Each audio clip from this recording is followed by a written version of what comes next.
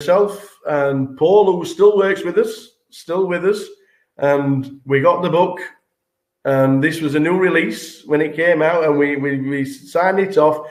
And I thought, do you know what? Phil Elmuth has just signed a book for me, and it's still pristine, by the way. It is pristine. It's got all the stories. My favourite story is the Devilfish story. I love these little books. But if you wasn't a poker player and a very, very successful poker player, would writing and being an author be right up there of what you would be doing on a regular basis? I mean, it's very interesting. I mean, I think this is the first time in an interview I've ever said it, but I think I could have been a motivational speaker pretty easily. That aligns well with me, but you have to accomplish something, I think, to be able to motivationally speak to people, I think. And it's an easier path to get there. So, but I could easily have been a motivational speaker. I could easily have been a successful businessman. Yeah. And could easily have been a promoter. So I don't really know where I'd be if it wasn't poker. But hopefully I would have written a book or two. Well, that's there. That I was there when I was there with you, and it's signed for me by the great one. And then book, it's like 50 hand of the weeks, and so you read each one at what takes 2 or 3 minutes to read the story. Just kind of a flavor of what it was like to Deal Me In Now, as I look back, as a flavor of what it was like to be a professional poker player in the 80s and 90s and early 2000s. Because that book came out, in 05 or 06? Yeah. Yeah, and it's impressive. Where did Poker Brat get coined? Who was the first person to call you the Poker Brat? Or was it yourself? No, that was not me. That was Andy Glazer. All right, okay. So Andy Glazer was, the all-star poker writer, right? And he, I have a funny story about how I met him. Should I tell it? Yeah, of course. So my wife and I choose a vacation, and we choose to go to a place called Esalen. Eselen's a very famous spiritual place. Mm-hmm. So we decide we're going to go study Buddhism with the master, the Lama Suryadas. Suryadas has become bigger and bigger and bigger in Buddhism and has lots of books out. So my wife and I go to Esalen for our vacation to study Buddhism. I'm like, hun, can't we go to like a 5-star hotel somewhere? So we drive down the California coast. We arrive at the most beautiful place you've ever seen. One of the houses is right underneath a waterfall. But they have the natural hot springs there, but you're not allowed to wear clothing. Mm-hmm. So everybody has to go into the hot springs naked. And my wife chose not to talk. That was part of the training. And so I wasn't going to do much talking. And one day she's like, hey, I'm going to go get some food. And I'm like, I'm going to the hot tub. So the natural springs. So I go down there, no clothes on. And sitting across from me is this guy talking about what I think is a poker tournament. And I'm like, no way. Come on, this is a spiritual place. He's talking about a poker tournament. At the end of it, he's talking to I guess Andy worked there. Mm-hmm. And somehow I said, I dabble a little bit in poker. He's like, oh yeah. I'm like, yeah. I play here and there, and I was trying to be modest because that's what we were taught that week. Of course, this was during a time when I wasn't as modest in the 1990s, and I guess the world thinks I'm not modest, but they don't know me that well. But anyway. After you listen to this interview, I sound cocky. I'll give you that. So anyway, there's Andy, and he's like, so he starts asking question. I'm trying to brush it off. Almost sorry I brought it up. And then Andy says, oh, what's your name? And I say, Phil Hellmuth. And he's like 6'6". The 6'6" big naked guy stands straight up out of the hot tub, and he says to his friend, that's like Michael Jordan saying that he dabbles in basketball, and like over and shakes my hand, walks over to shake my hand, this big naked guy, and I shake his hand. And we were connected after that. And he was a writer. And so he wanted to write my autobiography. And when I finally started writing the autobiography, he wanted to help me with my first book too, so now I sold my book to HarperCollins, and he wanted to help me, but he got sick right then. And so I wrote the book myself. He wrote, maybe of that book, say it's 94,000 words. Andy wrote about 8,000 words. And but I was depending on him, but he was sick. So I started doing it myself, 1,500 words a day, every day. Bam, bam, bam, bam, bam, bam, bam. And it got easy because I'm writing about poker strategy. And so, but we had a long-term plan of him writing the autobiography, but unfortunately, he died.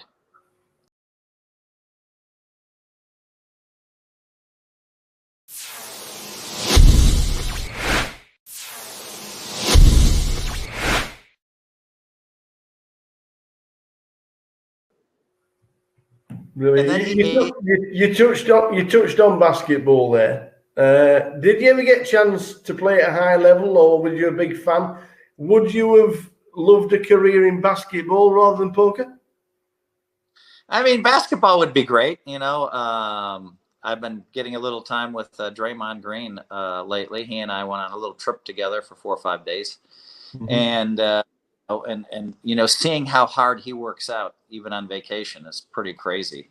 Basketball would have been amazing, but I think if you want, you have to be great at basketball if you want to make the big money, right? Yeah. A lot of the guys aren't great. Unfortunately, if you're the 50th best or maybe 100th best basketball player in the world, you don't do as well. Now that's changing, but I love basketball, and I was never world class. I mean, I'm 6'6" almost, and I could dunk, but barely. I probably dunked 5 times in life, so I didn't have the skills to play basketball. We're glad you stuck to poker. In 2003, 2004, the poker boom was like, it just exploded. Did you see it coming? What did you think of it at the time? Yeah, I mean, I remember someone found me in 2004, Michael Kaplan, a writer from New York, and he said, "Phil, you told me in the 1990s that they were going to have in stadiums, and everybody laughed at you." And he said, "Now look, we're having the final in the Penn and Teller Theater. And not just finals, but also I thought there'd be so many." He said, "You predicted there'd be so many players that fill a football stadium." And he said, "You were so right about that." And so, yeah, I saw that coming, but then I didn't see it coming as fast. So I saw it coming in 1995. I thought it would happen earlier at a much slower pace. But no one saw it in 2003 and 2004 and 2005 going on ESPN and exploding that and becoming a global phenomena. I didn't see that much. So, but yeah, I saw poker getting big. Yeah, and now obviously you're part of the ESPN team that covers the main events, the final tables, the commentating. Do you still get a buzz when you're commentating rather than playing? Oh, I love it. I love it. I mean, this year was one of my fun little stories. I'm on stage, and whenever it's about once every 2 hours, they cut to me. Yeah. And this year it was with Maria Ho, and of course, Kara, who's amazing, and Maria, who's amazing. And so it's the two of them and me. And but I wouldn't commit to doing any of the comment. I wouldn't commit to any of that while there were tournaments still going on. And finally, I'm like, all right. So I played the $5,000 buy-in turbo event, and I think they were rebuys in it this year. So I busted. I went right into the commentary booth, and then I told Maury and I told ESPN, I said, I will be there for the rest of the time, even if I'm in the tournament. So I enter the 5,000 turbo, like literally at the deadline. I go over there and I play for 8 minutes, and then I come back and do the commentary. So I'm already dressed up as a commentator. And then boom, they cut to me live on ESPN and on the global coverage. And that's so much fun for me. It gives me a huge buzz. When you're live in front of millions of people, like I've been live on Anderson Cooper, there's a huge buzz there. Yes. So I got this huge going on. And the minute I'm done, I'm like, am I clear? They're like, yes. And so I disconnect one thing to make sure that they take the headphones off, and I go, but I'm still connected. I can still what's hearing at the final table. And I go right back to play the tournament. And now I got my money in bad, which is very rare for me. Jacks against aces. I mean, I had to. It was a turbo. I hit a jack. I got it in bad one more time. Maybe it was like ace 4, and the other guy called me with 6s. I hit that. And so I'm getting lucky, which is, you know, not my usual modus operandi as far as getting my money in bad. But I'm hitting some hands, and yes, I admit I was very lucky. And, you know, 2 hours later, now I have to leave the turbo where the blinds are going up this quick. I have to leave the turbo for half an hour to go do my commentary. I have to show up 8 minutes early or 7 minutes early. And so now I'm doing very live from the World Series, but I've been tracking it the whole time. I've been reading the updates as I'm playing. They're sending me the hands that are coming up. I'm listening to what's happening at the table. So I'm informed on what's happening over there. And I do that. So now I go live on ESPN again. And meanwhile, I'm in the tournament over there with chips. And we're getting close to the money. And I believe that I think we may have hit the money while I was doing the, you know, while I was doing the commentary. So then, boom, I finished that. I go right back, and I'm still dressed in my suit, and you know what I mean? But it gives me an excuse to wear the Aria hat live on television, because I told ESPN, I said, listen, if you want me and I'm still a player, I'm going to dress like a player. Yeah. So they told all the players they can't wear any logos, any gear, but I'm an exception when I'm in a poker tournament. And so at least I got an excuse to get the Aria live on global television a couple times. And so then I make day 2. So then I think that was it for the night, but I'm hanging out for the coverage. But meanwhile, I make it to the end of the day. And I think there's about 25 of us left. So now next day, I have to do the commentary and play the tournament. And we get to the final table pretty quickly. And I'm thinking, oh my God, I'm going to be final 4 tournament or 3 in this tournament. I'm going to have to leave for 20 minutes. Will the players at the table stop the tournament for 20 minutes for me? I don't even want to ask, but I'm going to ask when it comes to that. And so meanwhile, I've had to go into makeup, and, you know, and so I'm all ready to go. I'm all in my suit and ready to go. But I'm at this final table, and I'm watching the countdown on when I'm going to get needed. And unfortunately for me, I busted in 6th place in the tournament. There were 2 final tables left as the main event final table. This was also the main event final table where they were going to finish it, I believe. Yeah. And so there's 3 tables that are left in that whole hall. There's the one when I left, there were 5 left. There was another one that had 5 left, and then there was the main event. And so so I busted 6th, unfortunately. And I go into my perch up there, and I'm really into just the main event, but I'm looking over, watching the other 2 final tables, which were basically right next door to us. And then, and I think they gave me a shout out. It might have also been my birthday that day.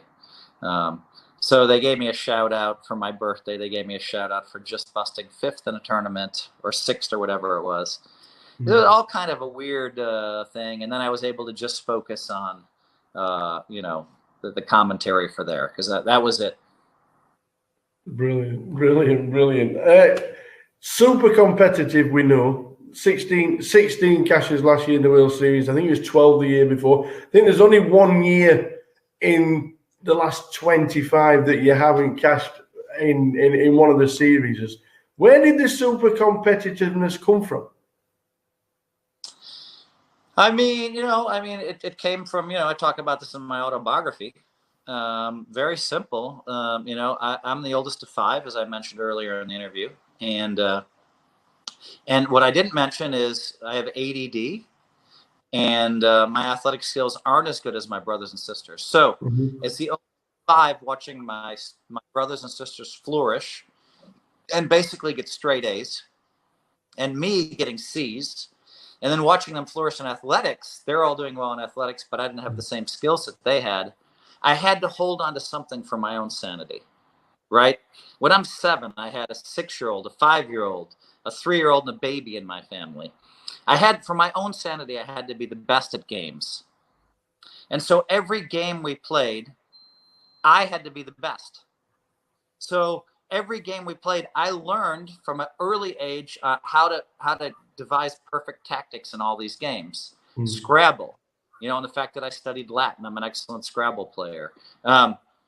All these games that required strategy and skill, backgammon, I learned how to become great at all these games. And, you know, and so it was a natural progression for me to move into studying poker. All right, how do you become great at poker? All right, you do this, you do that, you do this, and so, you know, but that warrior in me, and when I would lose, that's where the Poker Brat was born. Because if my brothers or sisters rolled double sixes to beat me at backgammon, I was unbearable. Because what did I have left in my life? They were better than me at everything. And so I'd be like, oh my God, you rolled double sixes. That was unbelievable. How did you do that to me? Blah, blah, blah, blah, blah. And I almost made it not fun for me to play with, because if I lost, I was too negative. But that's where the competitiveness came from. And it showed itself in the early years in poker, and it still shows itself.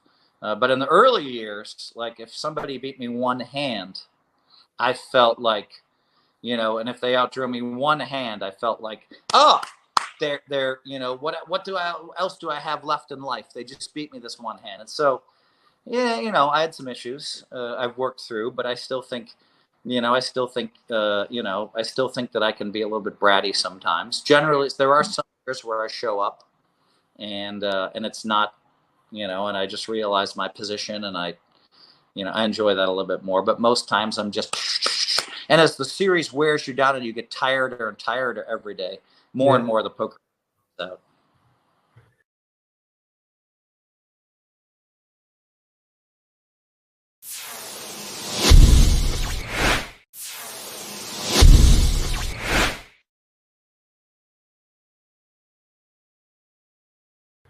Well, Poker Brat or not, you've raised over $50 million for charities, which is an absolutely incredible amount, and every credit to you.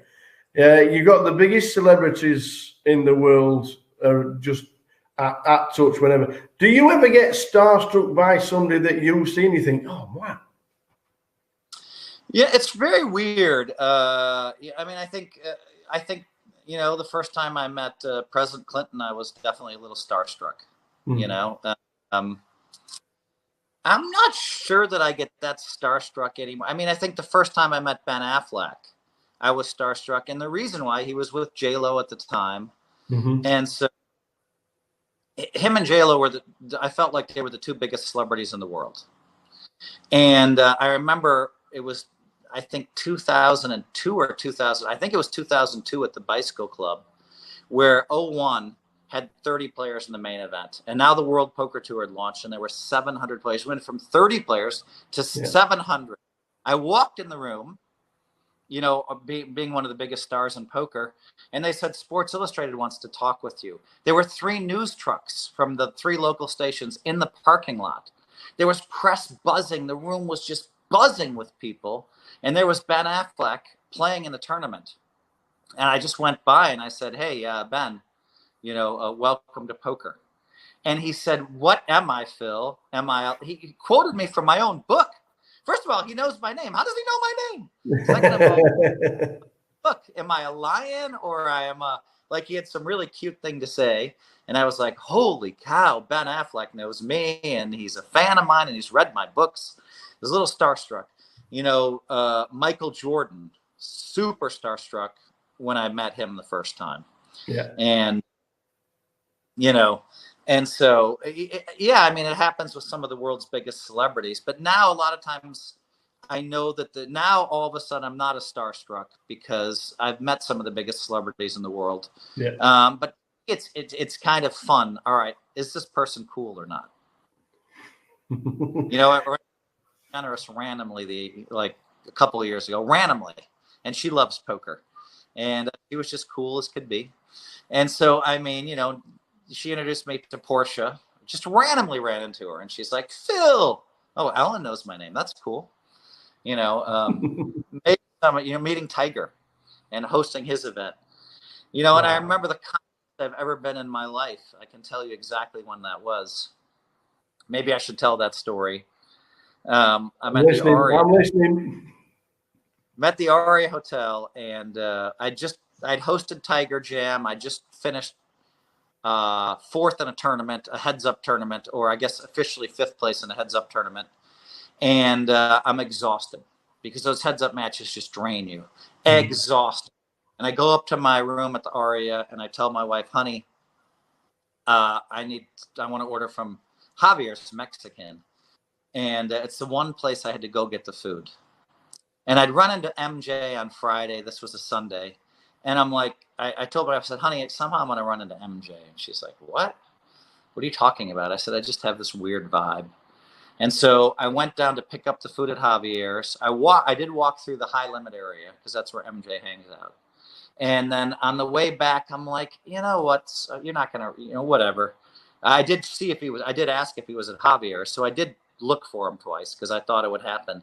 And I said, you know what? Screw this. Just take the fast way back up the escalator. You're not going to run into many people. You won't have to sign a lot of autographs and take a lot of pictures. Let's just get out of here quickly.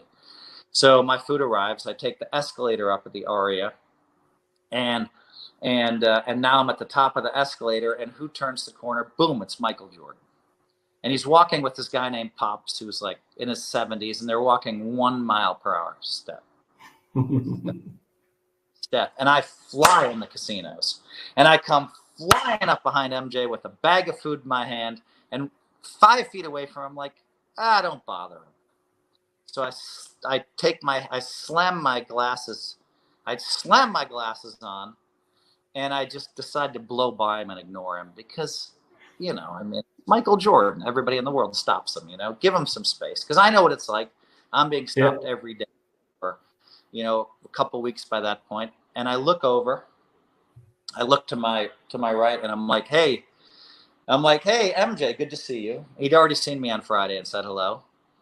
And he nods, and I'm walking 90 miles an hour. Boom, I take the left turn, towards the steakhouse, but there's the private VIP doors there. I open the door, and I instinctively look behind me because I'm raised in Wisconsin. You want to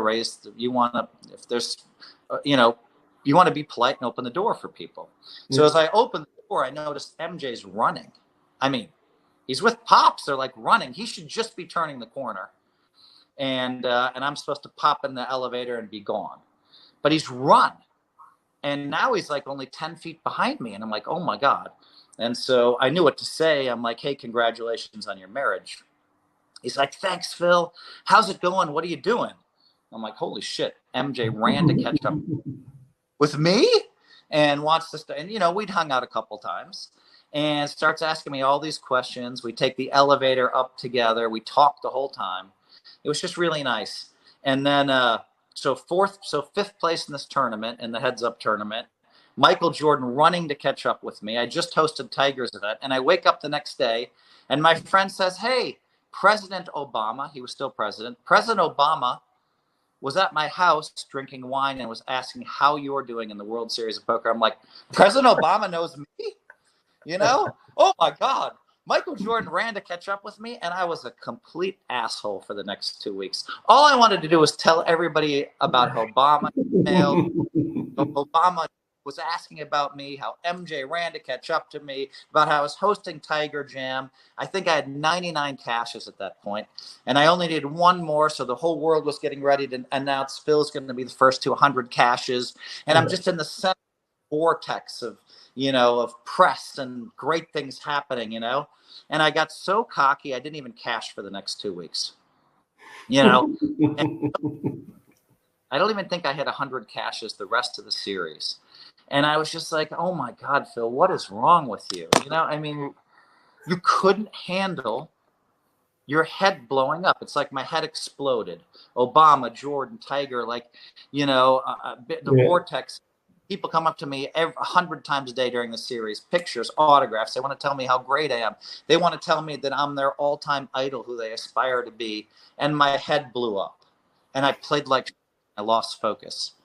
And the next time that happened to me is when Elon Musk came to my book launch party. But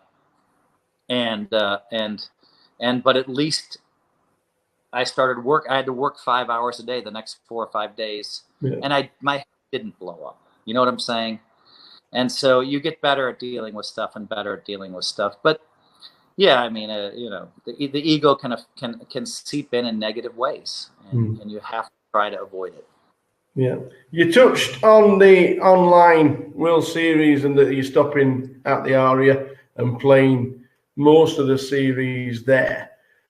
Are these going to be real bracelets? If Phil Hellmuth wins an online tournament, he's number 16 and then maybe 17. What do you think about the online series? For sure, it's real bracelet, for 100%. You know, and you're going to see Negreanu playing in every tournament. You're going to see me playing in every tournament. You're going to see all the guys that want to win bracelets, that really care about winning bracelets, are going to be playing in these tournaments. Now, the sacrifice is that we have to go, you know, to Nevada, you know, in the summertime. But that's not much of a sacrifice. I'll be staying at the Aria Hotel, baby. I mean, come on. I mean, all these world-class restaurants there. I mean, the high limit. I'm sure I'll go down there for some socially distanced drinks and cigars. And, you know, it's so for me, this month of chasing bracelets, plus I like the fact there's only one a day. You play your event at 3, maybe hop in an hour or two late. And if you bust out, you have the rest of the day to yourself, you know. So I'll definitely be working out at the Aria. I'll be, you know, and I know the Aria is taking the most precautions of any casino except the Wynn. So MGM and the Wynn are taking the most precautions for COVID. Yeah. So I'll go in the gym to work out, but if I don't, I'll walk. But I'm going to try to find a way to hit the exercise bike where I feel safe every day. And I don't know if I'm going to be able to do that.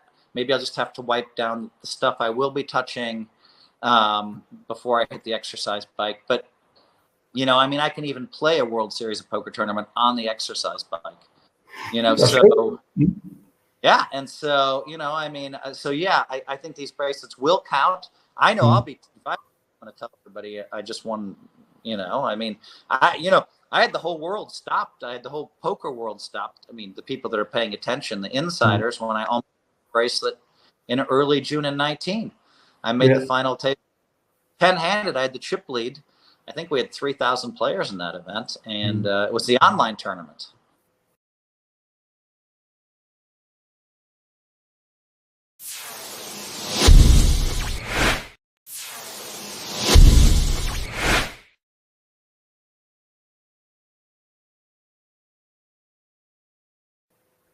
One thing we will miss, because it's a World Series online festival, is we'll miss a Phil Hellmuth entrance.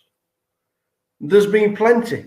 I've been there myself. Well, the four years it was in London, I was there myself. You had the Lady Gaga's one year. You had the Caesar. What's been your favourite? Caesar. I mean, I just got asked this question, so I know the answer. They just asked me. Caesar, man. I thought, listen, first of all, for Caesar, I was in the best shape of my life. So, you know, you can see the muscle definition. I mean, I'm not some bodybuilder or anything, but you can see that. I mean, Norman Chad commented on ESPN that I looked really good in the Caesar thing, and commented on my muscles. And that guy, Norman, who I actually love, and he loves me, but is the most critical of me, of anybody in the poker world, complimenting me on my outfit. And it was really fun. 4 guys carrying me in to the sidewalk. Yeah. And in London, we had an actual, you know, chariot with a horse bring me in. But go back to the Vegas one, and I know that they paid. I know that just renting the costume cost $20,000 that I had on. I had a costume that had been used in the movies, and so you know, and I just saw pictures of the other day, and then they had all of the, you know, the women, you know, who then greeted me at the curb dressed in those white, beautiful, like, you know, dresses and walking. I mean, that was cool. And, you know, the first 2 or 3 entrances, I was really embarrassed. And then I just embraced it, because I think it's great for poker. I think it brings eyeballs to poker. It's undeniably great for poker, because we bring eyeballs. We're doing fun stuff. Now, of course, the Thor entrance was cool because they showed it for 11 minutes straight on ESPN2. I mean, 11 minutes straight. What are those commentators talking about after a while, you know? Brilliant. If we had a poker Mount Rushmore with Phil Hellmuth being the first person, the face there, you've got 3 more to join you. Would you be able to put 3 there?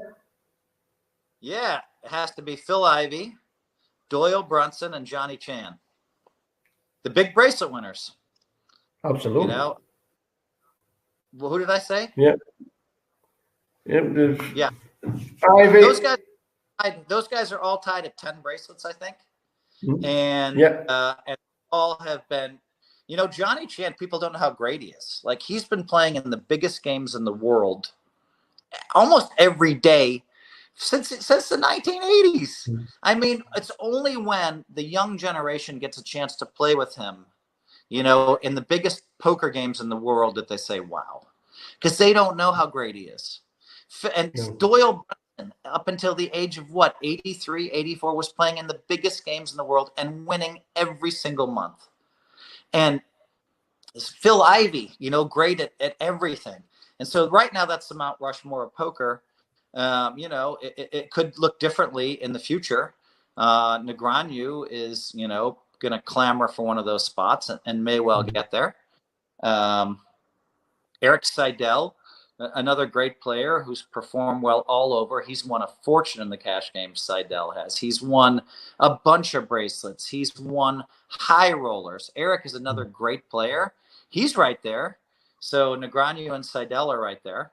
And you know, there's some other guys too, but I think that's enough to mention for now. Touching back to your bracelets, you've got 2 in Razz. Was that always your second favorite game?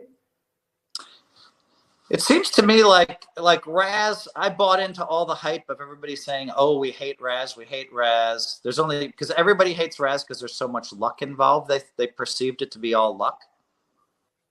And then for me, the light went off one year. And I won my first Razz bracelet. And what people miss is it's a great game for reading abilities. Because if someone raises and you raise it, say with, I don't know, 7-5 deuce, you have to pay attention to all the cards on the board. And the guy behind you re-raised with ace 3-4, and he hits a 3 and a 4. Most people just fold. Yeah. You hit an 8 and a 9. You have a 9 made. Most people are just folding right there because he re-raised you, and all you can see is his ace up. Unbeknownst to you, he actually has 2 pair, but it looks like he has a 6 low or a wheel. So that's where the skill in Razz comes in. Knowing when someone paired and when someone didn't pair, and then representing a hand when you don't actually have it. And so there's all this skill in Razz. And so what happened? My eyes opened up, and I have a first. And then another bracelet, and then a second. I have 2 firsts and a second and a 5th in the last like 6 years in Razz. It's crazy. I just keep getting there. And so, you know, I think I have the best record in the history of Razz now with Ted Forrest, you know, who's we've always recognized as the best Razz player in the world, is second. He's right behind me, but I passed him for best record. But I mean, yeah, he might be a better Razz player than me. I have a better record than him, but let me win another Razz bracelet or another second, and then I can really say I already have a better record, but you know, the separation is this much. We've had players turn up. We've had them hyped up. They've disappeared. They've had new players come. They've been the best. Then they've disappeared. 31 years ago, you won the main event and you've stayed at the top since then. How have you managed it? Yeah, you know, I still remember someone telling me in 2008 that this was the greatest player in history. And you know, I asked somebody, I said, who is the greatest player? And he told me this is the greatest player in history. And then I basically by 2009 the guy disappeared. So, you know, I mean, really? This is the greatest player in history? Why? Because he had a hot year or two in online poker. And so they've come and go. This guy is great and he's gone. This guy's great and he's gone. This guy's great and he's gone. I've watched everybody. And then they, not only that, they come in and they say they're greater than me. So they have this thing where people want to bet results against me every year at the World Series of Poker. And I don't make those side bets because I want to stay single-minded. I don't want to think about anybody but me. I don't stake people during the series. Occasionally I'll take a small, but I just want to think about me and winning the bracelet. And so this younger generation comes up to me in 03, 04, 05, 06, 07, 08, 09, every year. And I say, if you want to bet most bracelets won versus me or better results, go see Doyle Brunson. Doyle Brunson's made millions of dollars betting on me, and he's happy to bet you and take your money. You know what I mean? Unless you are better than me, unless you can get better results.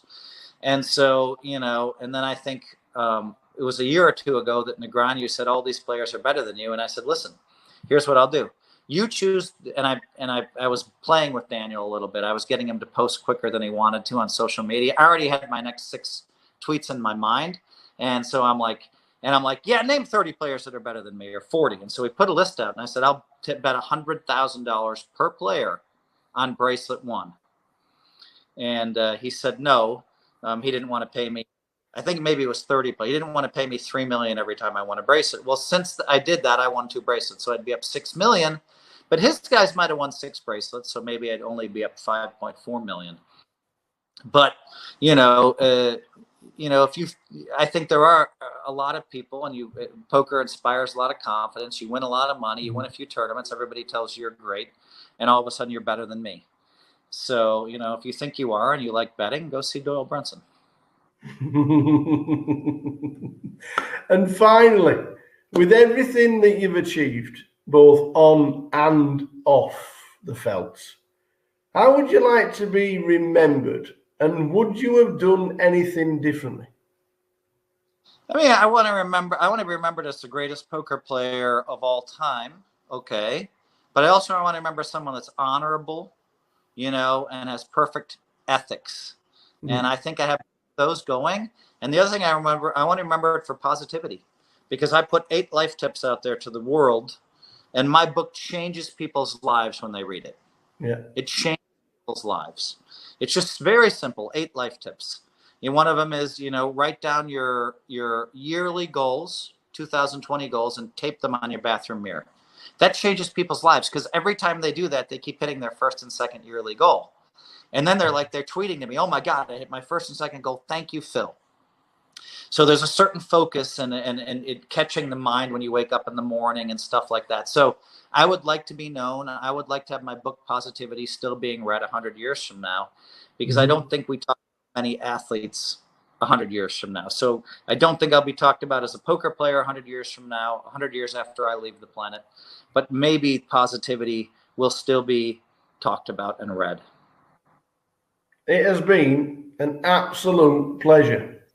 And fingers crossed, me and Andy, we were on the rail for number 14. We were there. We've actually got a picture of you shaking Andy's hand on the rail in the Rio. And fingers crossed we can do it again when we all get back to a little bit of normality. And the World Series will probably return in 2021. If it's number 16, 17, or 18 because Phil Elmers has ripped up the online series, who knows? But it has been an immense pleasure. Phil Elmers, once again, thanks ever so much. Thanks, Phil. Nice interview. I'll see you guys later. Good luck, everybody. Phil.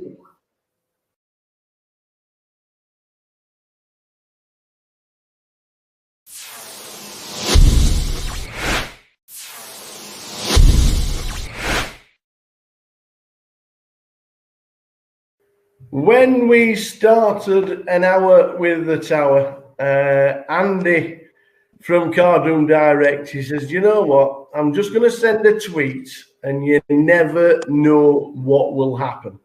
I'll send it to the biggest, the most prolific poker player of all time and see what happens. And then we get a reply saying, do you know what, guys? why not? So it is my pleasure, and the heart's going a little bit because even though it'll be absolute great pleasure that to introduce a guy that's got just about 24 million in life earnings. He's 22 all-time money list. He's got 15 bracelets. He's the only person to win the World Series main event and the World Series of Poker Europe main event. It is the great pleasure of mine, and fingers crossed by the end of it, he'll have just entertained us all, to introduce to you guys the one and only Mr. Phil Helmuth Jr. How's it going, Phil? Oh, thank you very much for this, Phil. This is an absolute pleasure. When Andy sent that tweet, he says, who shall we get? And we were like, well, why not aim for the top? And this is as high as you can get for us. Thank you. Thank you. Yeah, when you send out a tweet, you never know what's going to happen. Absolutely. We're starting with lockdown because we're obviously in strange times. We don't know what life is going to be like after. Is it ever going to be normal again? What has lockdown been for you? What's it been like? Well, March 8th, I went to Draymond Green's surprise birthday party. I started skipping tournaments March 1st. I didn't go to the LAPC. I didn't even play in the Bay 101, which was in my backyard. The world. Good evening. We're back. Third session of the day. Just had our dinner break. Tower's having a quick hour. I'm joined by Tom Hudson, head of online poker for Grosvenor. He's going to be talking you through everything going on the client, what's coming up. If you've got any questions over the next hour or so, Tom will be here to clear them up for you, so you can fire away in the chat boxes, guys. We still will be covering the action as always. We've got a really nice feature table coming up here, actually. Nice. Looking forward to this one. So I'll run you through the names. In one, previous GUKPT champion Tim Chung won leg one this year for 180k.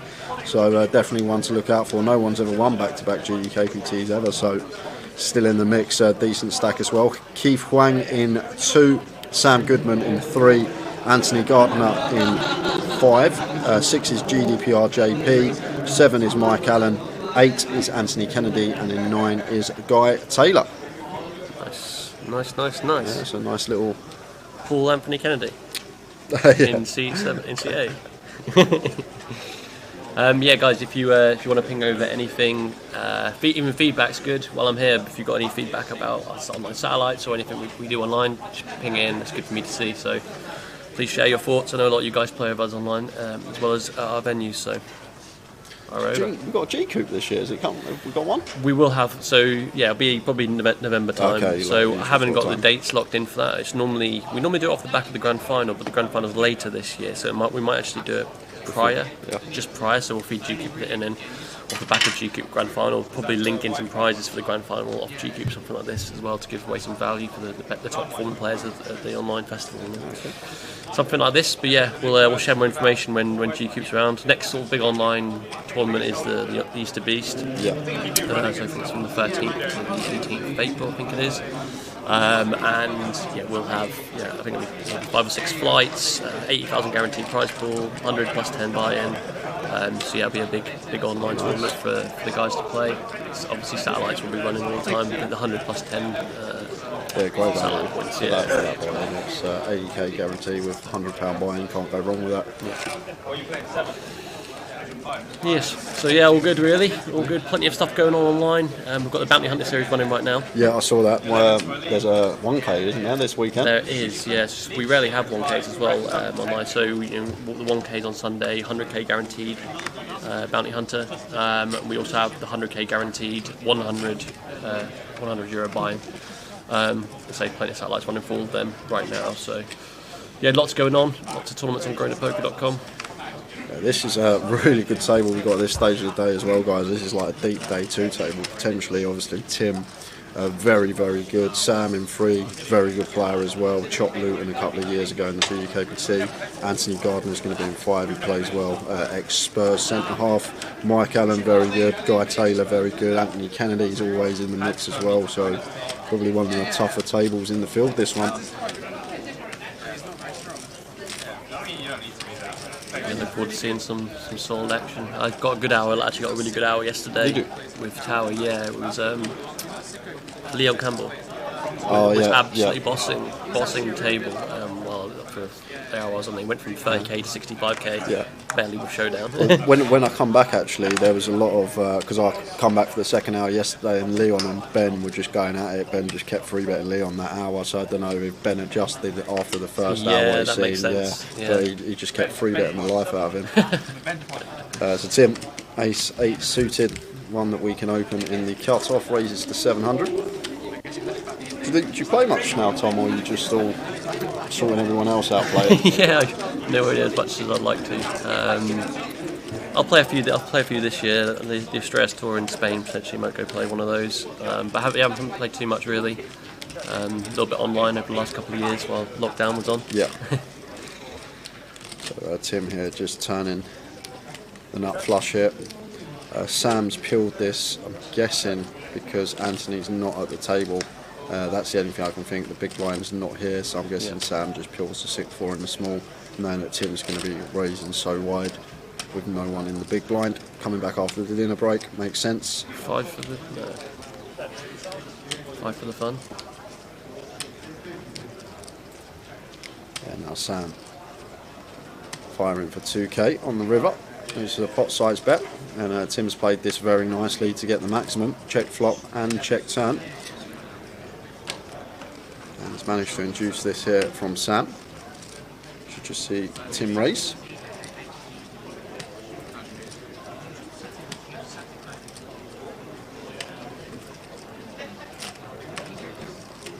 Thinking about what size to choose here. But no, eventually he just calls. Just calls. Obviously boats are out there. Was a pot size bet. And Tim takes the first one in the session with a nut flush. Yeah, he smashed the London. Yeah. Other park, didn't he? The London field. Pretty good start to the day as well. 2x starting at this stage, not in halfway point of the day. It's a good stack to have. And then Ross on Facebook and Dana on YouTube. I got some of the guys cheering on. Ross cheering on Guy.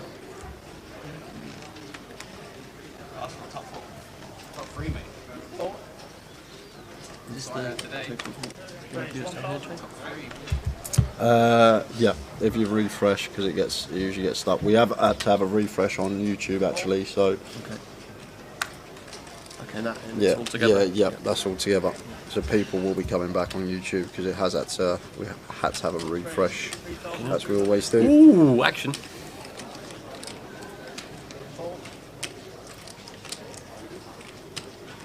$1K open from Anthony in the +1, and Sam's picked up queens on the button.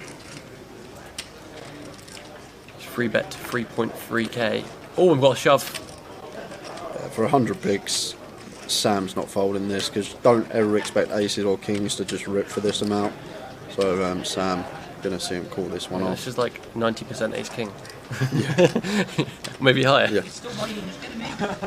But aces and kings are never just going to rip for this side, so I can't see how Sam's ever going to fold here with the ladies.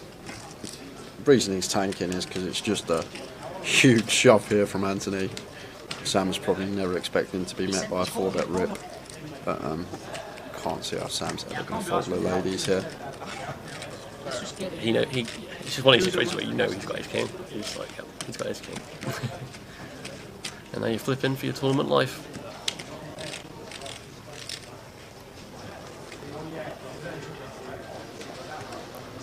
Do you make this play base king, by the way? Ever? No, I don't. I don't have it. I'm not gonna. Like, I'd just 4-bet probably to around 7-8k. To be honest with you, Tom, that's probably what I'm going to be doing. Versus Sam, probably not. probably happily. Only if Sam had a similar stack size to Anthony. If they were that deep, then I might choose the flat. I'm going to start flatting more often, but I will still have some 4-bets in there. Okay. But eventually Sam does make the call, and we've got the classic to start the session: Queens versus Ace King.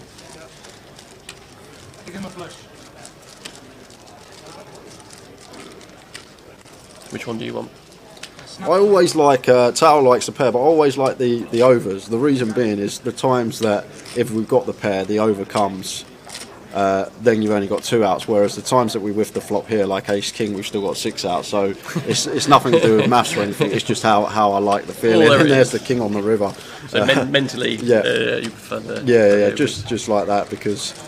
Like the times you've got queens, it comes ace or king high, you then draw into 2 outs. The times you've got ace king and you whiff the flop, you've still got 6 outs. I like the sweat still, more outs on the later streaks. Obviously, mathematically, the pair's going to be a slight mathematical favourite, unless it's deuces, 3s, 4s, or 5s because of the counterfeit outs. But just for that reason. We say bye to Sam, don't we? Yep, Sam Goodman. GG, Sam. Hard luck, buddy. Comes back after the break with 100 bigs and unfortunately has to get it in.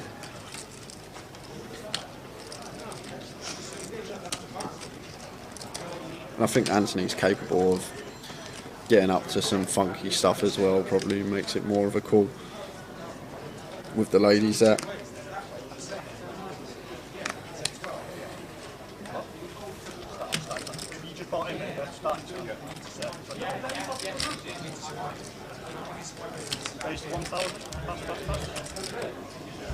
So we've got 2 Anthonys at the table, Anthony Kennedy and Anthony Gardner.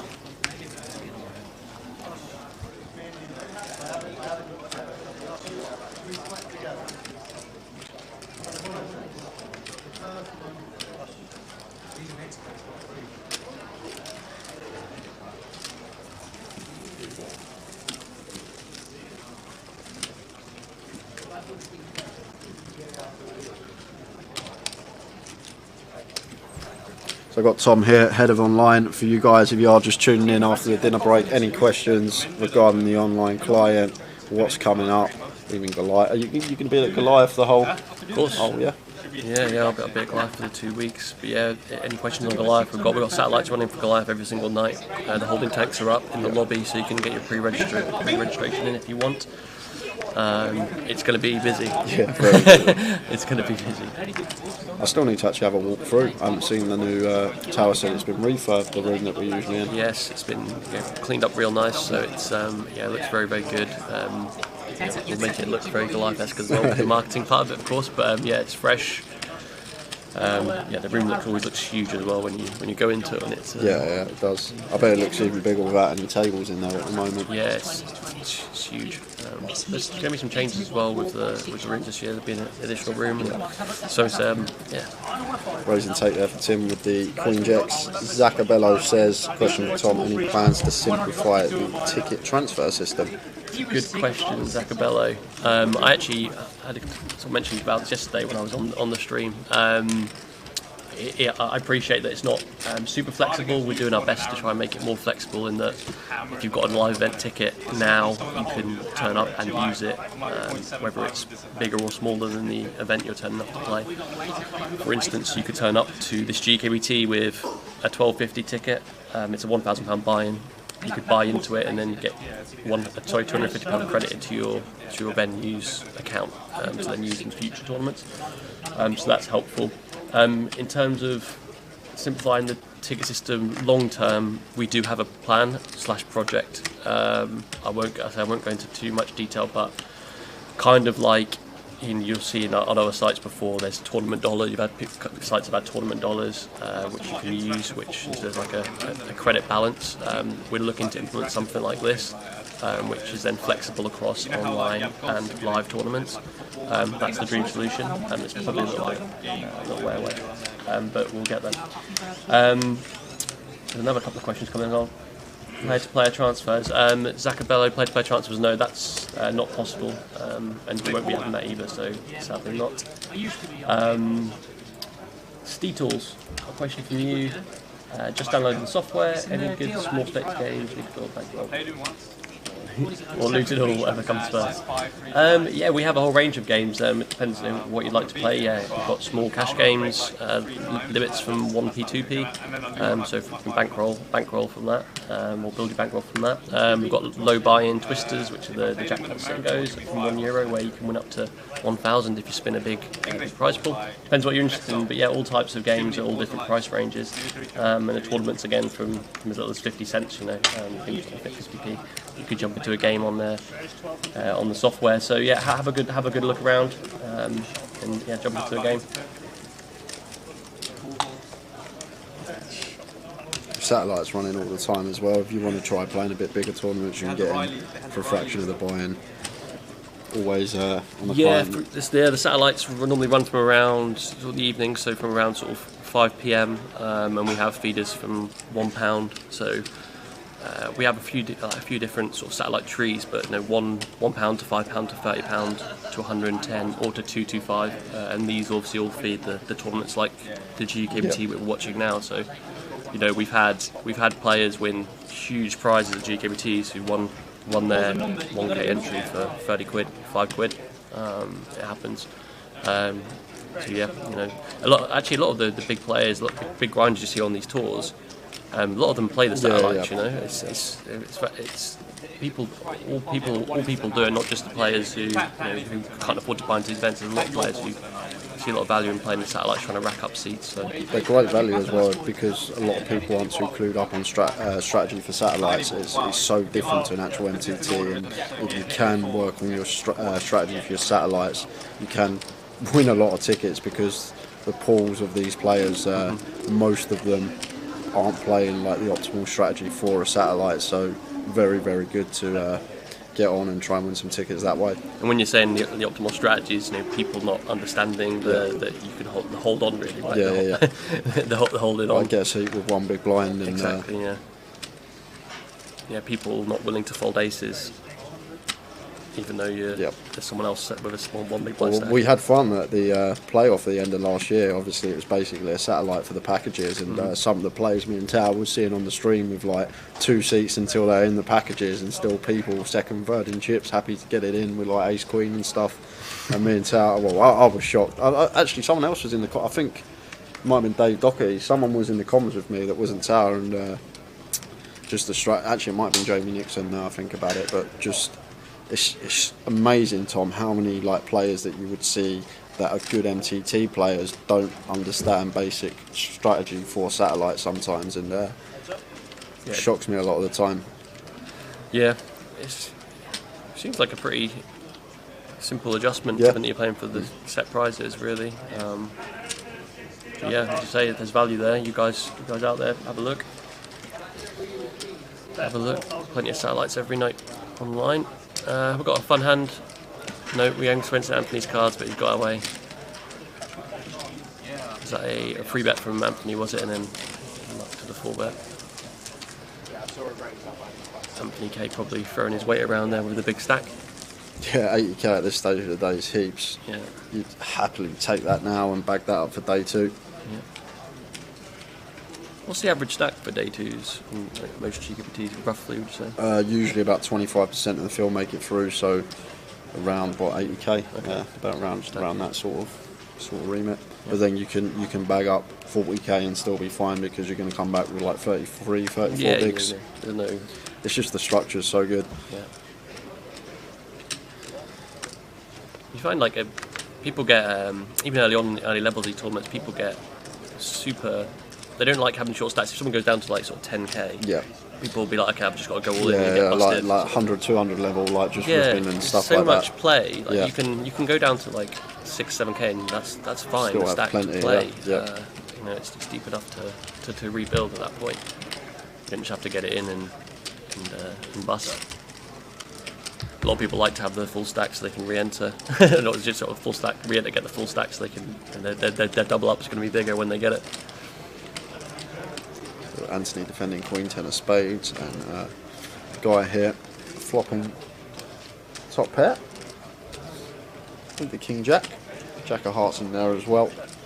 Definitely one, there it is, can incorporate into our check back range. This particular combo, Jack of hearts in there as well, backdoor straight draws for us. as Guy, and can potentially try and induce something from Anthony on later streets. 9 of spades on the turn, and we have induced this bluff after checking back on the flop. That's a situation with the king jack, like obviously we can bet it, but we can incorporate some checks in it as well, just mixing it up, making it difficult for our opponents to play against us, when it also offers us protection as well. If a player's aware that we're going to start checking some top pairs, they're less inclined to like bluff versus us because of that. They know we're still going to have it in our range. 7 of spades on the river, so Guy with the best of it. Anthony will plausibly have plenty of 9x and 7x though, defending out the big blind, but he will also have plenty of bluffs in there. Jack 10, Queen 10, Queen Jack, 10 8, 10 6 suited, heart draws. There's just a whole host, and I think once we check back this flop and it doesn't look like we have a King X from Anthony's perspective, I'm surprised if Guy folded it. However, saying that, Anthony's actually gone over pot here. Tom 4.1 into 3.9, so really polar bet this. Yep. Repping probably a boat or a bluff. Yeah, you can see Guy's raised eyebrows there. He's like, I wasn't expecting that to happen. Again, this is a situation when you check back the king on the flop, you've got the underrepped hand. You're doing this to call, always call. Yeah, and then you're met with this sizing, and it's like, oh, hold on a minute. Yeah.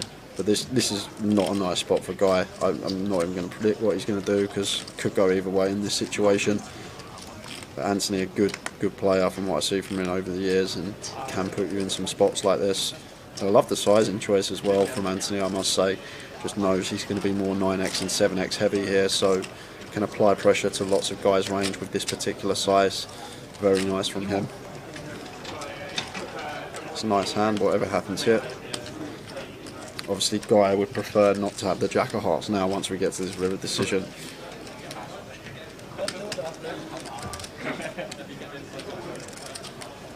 Oh yeah, good.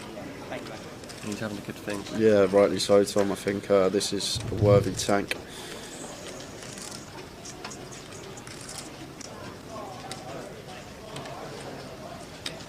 For me, I say Guy Taylor's a much better poker player than mine, but for me, I just make the call here. Because we check back flop? Yeah, I've set myself up to Yeah. do this, so if I give it up, irrelevant to the side, I'm like, well, I've got myself in this situation now, I'm going to call, I'm not going to change my strategy. I'll be stubborn. Well played, Anthony Gardner. Yeah, very well played, and it's the size which did it.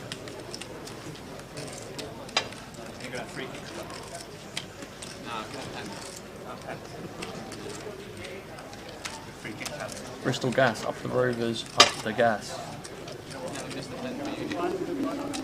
I understand the up the Rovers. I'm guessing because, I don't know. Up the gas. Yes. Price of gas, maybe. The American heads.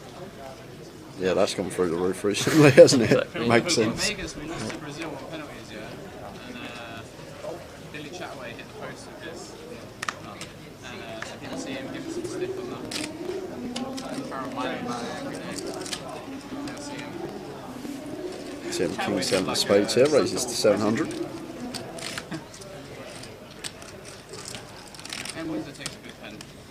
Action on JP in the big blind, Jack 4 of clubs. Fine to defend this one, heads up coup.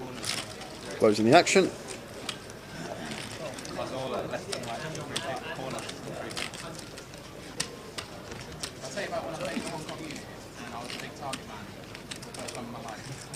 Gets a lovely flop as well. Flopping second nut flush draw, backdoor Broadway and wheel draw.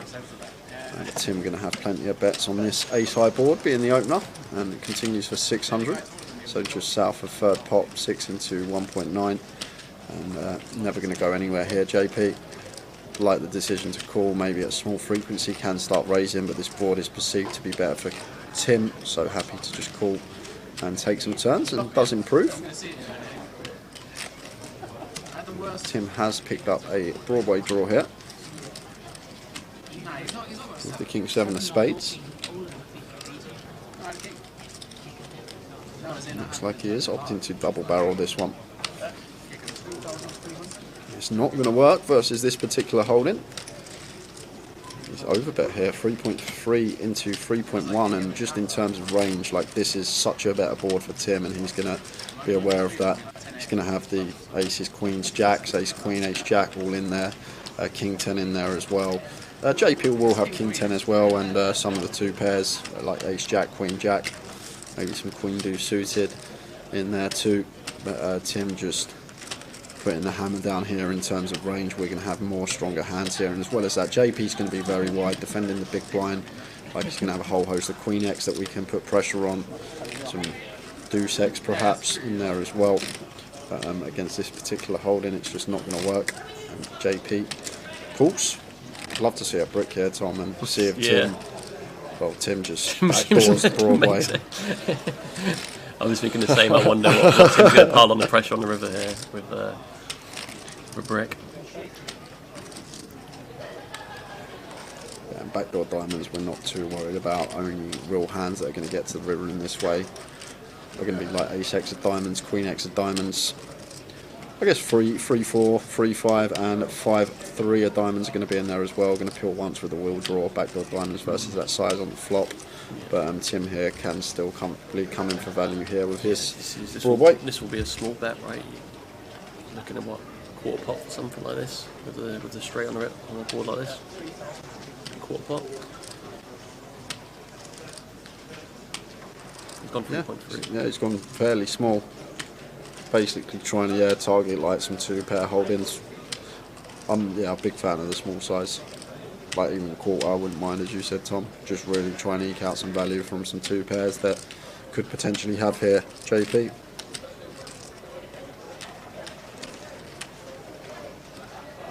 Cheers, Bristol. Nice to have you watching it.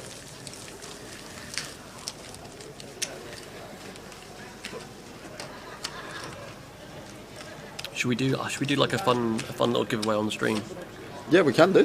Giveaway. You're the one with the tickets, Tom. You don't have to ask me. It should be me asking you. It's your stream though. I'm in your house here. You know, this is your world. All right, let's give away so we've got the Bounty Hunter series this weekend. We've got a 100k guaranteed main event, €100 buy-in. We'll give away a €100 ticket. €100. We'll give away a €100 ticket to someone who's watching the stream. You got to have you got to be from the UK, have a grosvenorpoker.com account. Let's say the first person, you can choose one card, and it's the first person to hit that card on the flop. Okay. So choose a card, ace of spades, for instance, and if that comes out on the flop, you get a €100 ticket to this Sunday's 100k guaranteed online at grosvenorpoker.com. Try and avoid the same cards, guys. What we'll say as well, any double guesses, we'll give you the DQ. We've done this at the live. Only one guess per person. If there's two guesses, we will disqualify you from the competition. Okay.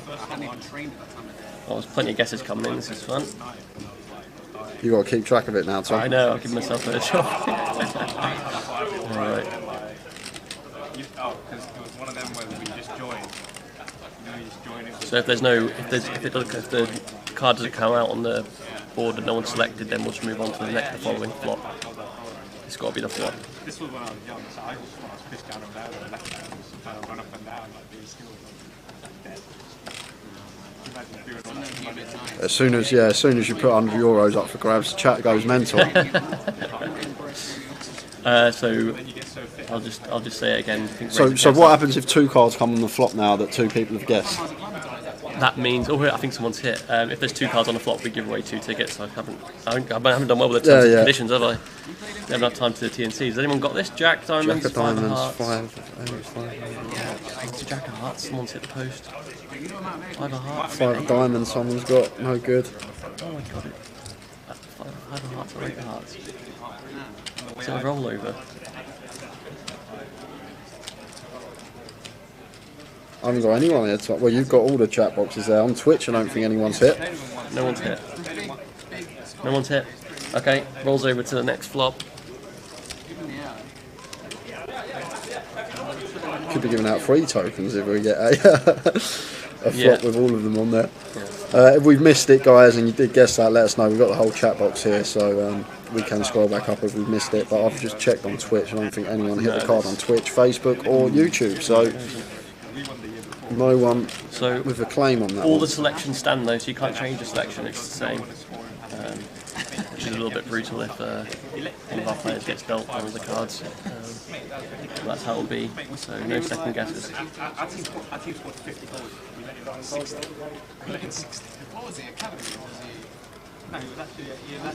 Just the flop, yeah. Yeah, just the flop. Someone had the 5 diamonds on the river.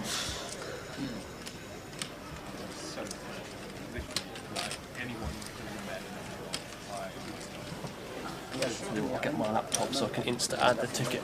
Someone wins it.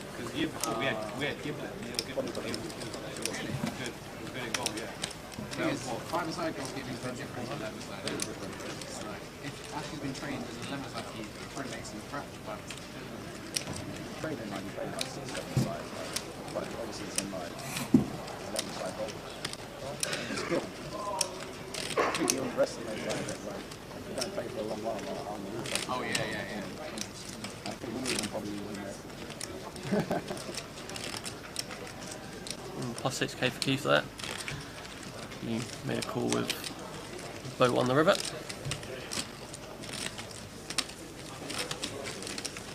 Desmond and Jeff.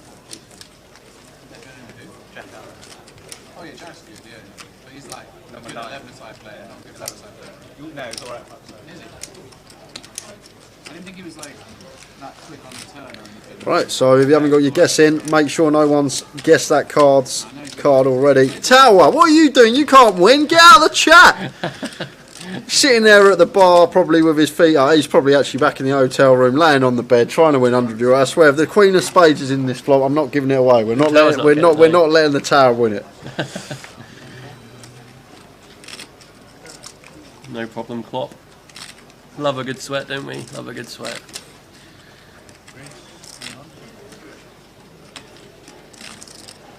Ross Vickers used to be friends with Guy. Yeah, he's a top player.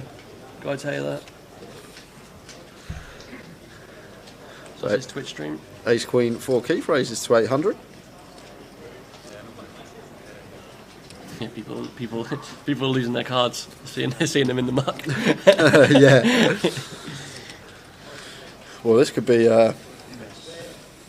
potentially a big pop because JP's got kings on the button. 3 bets to 2.8. Right, this is it. No more guesses now. Flops coming down, please. Oh no, so we've got 3 bet. We've got a bit of time. We have got a bit of time. I've seen a couple of cards guessed, so by a couple of people. So what we will do if it does come that card, we got to go with the first guess that put that card in. Yeah. It's a little bit tricky, isn't it? Because some people, there's people on Facebook and Twitch. Oh yeah, of course. Let's see what happens. I might have to give out more tickets. Well, we'll say if it's on 2 different platforms and just 2 of the same cards picked. We'll see. You should have give it away, Tom. It's not my money. We'll work it out. I should have got the TNCs. Right. I know someone's got the 10 of diamonds. I saw it earlier. I'm pretty sure. Ace of hearts, 4 hearts, 10 of diamonds. I know. Maybe not. Ace of hearts is here. David Cranage. Ace of hearts. He's in there. Is there a 4 of hearts?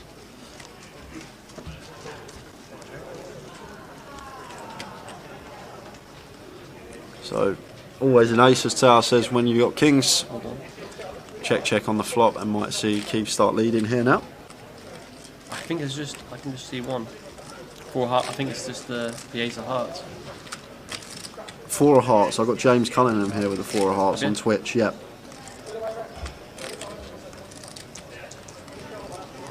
Where was your 4 of hearts? I've not got the 4 hearts. I've got David Cranage with the ace of hearts.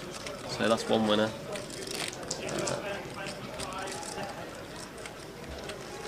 Yeah, James Cunningham, the only one 4 of hearts. If I've missed a claim, guys, put it in and I'll scroll back up, but I'm pretty sure I haven't. Congrats, guys. Congrats to the 2 of you.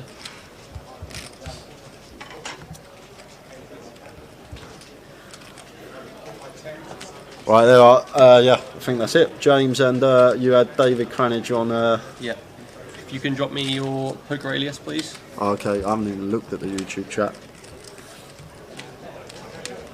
Herman, Valentin, Black 10 of diamonds. Okay, Herman, we got you. No worries, we'll get you. Drop us your poker radius into the chat. Yeah. Happy to do that. Yeah, Herman got in on YouTube before Gary on YouTube. There was 2 10 of diamond guesses on YouTube. So 3 cards. Everyone had one of the 3 cards. You've got to give away 3 tickets now. Yeah, 300 euros out of the budget, costly, Tom. Wasn't it? The thing is, I was making up the promotion on the spot, and I just didn't have time to think. It's fine. That's fine. It's good for the game, isn't it? Right. Yeah, so that's perfect as well. We've got a winner on Facebook, a winner on Twitch, and a winner on YouTube. There you go, then. There you go. And we'll concentrate on the action. Yeah, so got a big hand going on here. JP in the top spot in this 3-bet scenario.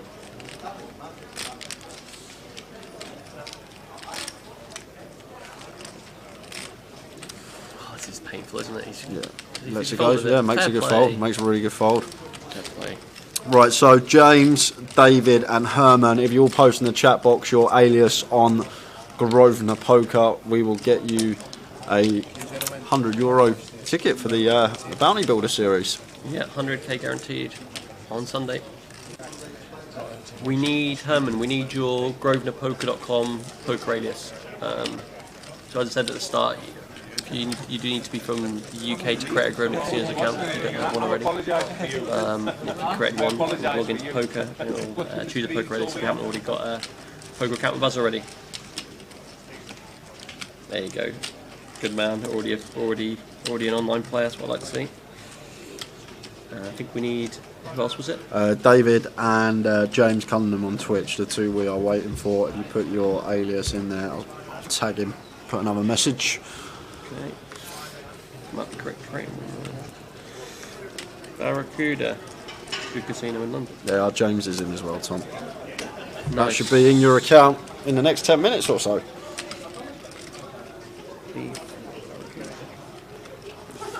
Anthony, Queen 10 in the hijack.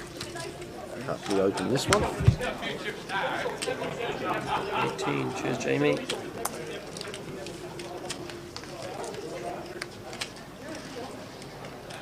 And just waiting on David on Facebook. Get the final ticket sent over. Cheers to Tom for doing that for you guys. There'll be plenty of that at the Goliath. I remember we had giveaways galore last Goliath. I remember once we'd done that with the chat. We picked the card, me and Tower, out of the deck, and when that card was on the flop, the first response saying that card in the chat box won the prize. Okay. I just remember the chat box going zzz, like that, like about 100 responses in about 5 seconds. Were people spamming it around it coming up? And David's put his in as well. So we've got all 3 names in there. Perfect. Thanks, guys. Thanks for participating. For those who weren't lucky enough to win a ticket, I'm sure. Are you here all weekend, Tom? I'm not. You're not. So this is me heading off. Oh, your last day today? Yeah, it is. Yeah. Right, back to Gibraltar for me. But we might be able to do a giveaway over the weekend. We got the free roll on Sunday, obviously. Live stream free roll as always. I think the PK's doing a couple on over social media as well, so keep an eye out for that. PK's got a few €100 tickets to give away, so.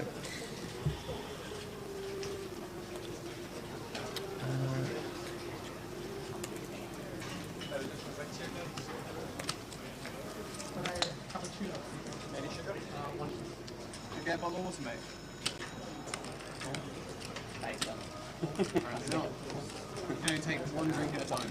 Yeah, one and done. Yeah.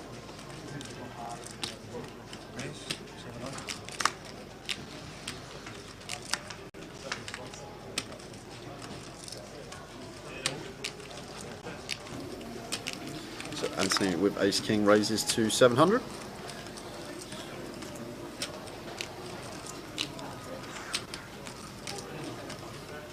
And Mike here, Jack 9 suited, not going to be going anywhere, can definitely continue with this one, incorporate into a 3-bet range as well. And that looks like exactly what he's done, 3 bets to 2.2. Not going to work though, because Anthony at the top of his range with the Ace King, probably going to 4-bet more often than not here.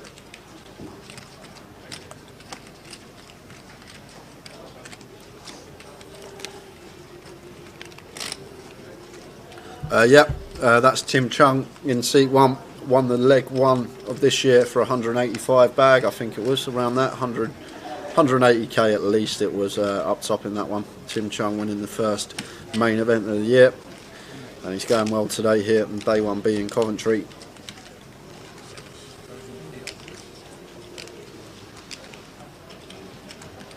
There is the 4-bet from Anthony to 6.8. And Mike now just going to have to fold this versus stack size of Anthony Gardner. It looks so good though, doesn't it? It does, it does. Okay, let it go. Yeah, 3-bet in that hand's perfectly fine at some frequency, but once we get met with the heat of the 4-bet, have to let it go. Yes, Bristol Gas, you're right. Vic Meta won Luton a couple of years ago, mate. I think it was like 2019. Around that sort of time for a chunk as well, so 2 previous GUKPT champions on this table. I think Guy's come close a couple of times as well. He's definitely had a couple of final tables over the years in the GUKPT. Yeah, Vic's a lovely guy. I play some cash with him. Really comes across well at the tables, off the tables.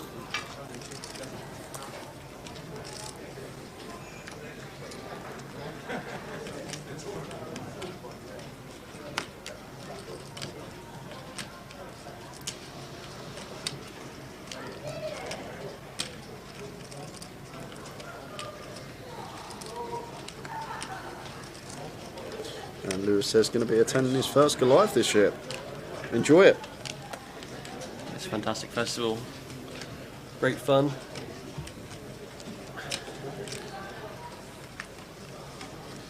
The Queen Jack of Clubs for Anthony raises to 1k. And we'll get your question in a second, Bristol. We'll just cover this hand here. Keith defending the 10-9 for 700 more. And the flop's a gut shot, but the Queen Jack of Clubs of Anthony, great flop for him here, flopping a flush draw on an ace-high board. Really good in terms of range, and not only that, we've got equity in terms of our flush draw, so going to be happy to continue this one.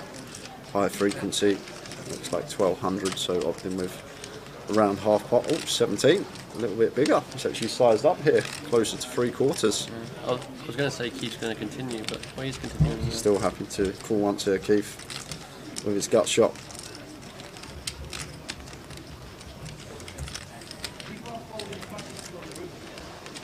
And that's the check mark on the turn for Anthony Kennedy. Keith does have the 10 of clubs in his hand. Maybe thinking about potentially leading this spot, but thinks better of it, checks it over to Anthony, who's fires a second barrel here. It's time for value. Try and get called by some potential ace-x. Definitely some 2-pair combinations that Keith can have. Defending out the big blind, 4-5 going to be in there as well.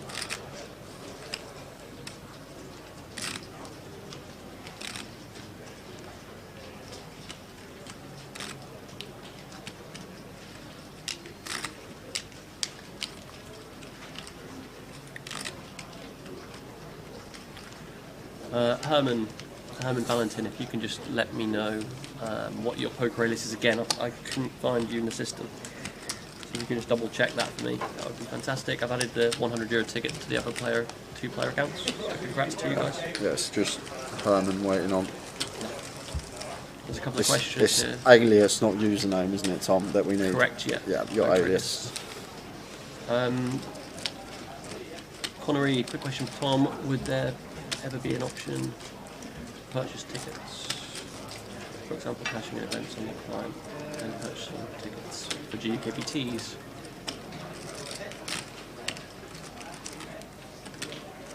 Understand that? So what you're saying basically is if like a little shop maybe on like the online client where you've got 1100 in your account, you can just go to the shop and buy a GUKPT ticket. So then you could use it at the next event. I see. Yes.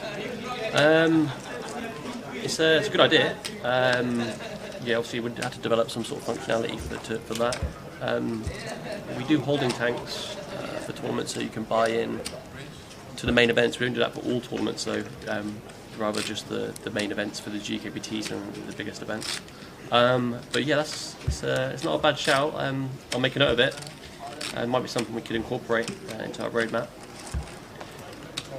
If there's appetite for that. James Cunningham says, when does the ticket expire? On Twitch. Sorry, the guy just gave the ticket. Yeah. Oh yeah, so the ticket should be 30 days. 30 days. Yeah.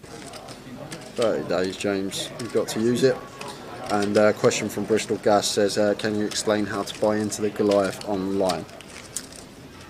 Yes. So if you go to, are you on the download client? Should we know on the download client? If you're on the download client, so the Windows download software, you can hit the Goliath. There's a tile on the right hand side on the home page, which says Goliath. You click that, it takes you to the National Poker League events. And if you scroll down, if you sort those events by date and then scroll down to chronologically to the bottom, obviously where the Goliath holding tanks will be because it's in August, you'll see flights A to F, I think it is, and you can buy into a tournament either with a satellite ticket or you can buy in for cash. And there's more details within those lobbies as well. There's more details within each of those holding tank lobbies around the tournament and how it works.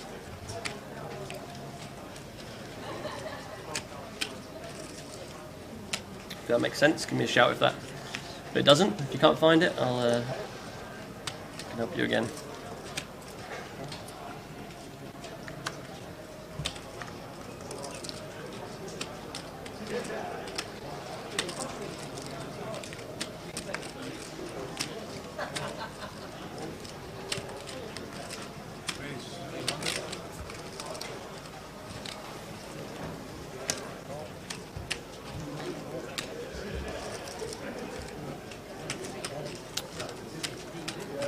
Guy in the hijack raises to 800 with the king 9 off, and Tim just calling the queen 9 suited. Can incorporate a free bet in with this one as well, but just happy to flat in position, and that's going to bring Charlie in the big blind with the ace 8 suited.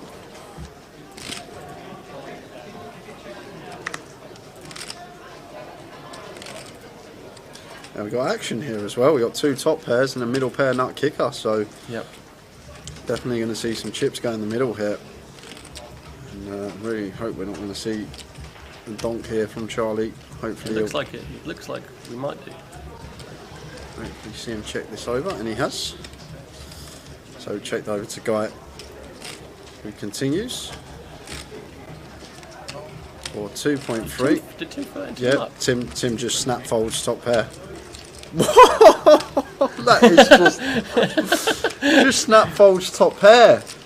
No, how does he do it? He knew. How does he do it? Peels the queen 9 of clubs, flops top pair, and just snap folds here versus Guy's king 9. How on earth does he do it? The thing is, what I will say, guys, Guy went 2.3 into 2.7, Tom, okay. so yeah. might have had something to do with the sizing. And Tim will give him. He wants to tell Guy here. Look, yeah. The earphones come out. He wants the table to know.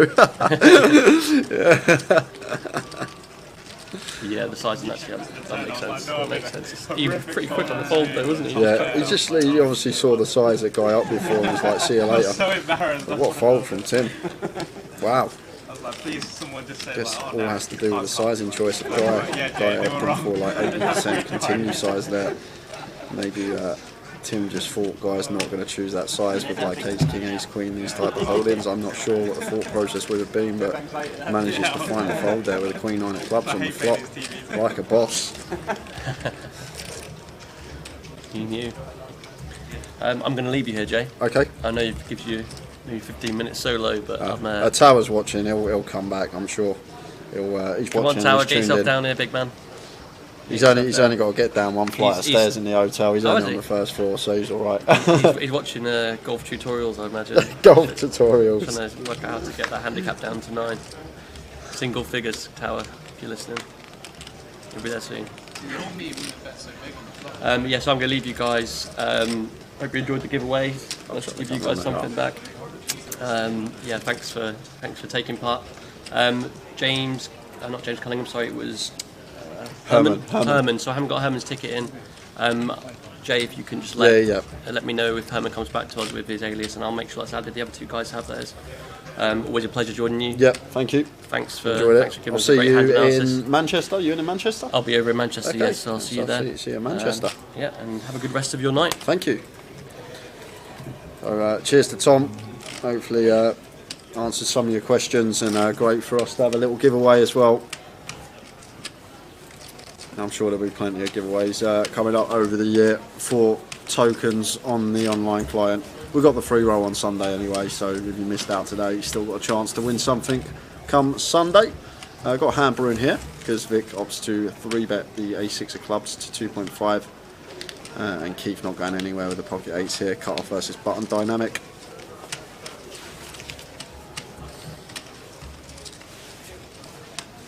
Flop of queen. Cheers, Tom. See you soon. Flop of queen 9, deuce, 2 diamonds. So 2 overcards to the 8s. Check. And could be a card that we see Vic check here. But it's one of them scenarios where, yes, we do need some top pair checks in our range, but the problem is the times that we don't have a hand here. This is a card that we're going to be firing. Like if we just had King Jack or some random like airball like 6-7 suited that elected the 3-bet. This is a card that we're always going to double barrel, so we're going to barrel on. So the times that we check, it might look a bit suspicious from our opponent's perspective here. So Vic just happy to come out firing, and obviously the 8's just not going to be able to continue now.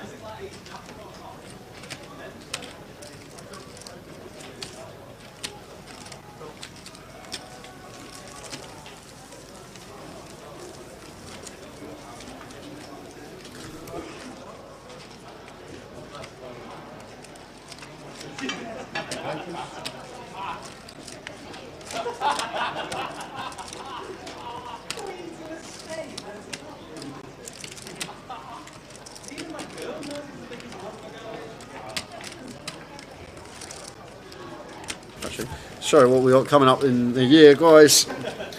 There we are, Bury New Road, 17th to the 27th of March. So we will be in Manchester after Coventry. Deep Stack in Luton happening next week, and then we've got plenty of 25s, deep stacks, G400s going on throughout the year. All those events going towards the National League as well.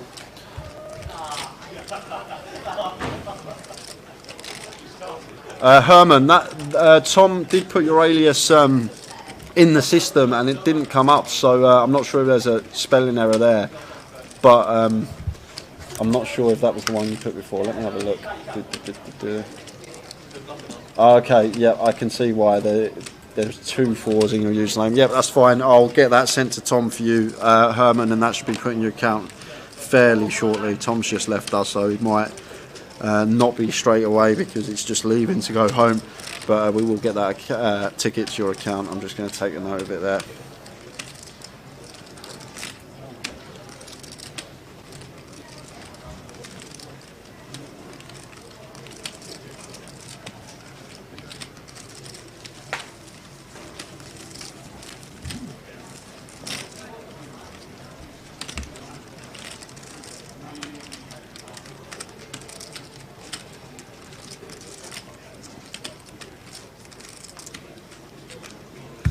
Wacky Jackson, how are we doing?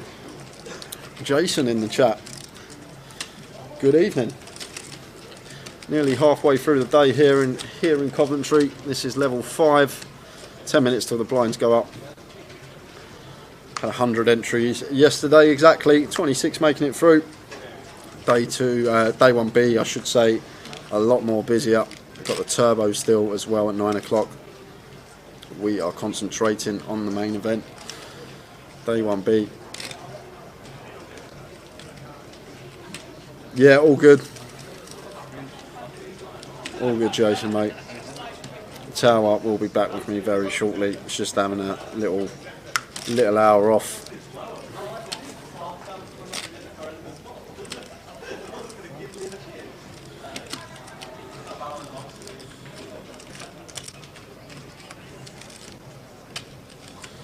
Keith opening in the low jack, raises to 800, and Mike in the big blind here. Ace jack not going to be going anywhere, happy to just defend this one take a flop out of position.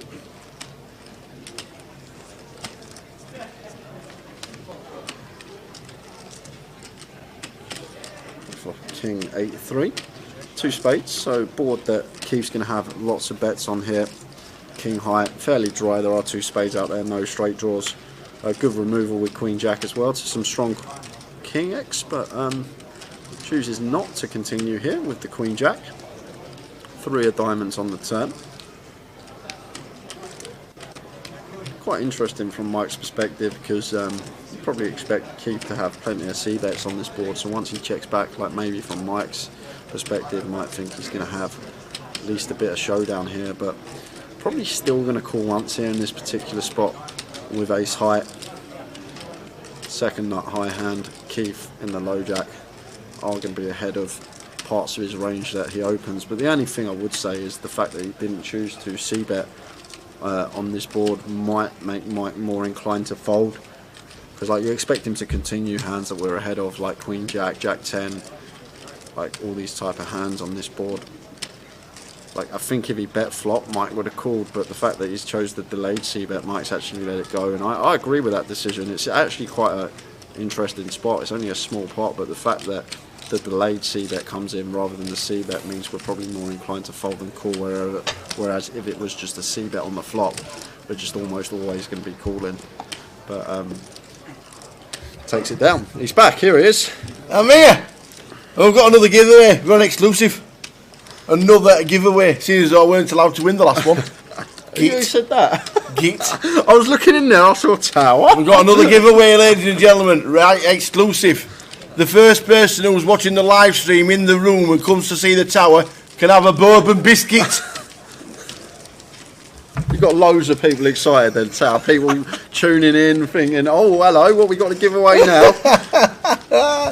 Thanks to Tom. Thanks to Tom. Wacky Jackson's in the building. How you doing, son? You must be working your socks off in the next couple of months. You must be. What's going on? Everything. There's all sorts. I saw Will Elliott's schedule for the next 6 weeks. He's everywhere. He's everywhere and nowhere, baby.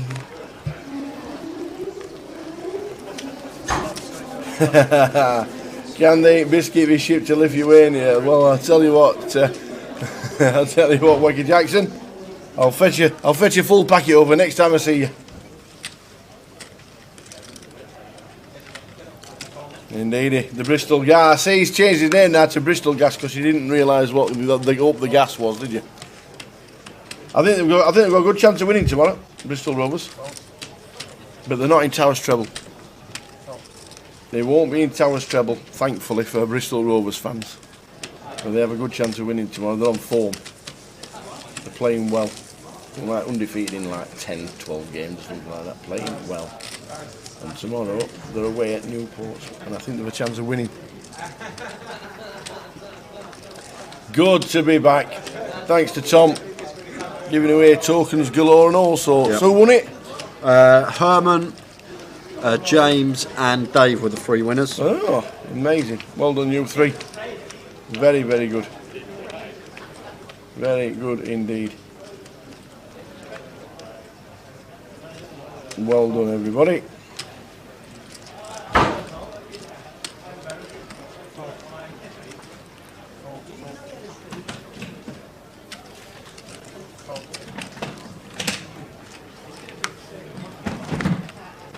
Took a job with poker listings, so being carefully selected with trips. Ah, fair enough. Fair enough, young man. Glad you're still up and about and doing your thing.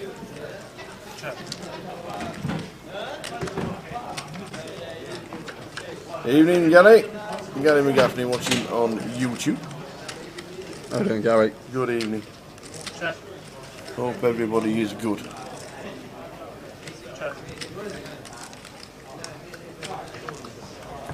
What was Tim's winning hand when he won the tournament in London? Says Lewis. That's a test for me. I don't have a photographic memory. This guy to my left does. It won't whisper me the answer though, honest. Tim's winning hand. Didn't last long, did it? It was one hand a heads up. One hand's ended up. Leave that with me. Was it 8-4?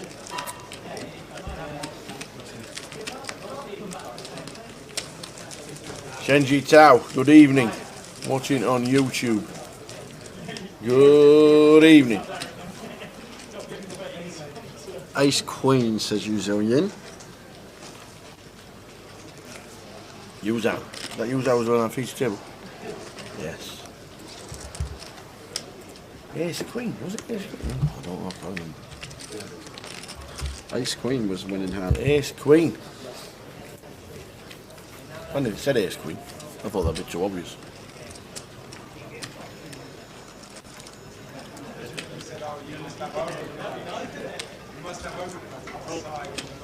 Nice names around the table. Yeah, it's probably one of the toughest tables in the room. I said that when we come back after the break. Yeah.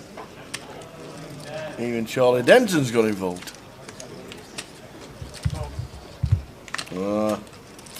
No, I don't think it was against Ace 6. I think it was against Ace 10. Good memory, that tower. Cheers.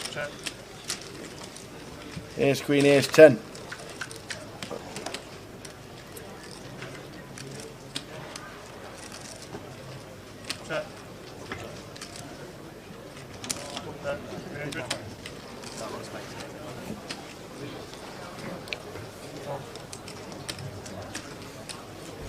Where's Anthony Gardner going?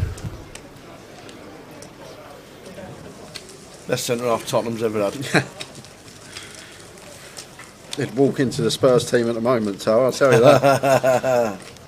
He may do.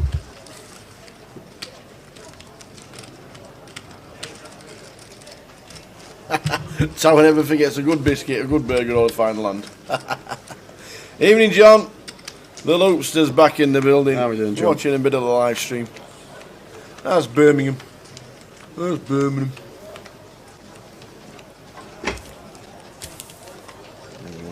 Final season of Peaky Blinders as well. Just started. Never seen Peaky Blinders. Nearly. Another binge watch. Get it started.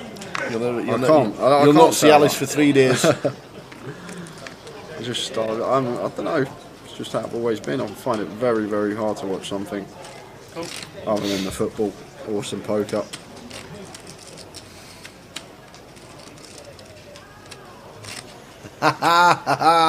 Deb's always liked a good shop when you go and play poker. I'll just go to the shops. There's not much around the Rico. There's Tesco's round the corner. Good looking in their range. See what they've got. But, no. The city centre's got a few shops here. The Loopster. There's a little bit of I've shopping to be done. actually not been in the city centre. Not that I can recollect. The Primark here is huge as well. Is it? Yeah.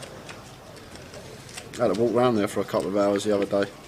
You don't fancy any V-necks or anything like that? Didn't get anything for myself.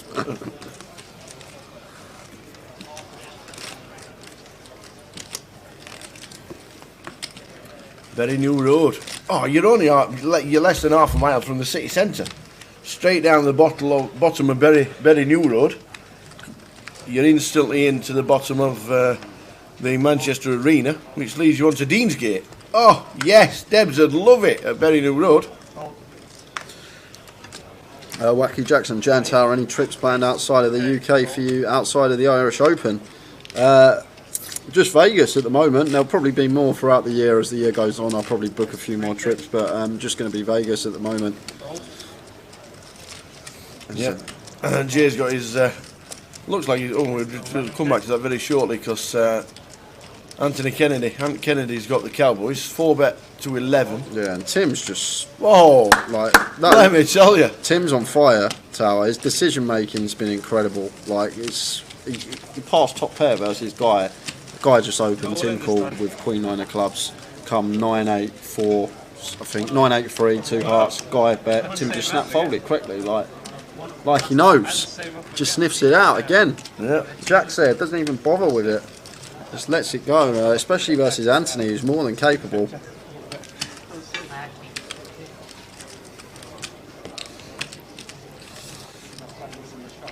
I wasn't by myself, Dennis. That's how I spent 2 hours in there. I was doing a lot of holding of clothes, put it that way. Primark in Coventry is a bit like a casino in Vegas.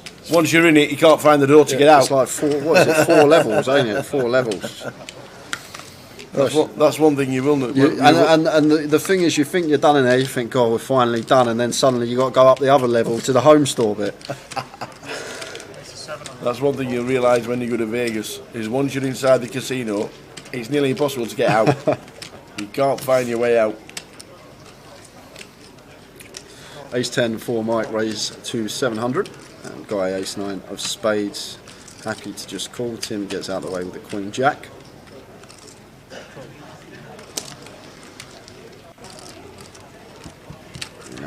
Both Vic and Charlie calling with their pairs in the blind. 4, 4, 10. Nice flop here for Mike, flopping top pair, top kick up. So 4-way here, should happily continue this one. Can definitely get value from worse, some worse 10x, some 5s through 9s perhaps in there. Obviously big blind will have the most 4x here, but want to at least thin the field down here as Mike and just start betting 1.3 into 3.1.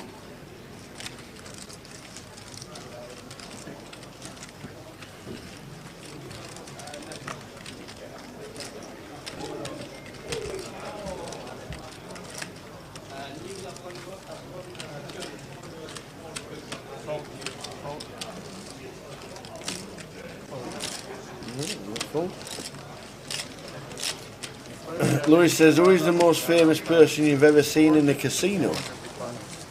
Well, depends which.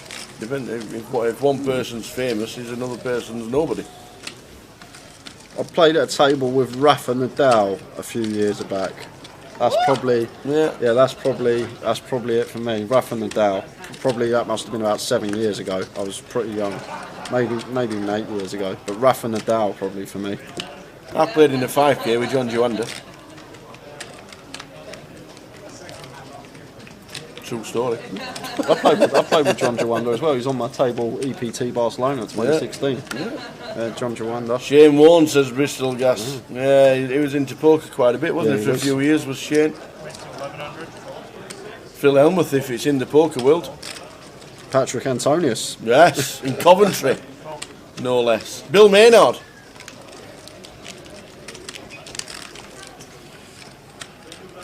Depends which walk of life, I suppose, because one person's famous doesn't mean that everybody knows who it is.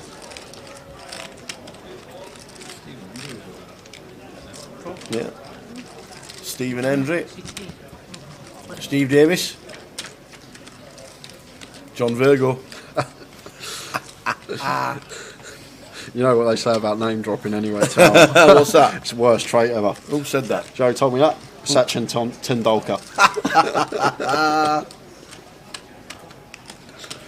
Yeah, Towers the celeb. Oh yeah, Teddy. Teddy was in the Vic, wasn't he? Old Teddy. Teddy. I had breakfast with Frankie from the Saturdays once. I think that beats it all, Tower. I think that wins. Tower wins this game. Pretty random. Pretty random. Joe Kawasaki. Had a story or two with Joe Kawasaki. Yeah, and Andrew Williams in the Sheffield G, they used to play there quite a bit when the World Snooker was on. Ace Queen against Ace 6, was it? Cheers, Sanjeev.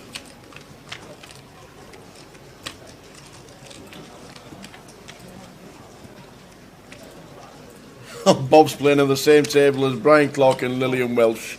You don't get much better than that. Nice one, Bob.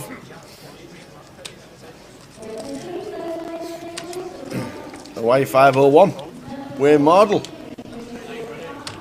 He used to play poker back in the 2007, 8 and 9.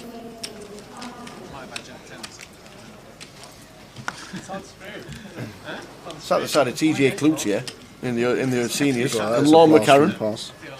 And Lorne McCarron. He was on my same table in the seniors. That blind should be going up. Yeah, I think they're up now, aren't they? 10-2. Awesome.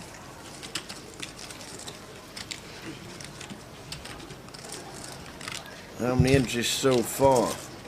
We'll check the app. We will have a look, because we're out of the building, obviously. We're nowhere near the main card room. 203. Good stuff, if that's correct.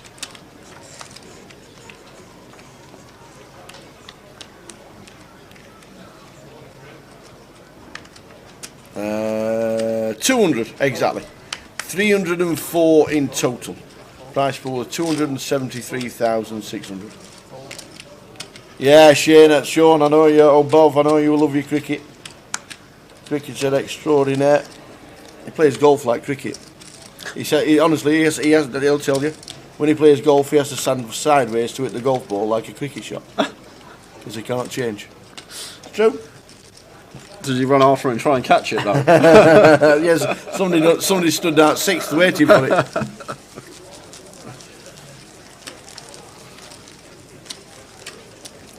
Lennox Lewis, yeah, he played poker for a little bit, didn't he? Lennox Lewis.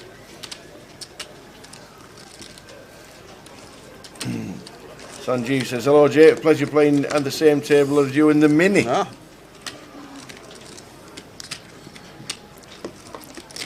I'm guessing that was on day 2, because I only played about 4 hands in day 1, so I'm guessing it was on my day 2 table, which I was on all day. Lewis will not know how many get paid until buy-ins are finished, which will be tomorrow morning. We have a turbo at 9 o'clock. We should get quite a few runners. You can buy into this event all day, and then you can buy into day 2 as well. So by the time we start the live stream tomorrow, we'll have an official number. Ace 10 of clubs for Charlie, raises to 1.1.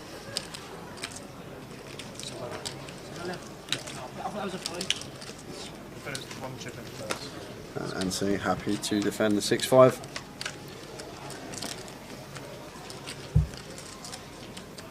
Check. 22.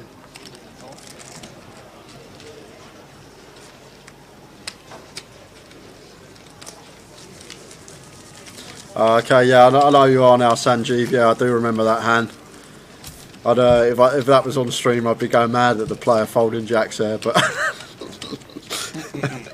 it was just a really weird gut feeling. One of them. Obviously, in theory, it's a terrible folding jacks for 20 bigs, but just didn't feel too good in the gut, and obviously was behind. Nice play on you too.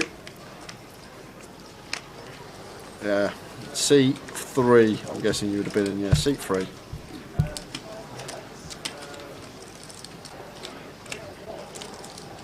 Okay. 10's here for Keith.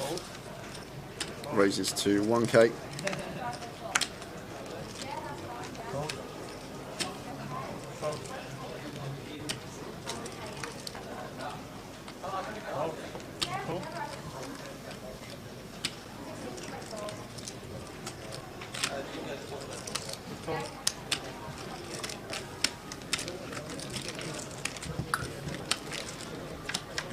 So call from Anthony with the suited king in the small blind, and Vic defends the big with the king 10 of spades. A7-7 2 diamond board. Lovely little flop here for Anthony, flopping up flush draw.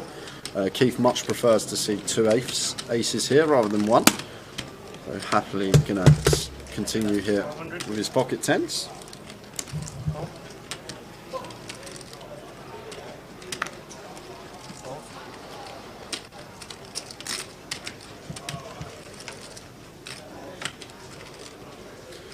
Nine of hearts on the turn.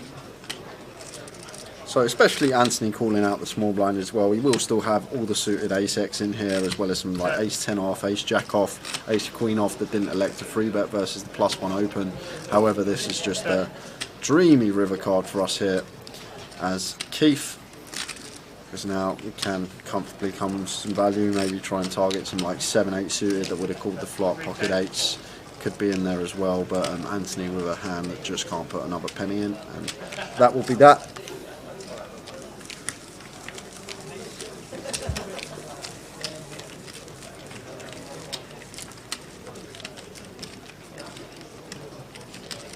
Tim's 45,000, the chip lead on the table.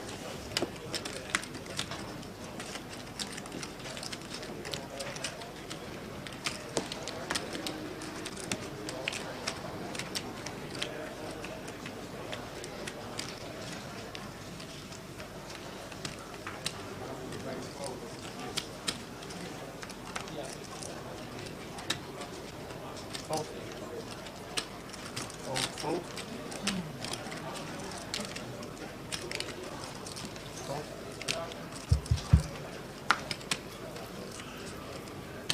Fold.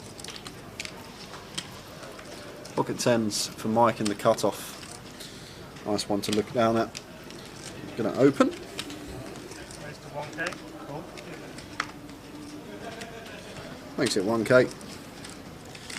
And a guy here with King Jack in the small. Not going to be folding this one. Cut off versus button done out. Oh, he is. Just lets it go. Cool. Lets it go. I think versus EP, always going to hit them up, but I thought might have seen Guy appeal the old offsuit King Jack there. Would have got himself in a little bit of trouble, not too much. Anthony flopping best here on the ace high board. Not the best flop for us here as Mike with the pocket tens, 2 overcards rolling off. Obviously Anthony can have plenty of Jack X on the button as well and chooses to check this ace X behind. 5 of clubs on the turn. Check.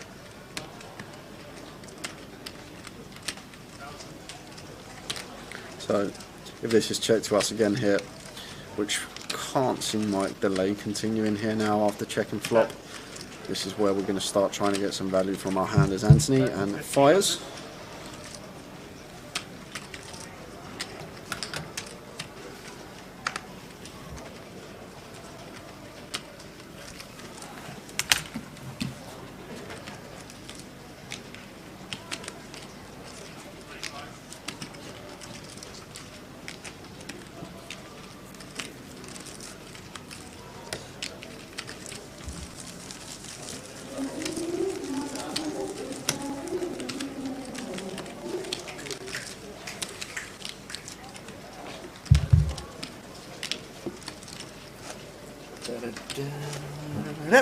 Oh.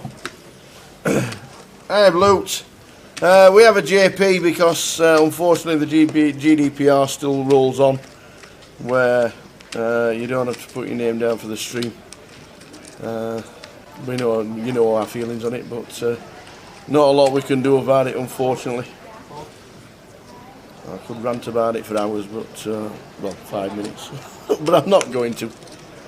So we will stick a name in there. It might just be a John, because commentating on somebody called JP, just for us, shouldn't be allowed, but it is, unfortunately. Rules is rules. So we'll stick a name in there, and it's just better than calling him JP, J Razors, J Small. I know J is J, which would be interesting if he comes on in and it's funny too. Just J. Just J, absolutely.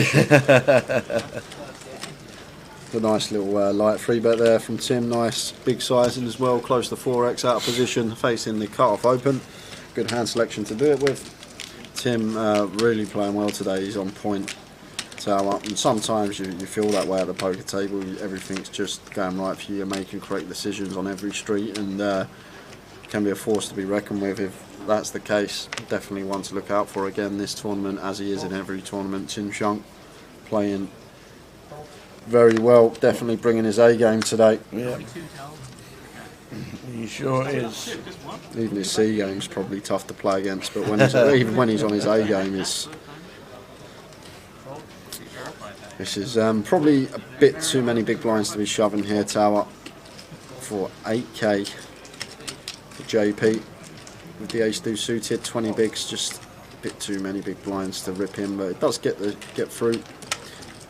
Definitely just open this one, happily coming for a still with this particular hand. But fancy just shipping it all in.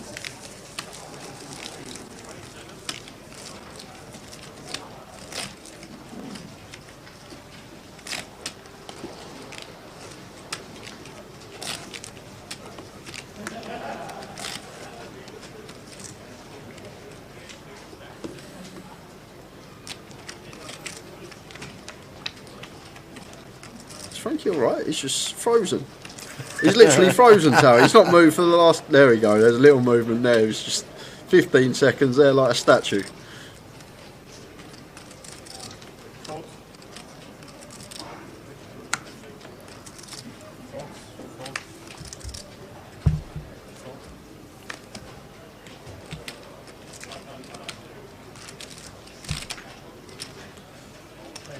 100. Fold.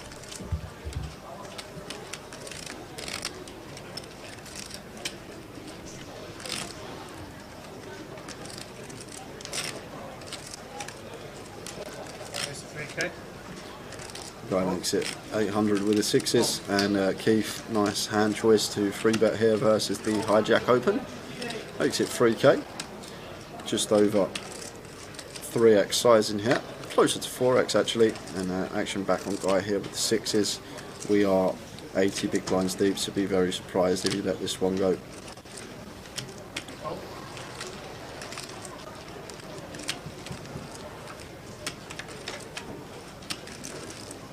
Action slots with these two hands, that's not one of them.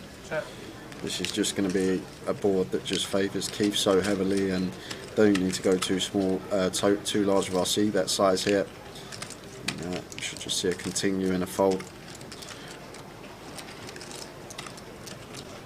2,800. Fold.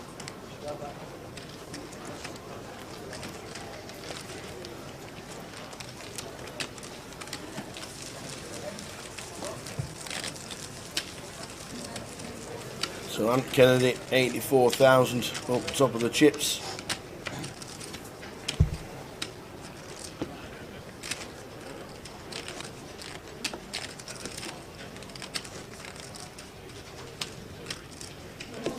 Should we have a look what's going on the outer tables? Go Tower? on then, young man. Let's have a quick look. Slash is here. Slash is in the He building. never ventures outside of London. He's always in London usually. It's the first time I've actually seen him at a Because he's good. different Is he frozen? casino. Is he frozen? Stu McNally. Yeah, sat next to Oliver. Oliver White. There he is. Chum man. Chun man, there's no need to feel down. We said Chun man. There he is. Sat next to Big C. She's Yeah, back Big today. C's back in again. There he is. Dave Doherty joined me for some comms last night. Sat next to Murph. Sat next to Mr. Sixbet. Jason Shellham, looking good. So Steve Jelinek as well there, last year's champion. Indeed. Sean Walsh, I see there on this table. The aches and pains of all this. Sin Melling down there. There's Sin. That's sat next to Bowsett. Is that Joe Hindry there as well? Is that Joe Hindry? It is Joe Hindry, come to support the Coventry leg. Awesome. Got a few Londoners that don't usually venture outside the Vic here today. Very nice. And we get back to a hand where Guy's just smashed this flop here with the King Queen of Spades. And Anthony continuing for 1.5 here. And Guy just happy to call.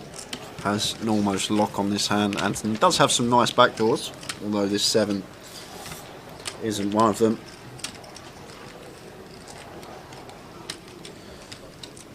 But still choosing to double barrel here for 3k. So just south of half.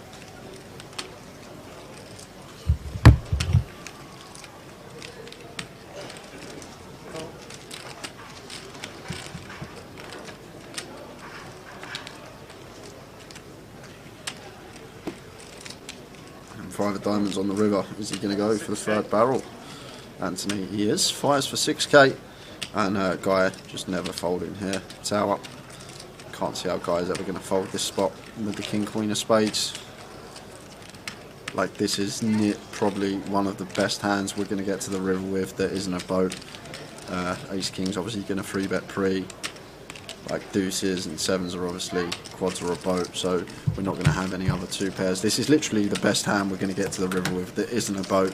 So I don't think we can ever fold here as Guy Taylor. Like, the only better hand we can have here is the 1 combo at 7s or the 3 combos of deuces, so can't see how he can possibly fold this spot here with King Queen. If we're up against Ace King, we're up against Ace King. It's just nice hand and we move on. Though we did see him make the fold with the King X earlier on in the session.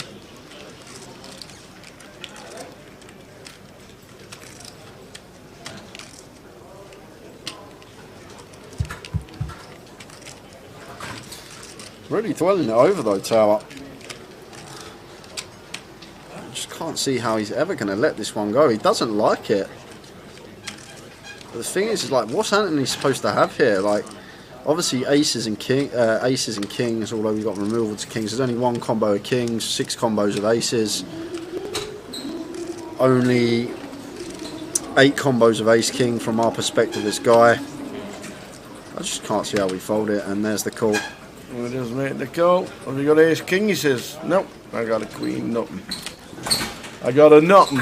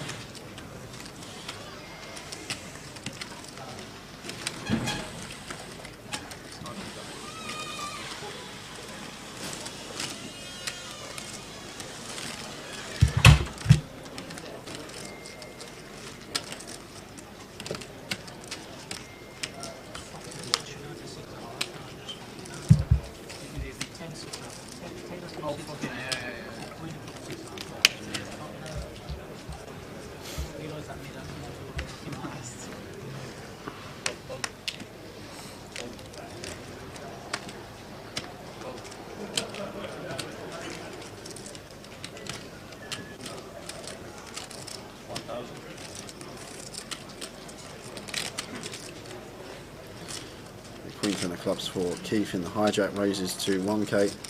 And Vic going to put in the free bet with the Jack 10 of hearts. Can flat this one as well, but Vic opting to take the aggressive route. But Keith probably not going to be going anywhere. What are we, 50 odd big steak, closer to 60. Queen 10 of clubs, suited Broadway combination. Probably never going to be folding this one.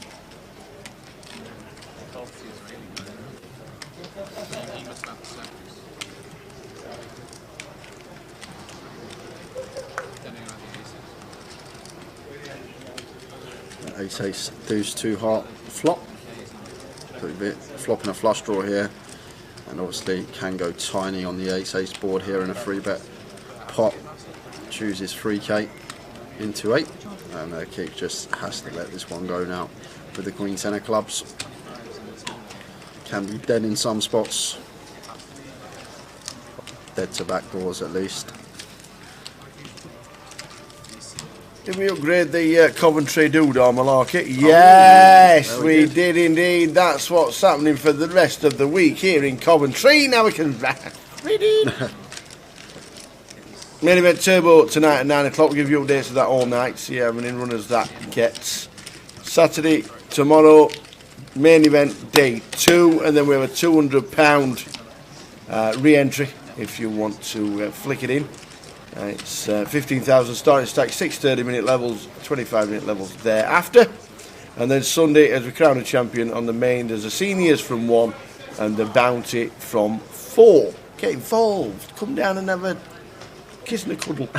And come and join us playing Coventry. A couple of good side events.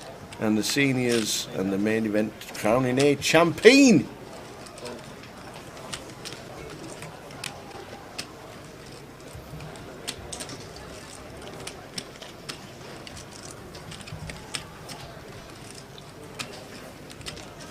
King 8 spades here for Guy, raises to 800, and Vic going to have an easy free bet here in the hijack. No questions about this one, just always going to be leaning towards this route. Free bets to 2.8, so 3.5x sizing.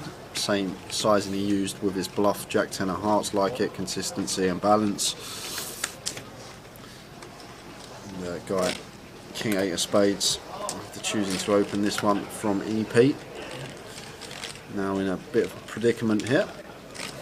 Be surprised if we saw a Guy continue here. Tower out of position to Vic. Yep.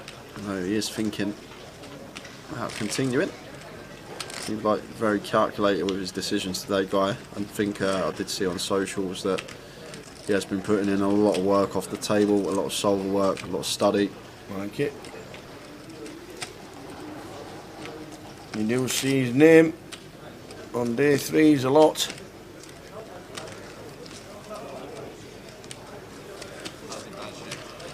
No one wanted to win the giveaway tower. I noticed that Bourbon's still sitting there. Yeah, that's true. It won't be there long, I'll tell you. Will not be there much longer. Friend, I have to try and think about 4-betting you. Yeah, we had this issue with the Facebook live thing. If you, and there is a way of getting rid of it, or there's. I know if you turn your phone landscape, it goes into the middle, so that gets rid of it. Somebody did tell us a way of getting rid of the live, so it always blocks the top cards. That live doesn't move for us, unfortunately. It's just one of those things that's put on there by Faceit.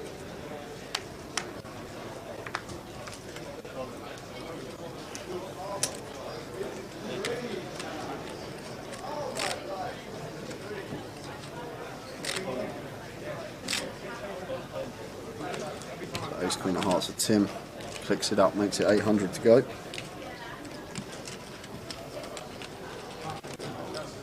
And Anthony here in the cutoff with the King Queen chooses to call.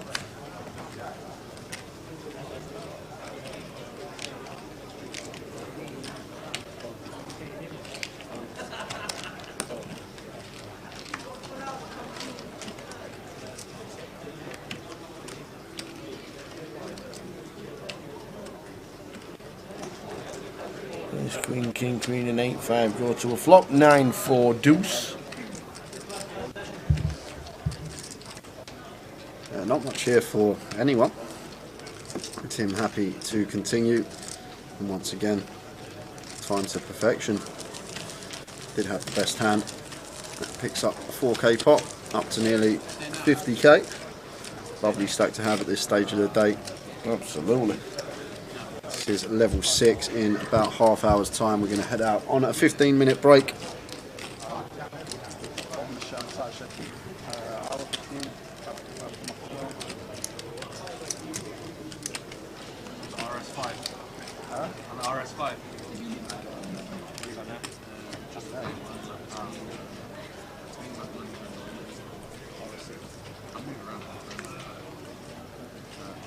Was that black one yours?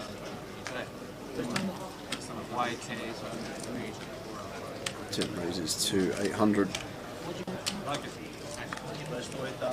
Under the gun.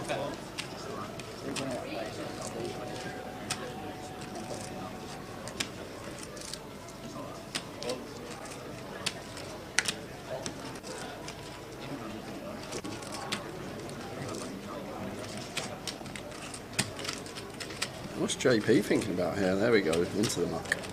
Jasper.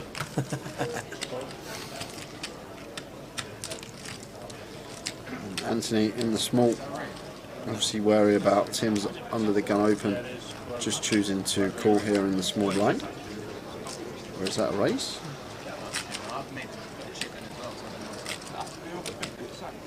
What's going on here, Tower? It's one chip and it's one chip all the time.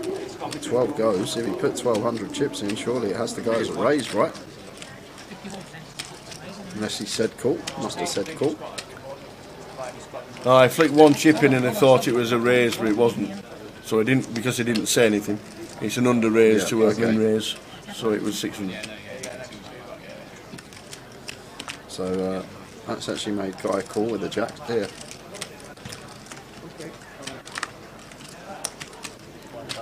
So Anthony actually choosing to donk now on this King Queen 7 all heart board. The Guy loses bare minimum with jacks here, because if Anthony's 3-bet did go, we would have had to cold call there as Guy. It shows the ace queen with the ace of hearts.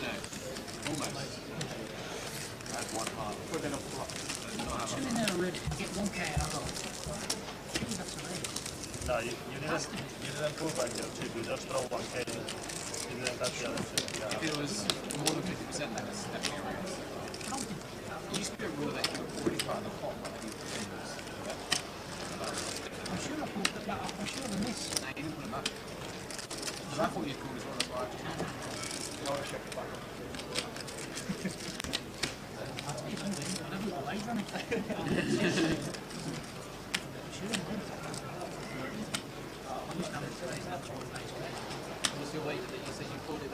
Yeah. You saw it there, right? You can take that back. Det får den här mina till anyway.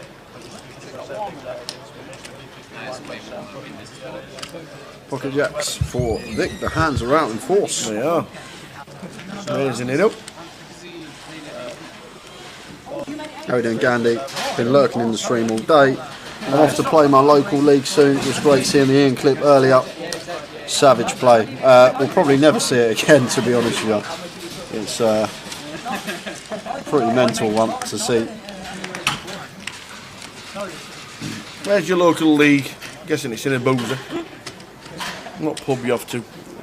Interesting spot here for JP. Could potentially rip the King Queen here tower for 20 big blinds over open from Vikram, and that's exactly what he does. Rips it in for 8.1. Vic makes the call, and he's going to get the good news that at least he's in a flip situation here.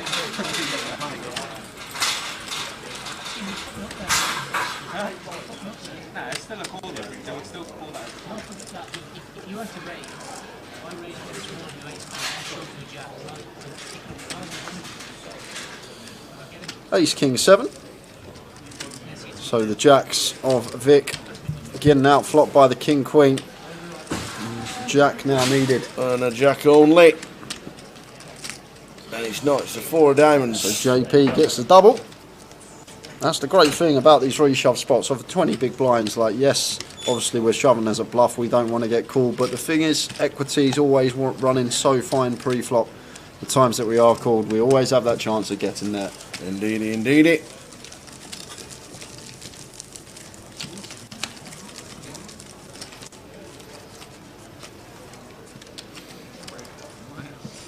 Good table for another half an hour or so, and then a break, and then a new table. Yeah, definitely one of the tougher ones in the field.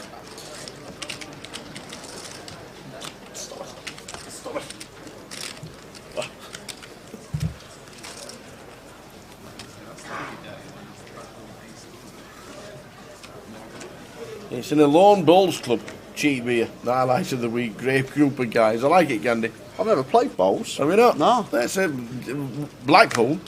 The Waterloo Club in Blackpool used to be on TV every single year for 20 years plus. They're literally passing their jacks about here. Guy had them, then Vic just had them, and now Anthony's got them. Raises to 1k under the gun +2. Queen 10 off should hit the muck here for Mike versus EP Raise.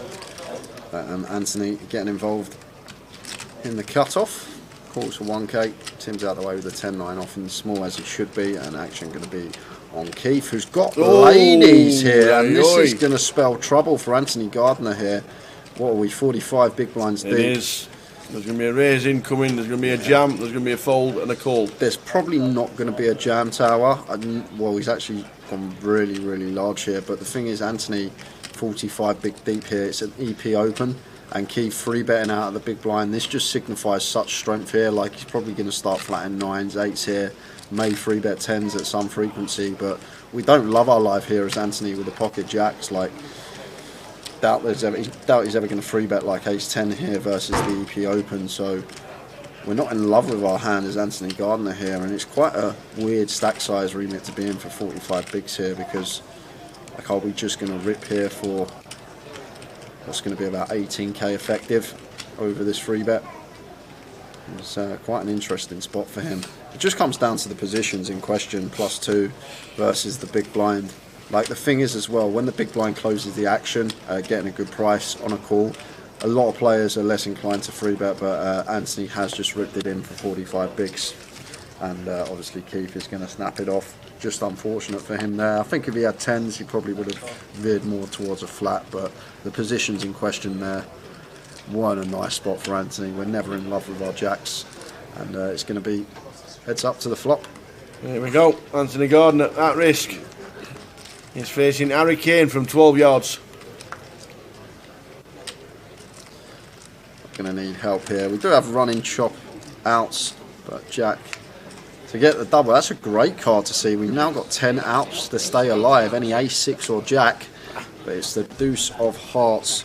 So we are going to say goodbye to Anthony Gardner. I'm sure he'll be having another entry at some point. But Keith now up to 62k. Unlucky young man. Some great bowling facilities down in Devon. Awesome, Kev. Awesome. Can't wait. Can't wait. Straight after Luton, London.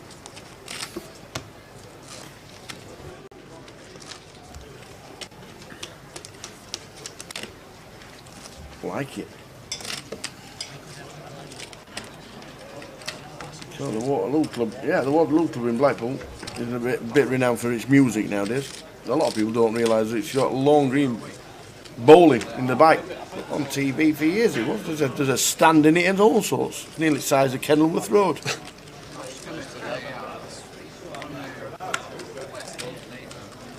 Yes, once with the lads, once with the family. All good. Ace King for Charlie raises to 1.1. All the hands are out, honestly. Yeah, Charlie D. It's like every hand, at least one player's got a premium.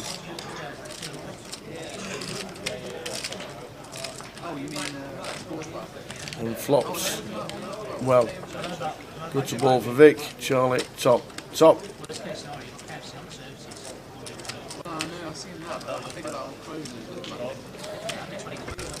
Charlie actually incorporating in a check here with the Ace King.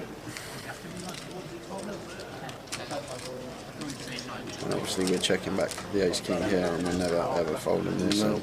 Vic just mucks the 4-3 and the Ace King for Charlie is good. Lets the table know as well that he can check some strong top pairs. Maybe make him less inclined to bluff him.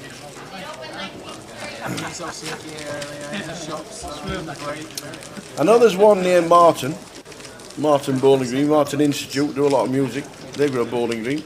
I don't know about up north shore. There might be wrong.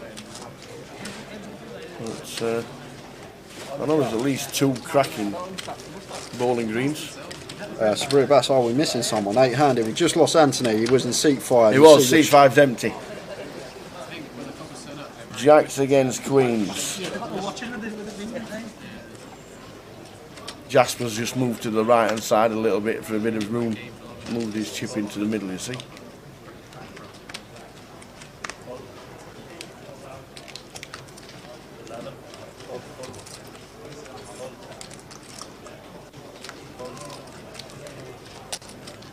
So Anthony Kennedy raises to 1.1 with the 9-8 suited. Charlie 3-bets to 3.4, and that's because he's got the boots. And Anthony not folding the 8-9 of spades for this price. Jack 7. Does actually end up flopping a gut shot here on the Jack 7 board. Check on the flop. Oh, dirty turn. Ouch. For the aces of Charlie, and he fires for 4k here, and Anthony just choosing to call, maybe keep some ace king, ace queen in here that Charlie can have, that may elect to take this line. And the king of diamonds on the river here. So this is Charlie losing chips. Yep. That's exactly what it is. So Anthony fires for 7k. Charlie makes the call, gets the bad news.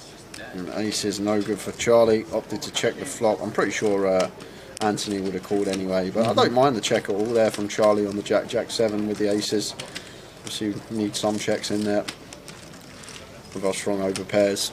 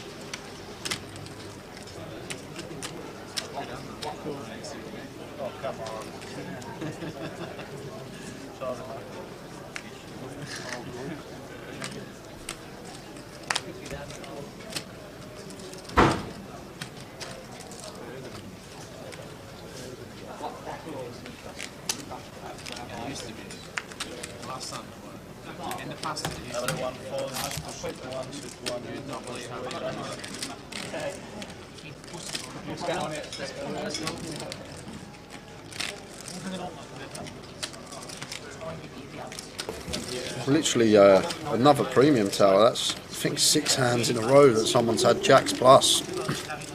Keith this time the beneficiary of the premium holding. 3 bets the queens to 2.8 over the hijack open from Tim with a 7-6 of clubs, and Vic here with a7 of spades. Obviously never calling this spot. Maybe thought about potential cold 4. Now action back on Tim here, who is getting over 2 to 1 on the call with the 7-6 suited, so happy to kill this one. 5, 4, 9, 2 hearts. Well, we've got action here, Tower. Look at this. And these two are very deep, well over 100 bigs deep. Over Tim flopping the up and down straight draw backdoor clubs here, and Keith with the overpair backdoor hearts. So definitely going to see some chips put in here. Tim's just never fold into a C bet. As well as that, Tim's going to have the 4s and 5s and 9s more often. Well, he's going to have the 4s and 5s. I guess at some frequency, Keith will have pocket 9s that 3-bet Tim's hijack open. But Tim just choosing to call. King of clubs on the turn. So Tim now picking up everything flush draw to go with his up and down here. And if Keith chooses to bet the queens here, Tower, could be met with some heat from Tim Chung. I wouldn't be surprised if Tim was planning on check raising this turn with the 7-6 of clubs, but Keith actually chooses to check it behind here with the ladies. It's a black 5, so it can only be 5 of spades. So complete brick here for Tim Chung. And we are just sitting here with 7 high, and now it's a choice of whether to give up or to check it over to Keith, and it's a well-timed check because would have got snapped off here if did choose to bet. Can't really have too much King X after calling flop, other than like the King X of heart combos. Maybe King 9 of diamonds and King 9 of spades going to be in there as well. But other than that, we're never really going to have too much King X, so happy to check this over to Keith and just wave the white flag, and looks like Keith happy to value bet here. With his pocket queens, maybe targeting some jacks with 10s, 8-9 suited, these type of holdings. So 5s for 6.5.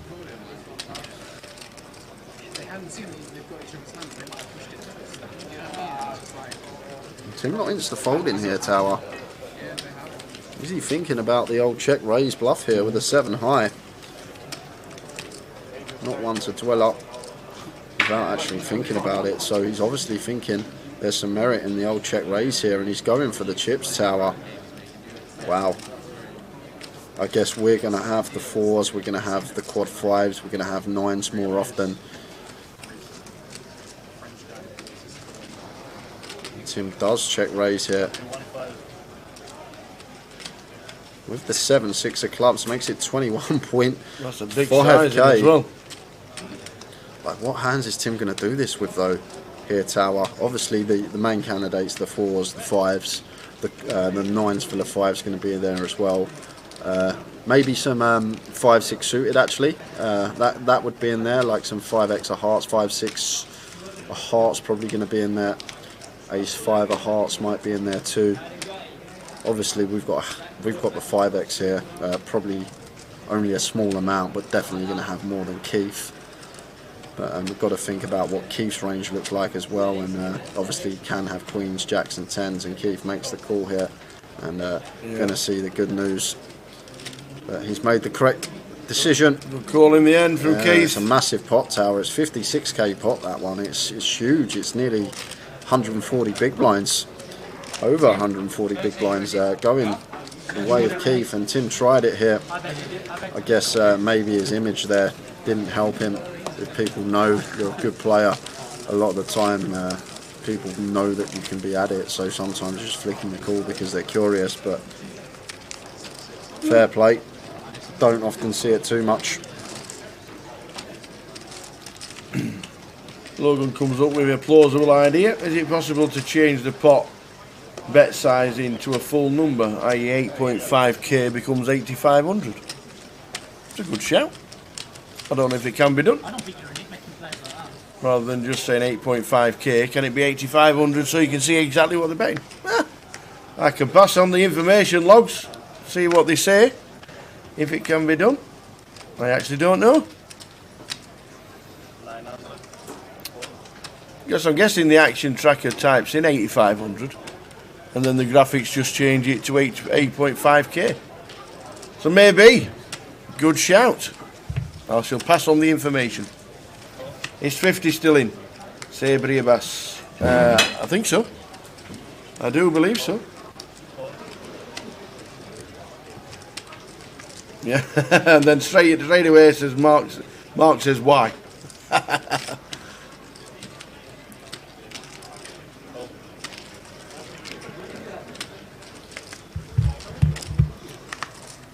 Oh, I've got the answer about the new bowling green in up north. There's one at Ginn Square as well. Thank you very much.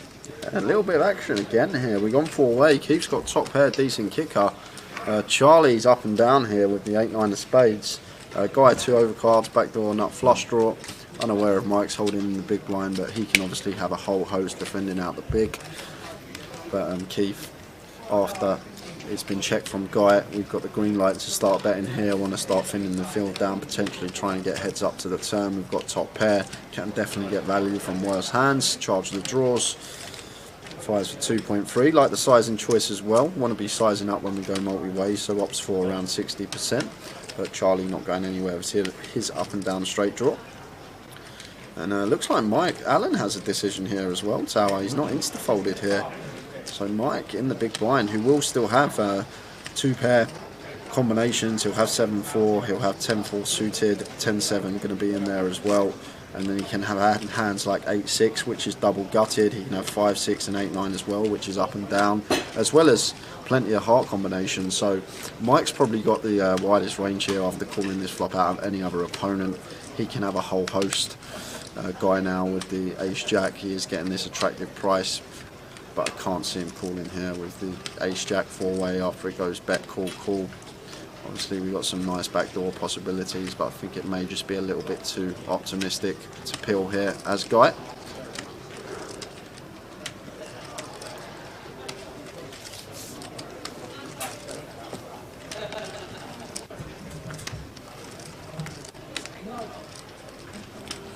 And what a turn, 6 of diamonds, and Charlie is gonna love that, gonna be licking his lips. Especially with the stack size in question, with position as well. We've just got a slam dunk shove if it's ever checked to us here, which it probably will be.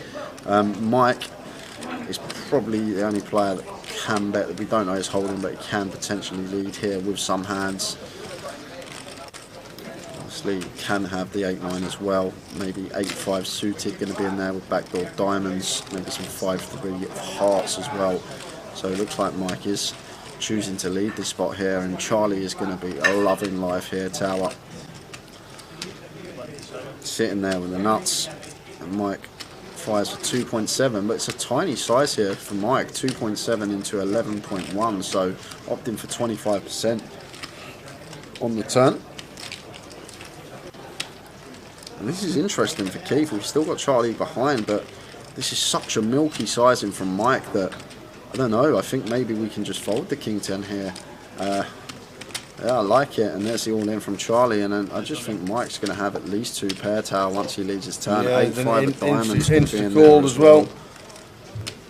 It's going to be at least 2 pair for Mike. Like when he leads that spot, he's not leading 1 pair without like huge equity, like maybe like 7-8 of diamonds or something like that. But we will find out what he's got shortly. We will when it goes to the overhead. There it is, 3-6 of hearts, so it was actually a 1 pair and a flush draw. Yeah, and a gut shot as well, Tower, so a hand with heaps of equity, which he was never going to fold, although he was drawing dead to a heart. All the best tonight, Gandhi. Go and enjoy yourself down in the club. Get yourself off.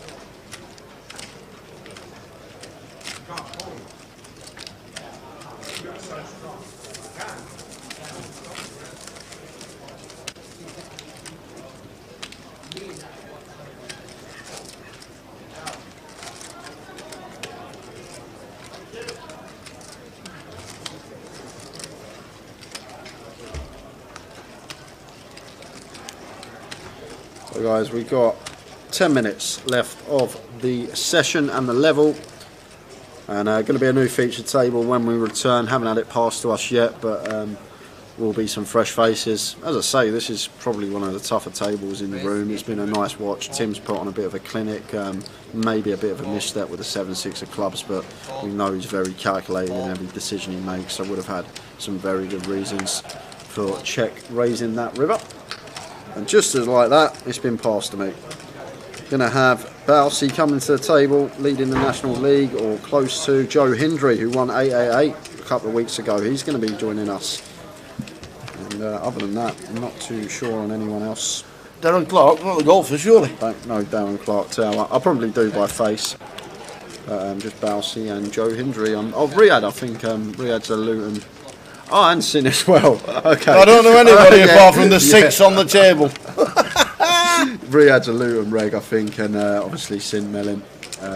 Tower pointed out earlier when we had the pan. She's going to be coming to the featured after the break. 27.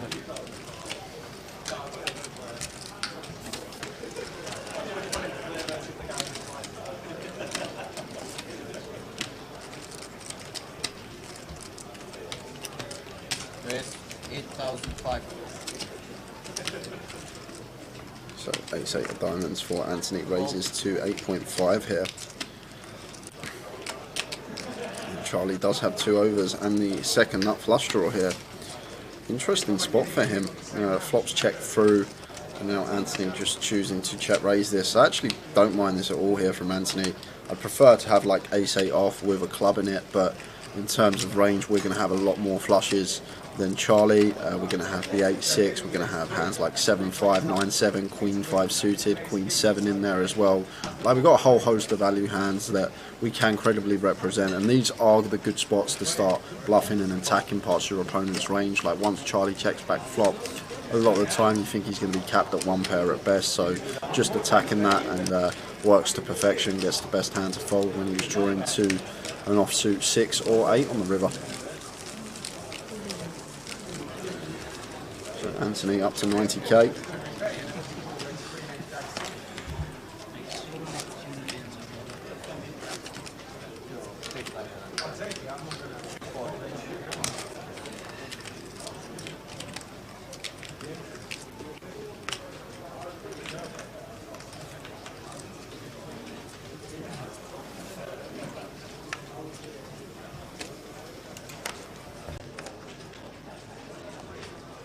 Fold.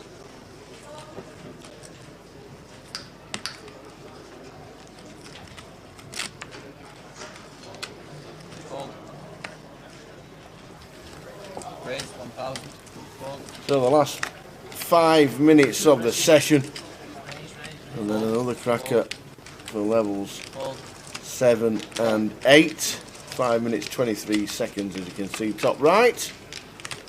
At 9 o'clock, it'll be the turbo, and we'll give you updates on that as the numbers come through for the turbo. A bit continuing on the king high board. Unfortunately for him, it's not going to work on this occasion. Like the bet though, is a board we are going to have plenty of continues on. King high rainbow, got some nice backdoors as well. Queen of spades on the turn.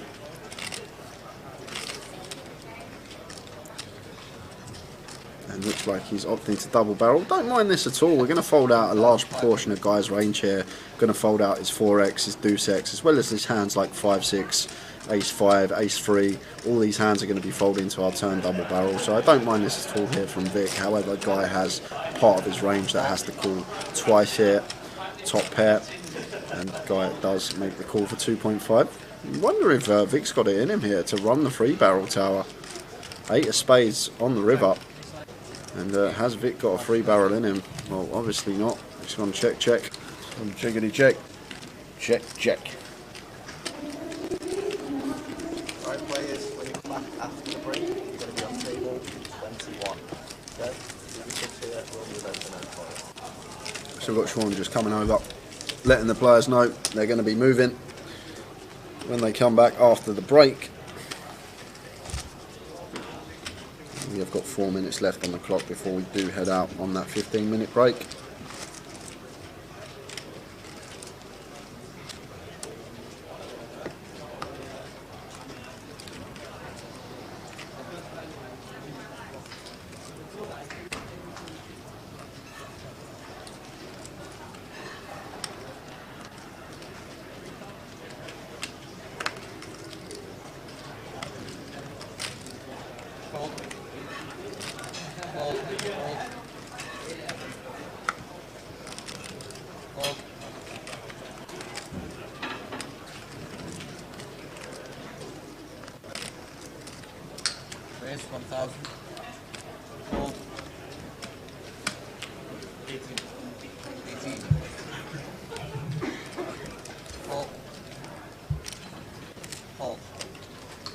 8-9s for Guy, calls the 800. Initial raise from Mike in the cut-off. Ace 8-4. Check. Check. Tim comes along as well. Yeah, Mike should be continuing this one fairly often. Tower, it's ace high. We're just sitting here with King 10. Never a bad thing to just come in for one bet here. And Guy with the pocket nines, only one overcard here. Should be calling once, especially versus this size, 1.1 into 3.4. And we see a quick fold from Tim Chung in the big. 6 of clubs on the turn. So Guy's still with the best of it. Giving Mike the stare down. He decides to take a free one. 6 of hearts on the river. So 9's a Guy, get the check mark. However, should be a check from Guy here. And he goes check, check. King high for Mike. No good. The Guy going to win with the pocket nines. So a minute and a half on the clock tower. This could be the last hand. We'll stick our faces on. Could be the...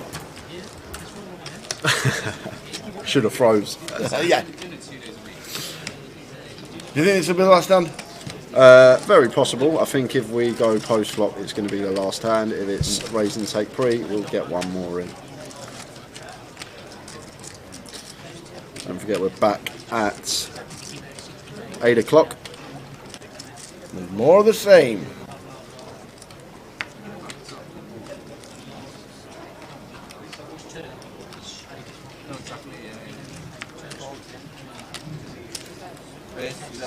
So Vic under the gun. Not going to be getting involved last hand. However, Charlie is. Charlie raising to 1.1. The 8-9 suited.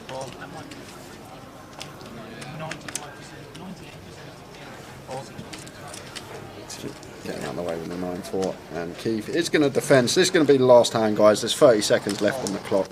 So, although Louis is dealing. So, if it goes bet fold quick, Louis might do it. Yes. If you've got 8 seconds, let me tell you, he'll get one more in. So check, check on the flop. But there's 10 seconds left on the clock. So this will be the last hand. Even for Louis, that's not long enough. So check, check once more. And deuce of clubs on the river.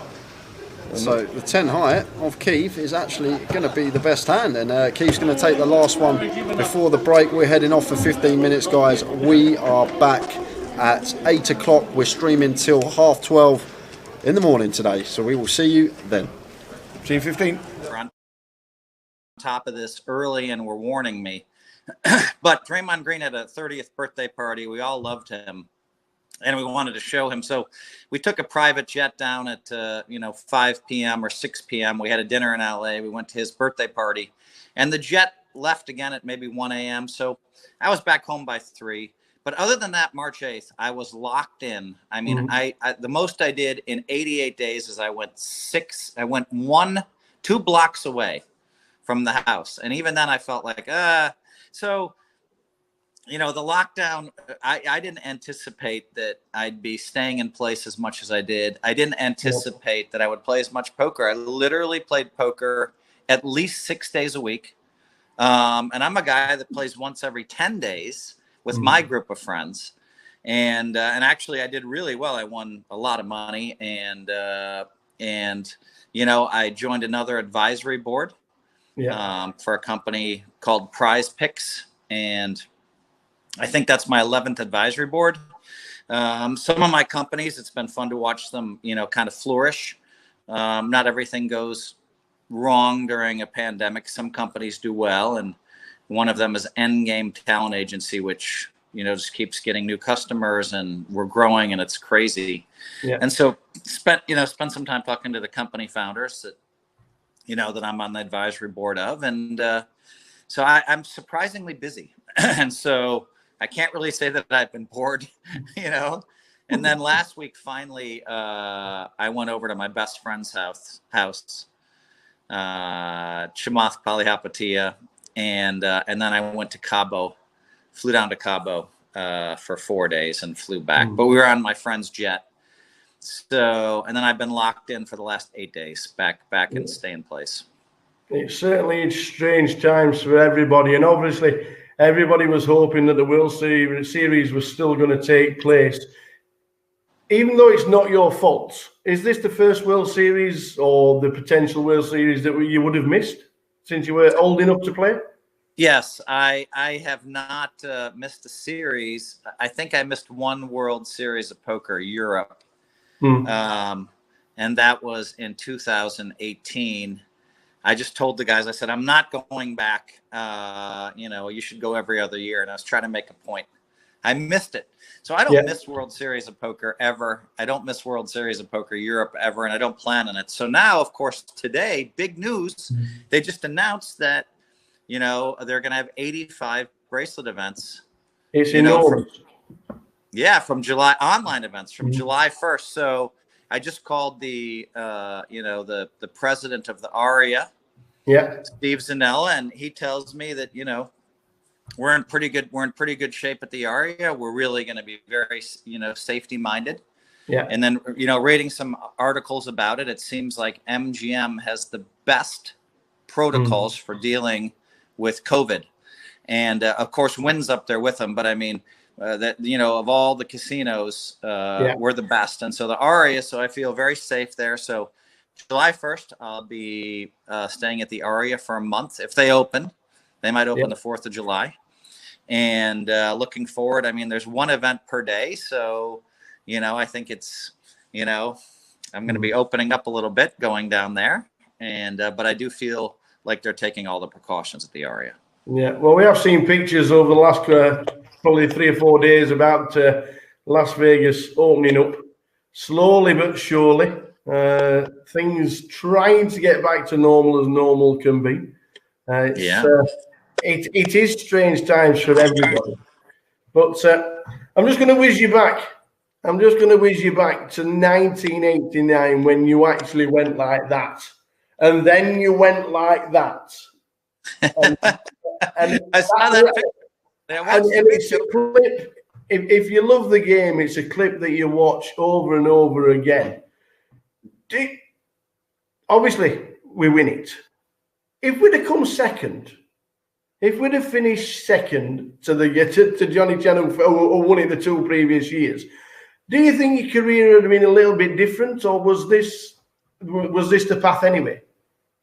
Yeah, I mean, that's a fair question. I mean, that final hand, he had ace-7 of spades. I had 2 black nines, but there was a hand before that, where I had ace-10 against 2 10s, and I was lucky, and 2 deuces. I mean, it was a 2-way knockout to go from 4-handed to 2-handed. And if I lose that pot, then who knows? Maybe I don't win. I still think I'd probably have 15 bracelets, but you never know. I mean, it was a very and you have to remember, I mean, there's lots of times, as if you want to be, one of the greatest poker players, you always have your money in, generally speaking, with the best hand. Yeah. And you take a lot of beats over the years, a lot of big beats, and but I have to, you got to look back and realize, well, I had ace-10 of spades. Don Zuin had 2 10s. Steve Lott had 2 deuces, and I hit, and we were all in 3 ways. I wasn't all in, but it was a key pot for me to hit, and be thankful.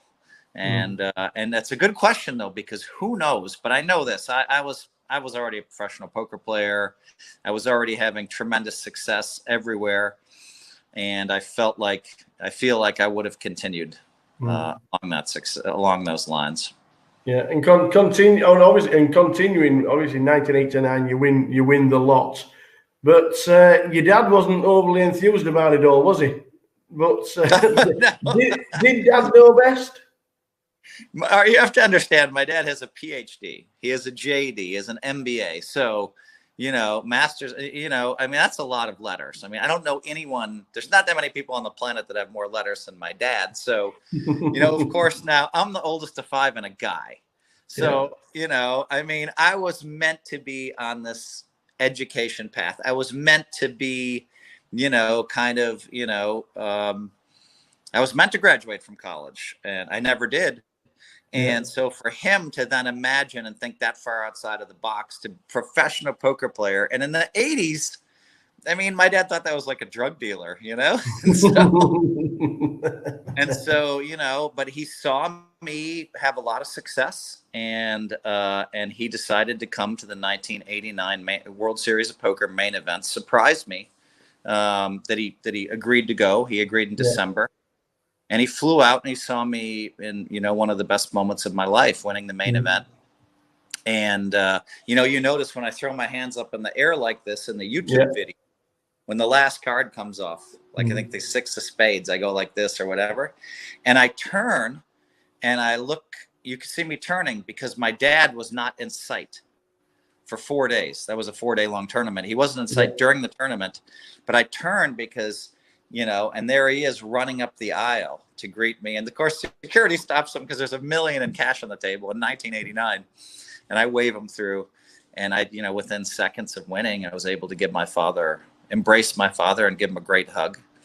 And then I bought a Mercedes-Benz, and then I married a doctor. And then, you know, and so, you know, and I'm still happily married 30 years later. So, and my dad's been to Vegas every year, I think, for 30 years to support me. Turned him. You got him on the side. Yep. I had to win the main event. And 1993 in the World Series was probably one of the most insane runs for you. And 3 bracelets in 3 days. It could have been not three bracelets in 3. So the 1993 is interesting because John Benetti won 2 bracelets that year. And Ted Forrest won 3 bracelets that year. And I won 3 bracelets that year. So, you know, probably they gave away 20 bracelets or something, or 18. And we won 8 of them. It was crazy year, 93. And I won 2 bracelets in 1 day. So that meant that I played the No Limit Hold'em tournament till about 5 in the morning. And I remember my wife was pregnant, and I don't know if she made it till 3 or 4 I think she made it till 3, 4, 5 in the morning. She's way too much of a trooper. And then the next tournament started at noon, and I was just exhausted because I just won a bracelet. I went for a run. There's no way I could sleep. And I entered the Limit Hold'em event. And I played poorly at first. And I remember going into the dinner break. I didn't have a lot of chips, but at least I was able to, you know, I ate a half an hour before dinner break, and I went straight up for an 1.5 hour long nap. And I came back down, and the next thing you know, I started hitting hands. And I think by 11 o'clock that night, I'd won the Limit Hold'em bracelet. So I won one at, you know, I want to say 4 in the morning, and I won one at, you know, 10:30 at night. And it was just a crazy day. And I remember the next day, before that tournament started, that I'd won the event the night before. And, you know, if you want to throw in there, I'd won 2 events on that day. So it was pretty cool. But yeah, 2 bracelets in 1 day. And then I had the chip lead in the main event when I completely fell apart. And that's on me. I mean, I was running good. I was playing great. And the next thing you know, I kind of threw it away. I think it was too much for someone to handle 3 bracelets and the main event.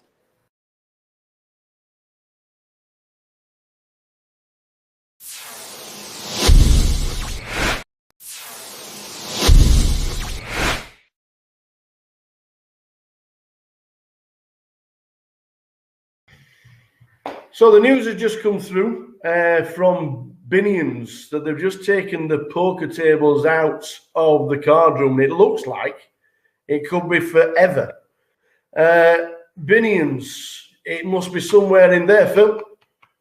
Yeah, I mean, you know, Binions is just such a classic poker, you know, there's so much history there. And, you know, we've faced this for many, many years, but it was a much more pronounced issue that we had to deal with as poker players for a long time. And it's simply this: slot machines make more money than poker tables. So, you know, I mean, we've heard this hundreds of times starting in the 80s. And so it was really hard to get poker rooms established. There's nothing we could do.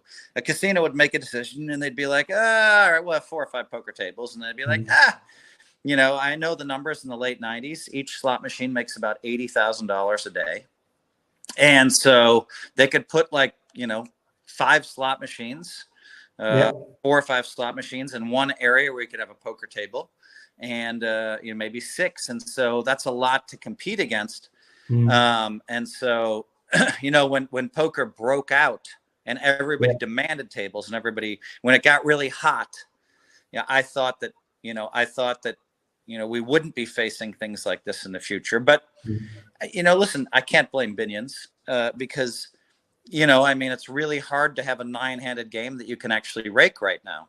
And so you've seen some of those contraptions they have for poker tables now, you know, where they have plastic up and it's hard to play 4 or 5-handed. And people are flocking in for those to play. But I'm not sure that's a realistic fix. So post-COVID, I wouldn't be surprised if, you know, Binions did have poker tables back in, but it's a very sad day for poker when Binions gets rid of their poker room. Yeah. I think my first trip to Vegas was 2004, and it was the final time it was actually in Binions. And obviously, unbeknown to me, that was a little bit of history. I was stood there on the rail watching my first ever World Series event. I can't remember what it was, but not knowing that it wasn't going to be in Binions anymore. You know, that's a little bit of history. Can you remember what's the big poker table that's on the wall where everybody's signed it? Is that still there? I don't remember. I did go to Binions about 1.5 years ago. I was downtown for whatever reason, and I think I had my sister. Yeah, my sister Ann was with me, and Ann is a Special Olympian, has a bunch of gold medals from Special Olympics, and she and I walked through there, and we saw the pictures on the wall, and and it was kind of nice to see. It was kind of a step back into where I did a lot of business. There's a lot of history in that room, and like you said, we don't know what's going to happen, but it looks like it might have finished in Binions. Going yourself, the critics. Now, you answer the critics with result after result after result. Does it affect you and the way you play and think, do you know what? This is for one of you. Yeah, I mean, you have to understand that, I think a lot of people, if you're going to be great, or if you want to be the greatest of all time in your sport, people are going to chop you down at the knees and try to stand on your shoulders, so to speak. Yeah. And that's, there's some negativity there. And so, I've been a huge figure looming large in poker for a long time. And I think some people are like, hey, he's getting too much press. He doesn't deserve it. And, some of the younger generation is like, what's so special about Phil? And so, it's a natural progression to try to, and so, but some of them don't handle themselves very well. And the difference is when I came up in poker, I gave a lot of respect to all the people before me. Yeah. Always respected Doyle. Johnny's only 3-4 years in front of me, but always respected Chip Reese and all the great players that came before me. And there was always respect. I never went around, saying bad stuff about them. And, I kind of earned my stripes. So, it's interesting to me that you have this, a bunch of high rollers, and you have like, say, 20 or 30 guys that consistently play in the high rollers, and they proclaim themselves the best players in the world. They aren't. And then the press is incentivized to claim them the best players in the world. And they play with, 10, 15 businessmen. And so they're not the best players in the world. You want to be the best in the world. You win bracelets. You win world poker tournaments, world WPTs, you win EPTs. Now, if you want to talk about, somebody like Adrian Mateos or Dominic Nietzsche, these guys are great. They proved it because by winning bracelets. Alex Foxen is a great player for sure, and he just won a WPT to back up, a big one in December. Nice job. And so, but I mean, if you want to be great, then you have to win bracelets, and it can't just be a bunch of high rollers. Because there's a lot of great players, a lot of the best players in the world don't play in those tournaments all the time. I think Negreanu is one of the best players in the world. You don't see him out there all the time in all the high rollers. You don't see Ivy out there in all the high rollers. You don't see me in all the high rollers. And, you know, so you have to pick your poison, you know, if you want to be great. And they all pick the poison of playing in World Series of Poker tournaments. And, you know, and so I mean, yeah, there's always going to be critics, and that's just a natural. There's always going to be haters, and that's just kind of that's a natural way of the world. I do get a little bit upset when they throw me under the bus, but you know what? It's also motivating. I called Negreanu and I said, "Man, you've been one of my biggest critics." I mean, he was telling me in 08 and 09 and 10 that I'll never win again unless I start playing like they play. And I said, "I think you're crazy." And he's like, "I have the best coach in the world. His name is blah, blah, blah, blah, blah, blah." Well, that guy disappeared a long time ago. And then the next year he said, I have the best coach in the world. His name is blah, blah, blah, blah, blah, blah, different name. That guy disappeared a year later. And, you know, 2011 and 12, I think I was second in player of the year, both of those years at the World Series of Poker. You know, I think I won 2 or 3 bracelets. I had a bunch of, I don't know how many final tables, but, you know, and so, and then, you know, recently people are like, "Oh, well, Phil can't play in, you know, Phil can't play in faster paced tournaments, you know, the ones where the blinds go up every, you know, Phil can't play in tournaments that go up every 20 minutes or half an hour." And then I won one of those, and then I final tabled one. And then I think I have 3 final tables in the $5,000 faster tournament. What do they call it? Turbo. The turbo. Said, "Oh, that can't work because Phil doesn't understand the math." So it's always Phil doesn't understand this, Phil doesn't understand that. Now, the interesting thing is most of the people watching this interview say, "Oh, well, what is Phil talking about? We all know he's a great player." And that's true, because you're really talking about a select few people. Yeah, but it's a little aggravating, but they also motivate me. And so then they also fail to see what I'm doing every year. I mean, in 2019, you know, World Series tournaments, what did I have? I had a 5th, a 6th, a 2nd, a 3rd, you know, and I mean, like there's a handful of people that had those kind of results. 16 catches in 2019. Yeah. And so, you know, I mean, so whatever. I mean, I think, yes. Does it rub me the wrong way sometimes? Yes. Do I hear those voices every day? No. I mean, sometimes I don't hear somebody criticize me for 40 or 50 or 60 days because I'm not on all the forums. But I'm aware of it. And then when I see it, I'm always a little bit bummed out. Yeah. If we had a Champions League triple crown of poker, you've won. Welcome back, ladies and gentlemen. It was a weird break. A weird one, because it was more than 15. It was less than 25, and it's the first hand after the break. Welcome back, everybody. Just had to cut Phil Elmeth short.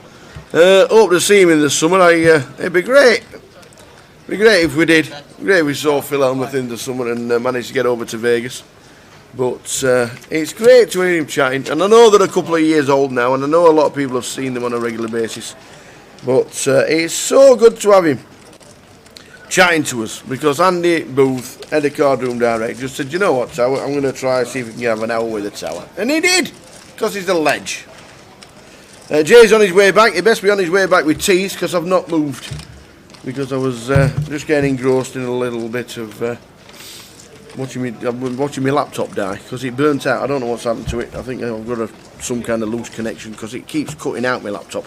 So at this moment in time, I can't see the chat, but I will do soon.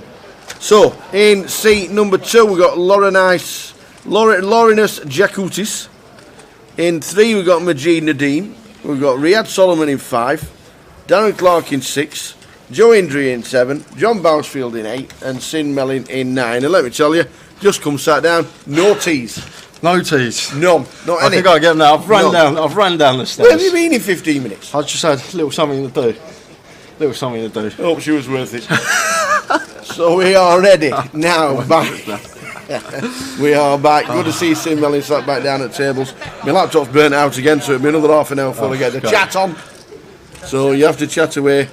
Yep, did we have to pay Phil Elmeth? Why on earth would we pay Phil Elmeth to have a chat? No, we didn't. I'll run and get the teas in a second. We did not have to pay Phil Elmworth for anything. He did it. Andy Booth sent the message out. He said, would you like to do an hour with the tower? We're in lockdown. We'll have a chat. And he said, yes, willingly. We didn't think he'd turn up, if we're all both honest. But bang on cue, we asked him for a time. We said 12 o'clock, and at 12:05 he turned up.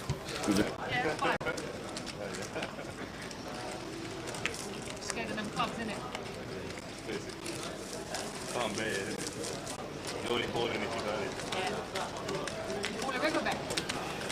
So no, we didn't pay him at all. Did not pay, and we didn't pay anybody. We don't do payments. We do payments in love and kind and talking nice things. That's what we do. That's what we do. That's the way we work. That's the way we work. No, we asked him. We literally asked him. We tweeted Daniel Negreanu as well, but he didn't reply. He might have been busy. He might have been doing his thing.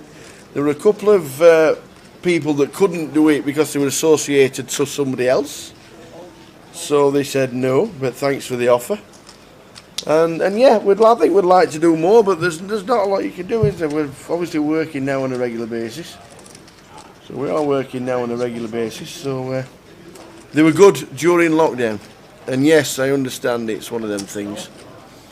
One of them things that you do see them now on repeat because it was 2020 when we did them. But you never know what we can get in the future. You never know.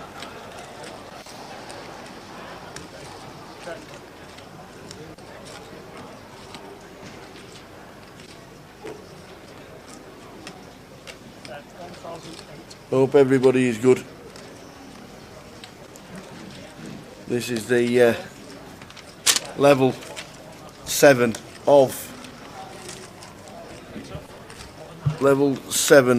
the day.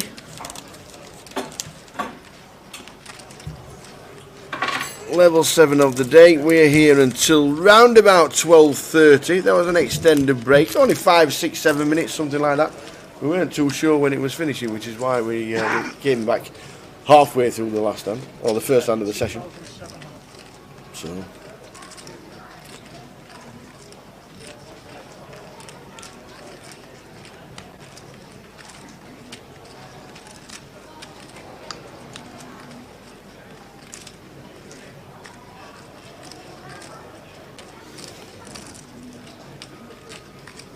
Vegas on the horizon for a lot of people as well. I'm sure all the players will be out there.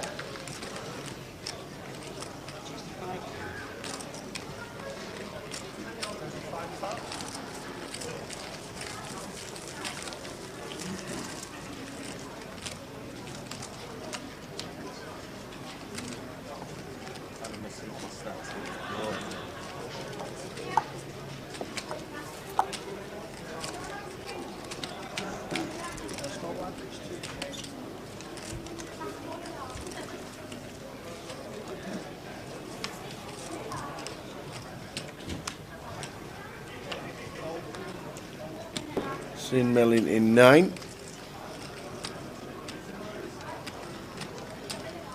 White only 6-handed. Well, we should be 2, 4, so we should be 7-handed because Bousey is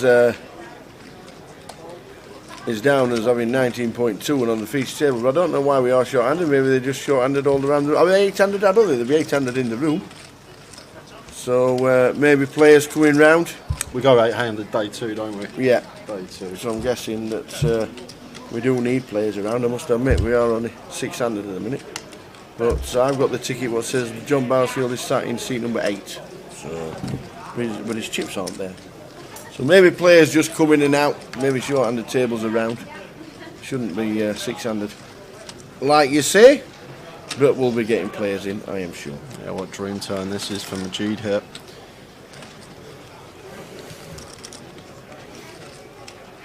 I'm going to get another street as well, because this is a board that is going to heavily favour our range, so obviously it's a board that we are going to attack, and if Darren's aware of that, he's sitting here with top pair, just going to have to call again. I know we can see he's drawing dead here. He might make the discipline lay down and let it go here. Obviously Majid is going to have a lot of good hands on this board, but I just think we're going to need to call once more here with our ace-8 and see a river, and Darren does call, can't fault him for this. It's the 5 of spades, so complete brick on the river. Sitting there with the nuts is Majid.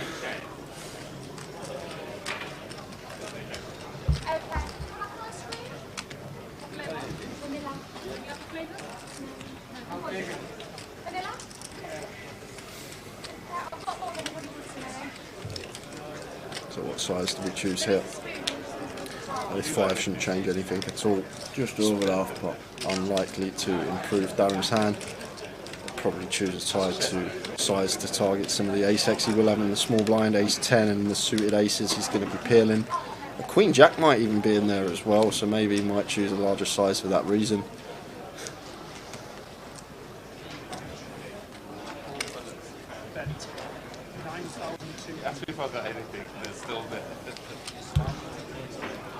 It does opt for the large size in 9.2 into 11.4, so around 80% here. Now Darren in a bit of a predicament here with his ace-8. Obviously just a bluff catching out. Majid never choosing this size with worse.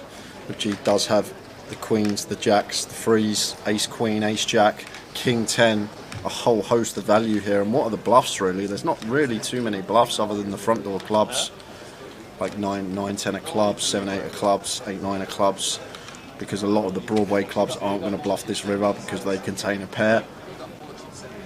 So it's a spot where Majid has a whole host of value and not as many bluffs, and that may lean Darren to letting this one go. However, it is a board that Majid may over bluff because of the range of hands he can have in this spot.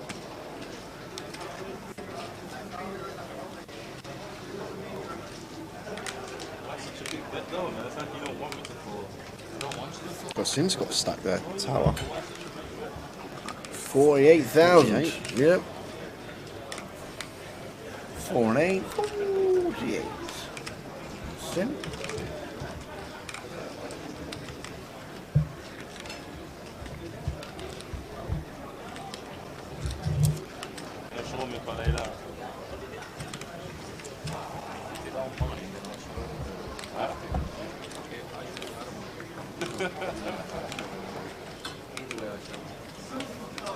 Still in the tank is Mr. Clark.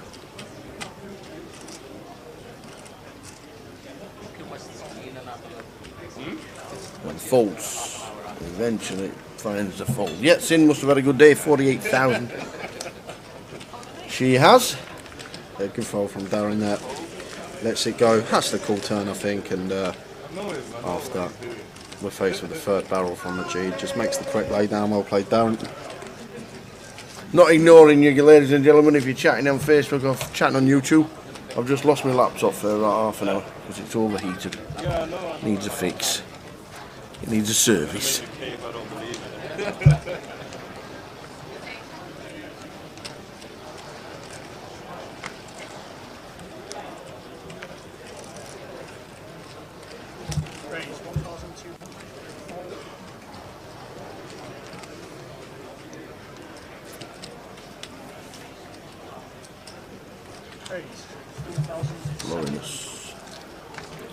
So 10 out of spades raises to 1.2, and Riyadh here, ace king of clubs, 3 bets to 3.7, just over 3x, sizing perfectly fine. Back to Lawrence now, and this deep, 120 bigs, probably going to peel this one tower. No, lets it go. We'll suit one gap up. I'm more inclined to peel hands like this, like suited 10, 9, 8, 9, 7, 8. Like hands like Jack 9 suited, then we are hands like Ace 10 off, Ace Jack off. A lot of the time the free better is going to conclude hands that can have us in dominated spots there. Yes, we're going to be crushed by the overpairs, but good playability. But Lawrence obviously thought better of it. Out of position, did open under the gun and was free bet, so Riyadh repping a very strong hand.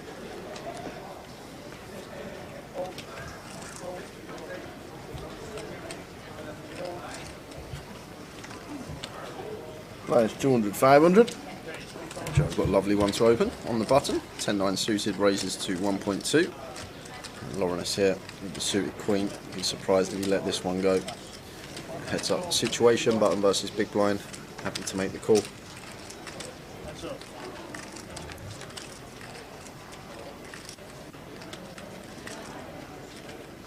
Are they talking about Helmuth in the chat, I'm guessing? Yeah, I'm just talking about the clip, the hour with the tower that we've been shown. In 2020. The best one they're talking about berating dealers with Helmuth. Not really much happening in this hand. Joe might come in for a delayed c-bet, but he doesn't choose to.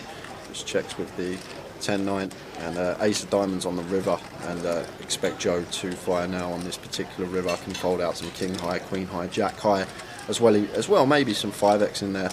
That's going to start folding. So love this bet here from Joe. Gets the queen high to fold. And a nice pick up from him with the worst of it. But I'm sure you remember the one at the WSOP that year when he had a set of eights, and the other guy had queen 10, which was the nuts, and eights was a set. And he raised and he goes, I couldn't play queen 10 this good. And then the other guy ends up re-raising, and Helmuth calls it off and like stands up berating. And while he's standing up berating to the rail, the dealer changes and a new dealer sits down, and he sits back in the deal and he goes, this dealer all day he's been dealing, and the dealer goes, I just sat down, buddy. Starts berating the dealer, like moaning at the dealer, and it was a dealer change that he didn't even reel about, and the dealer goes, I just sat down, buddy. One of my favourite Helmuth moments, that it's he is a character. Well, it does come out with some stuff that you don't want to hear at a poker table sometimes, but he is one of the best. Like this from Sin, incorporating in a light free bet with the ace blocker in there. Nice from Hurt, mixing it up, but Darren not going anywhere with the suited ace, happy to pill. And then John Perkins, looking forward to playing the Manchester leg. We are looking forward to being there. It's going to be nice to be there when spring should be starting. Should get a bit of sunshine. Used to being in Manchester February sort of time where it's freezing cold. Let's see him continuing, taking it down, getting better to fold. Nice play from Hurt. A little bit too much to chase.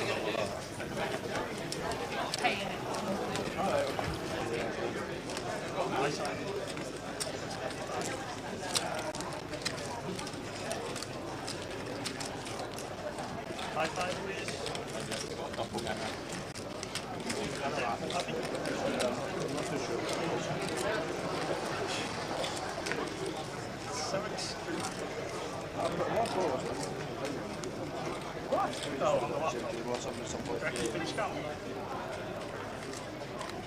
Range 1,500. Go on, laptop, cool down. You need to get a crank, start winding it. You're not wrong. You're not wrong. It might need a clean inside. How do you hoover the inside of a computer?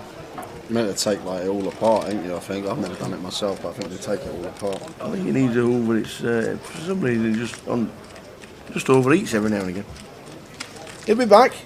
Your laptop, and they'll be chatting away. But can only see if anybody's always wanted to look on YouTube. There we go. Quick look in YouTube. Hey, John Perkins. Looking forward to playing the Manchester leg. John always plays Manchester. He said he's going on a cruise in April after his Manchester leg with his poker. I like it. I love the optimism. There should be sunshine back end of March there, Gary. Well, I hope there is. It's probably be warmer. Yeah. Lovely turn here for Darren. Darren actually choosing to open the 7-6 off here, and continues on the king high board and just turning the 7 high straight. Lovely for him, and going to get some action as well, because Stewart up and down and a pair now. Drawing to just a chop. Ace of clubs on the river.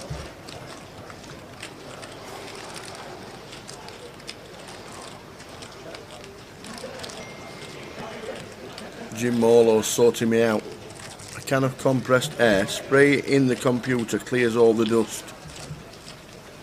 I don't think he'd wind me up. So maybe, do they deliver to shops? Do they deliver to the CBS Arena? I don't know, Tower. Delivery! I definitely think that's what it is, though. It does definitely overeat. every now and again. Bit like me, I overeat every now and again. Yeah, me too. Me too. Usually croissants and sausage and bacon. Bourbons today.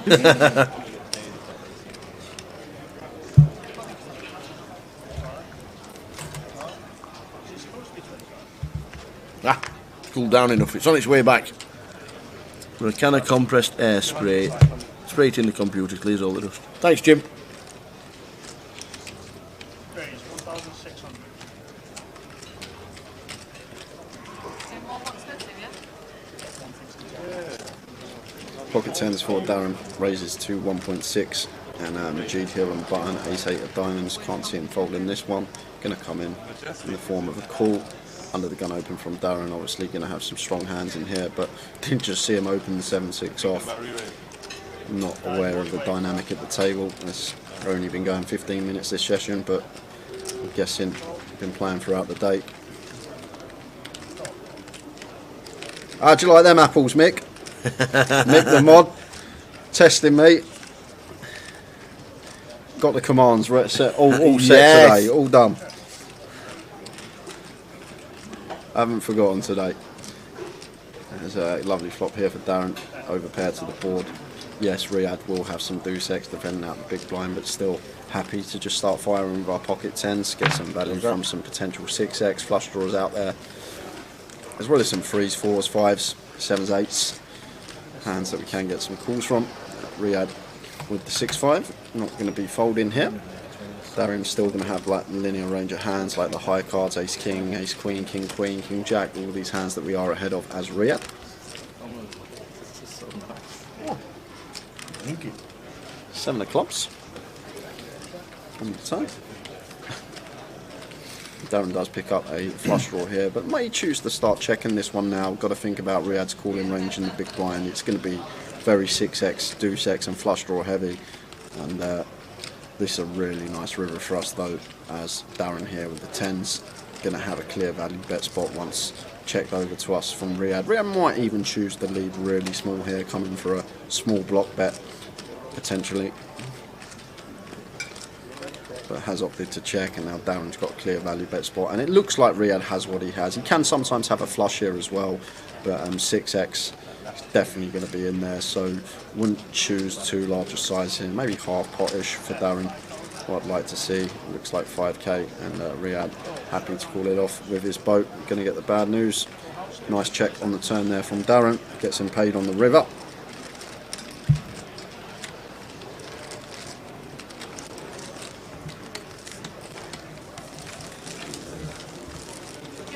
Yes, my chat restream is back, ladies and gentlemen. We are back, chatting away.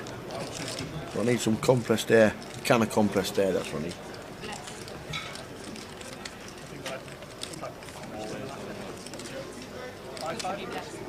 If you have been speaking in the Facebook chat box last 15 minutes, Tower, obviously laptop, is back and working now, so if we missed like a question or something you asked, just repost it.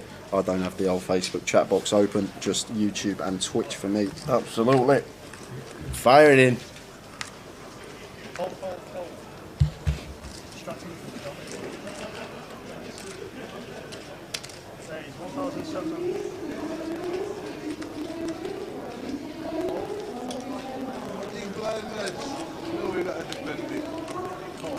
Energy, cut off open, king 8 of clubs, perfectly fine. Can open this one in the cut off, and Darren defending the 7s in the big. 10-3-10. Fairly dry board texture here. Can go very small with our continued size if we opt to as match, but looks like we're going to save ourselves a bet because Darren opts to donk here with the pocket 7s on the 10-10-3 board. Donking for 3.2 into 4.1, so around 3/4 pot from Darren here. Mick the Mod, no, Ludo's actually over in Vegas with Neil Farrell, I believe. I think he's out in Vegas. I think they're playing the Win Series as well. There's quite a lot of UK regulars that are over there. I'm guessing then they'll be moving on to Prague for the EPT. It might even be Prague actually. I saw and then Dublin for the. Well, it's quite a while yet for the Irish Open, isn't it? Another month or so for the Irish Open, 5 weeks maybe.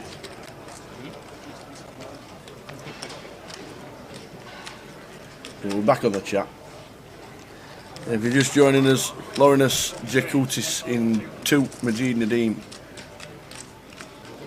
Riyad Solomon, Darren Clark in 6, Joe Indry in 7, John... Is Joe Bousey sat down there?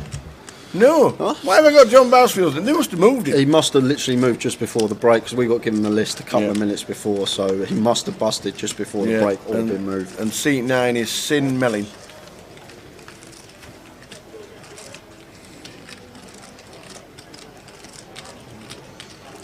So Darren flopping best here with middle pair top kicker. Sin has backdoor club Broadway draw, so happy to continue.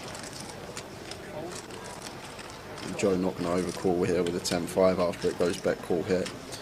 I don't think we are getting 4-1 on our money, but only real good card for us is an offsuit 5 on the turn, so big fan of the fold there from Joe Hindry. We have called a piece, but just understanding Sin is going to smash this board. Her range opening early position. 3 of diamonds on the turn, and love this from Sin actually, Tal. This is really nice. I really like this double barrel. Big fan of this from Sin. We've got the ace of clubs, so obviously not going to have a nut flush draw with Darren. And we start targeting some 10x and like gut shots in there, perhaps some pocket pairs, and good removal to some strong kings as well. So lovely little double barrel there from Sin. Like it a lot. We've also got the opportunity to bluff club rivers with that particular ace queen combo.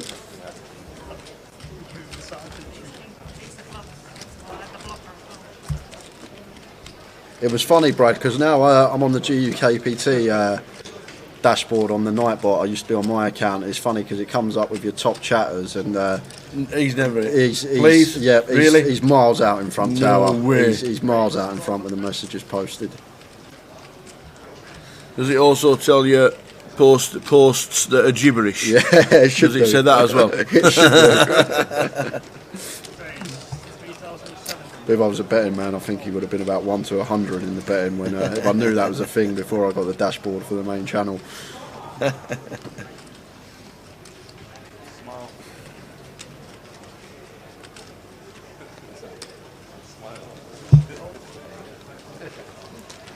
Riyad light 3-bet with the 6-5 of clubs. Manages to get that through, gets the freeze 2-fold.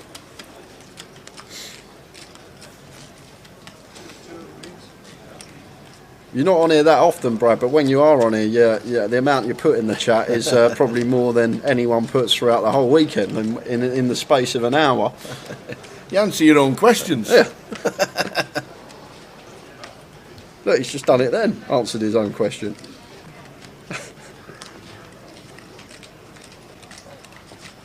All will be forgiven at the Goliath when we get our buffet of dessert. So it's all. He said he's busy though. This year, Brad. He's got a lot of events on, so we may not see him in Coventry for the Goliath. As Stuart finds kings, raises to 1.3.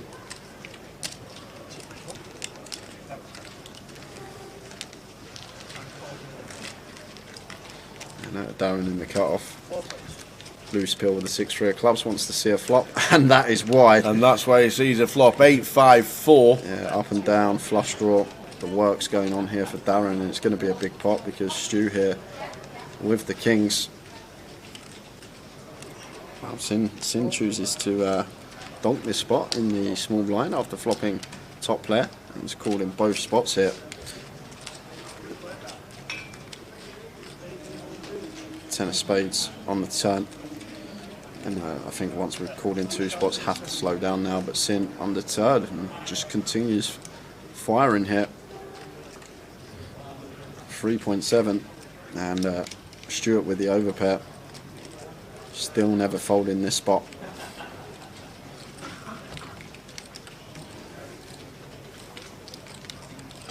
Gonna have to call once more. We may have a tricky decision on the river. We're faced with a 3rd barrel, but have to call once more here as Stuart and Darren getting this price with position, just never ever folding the old 6-3 of clubs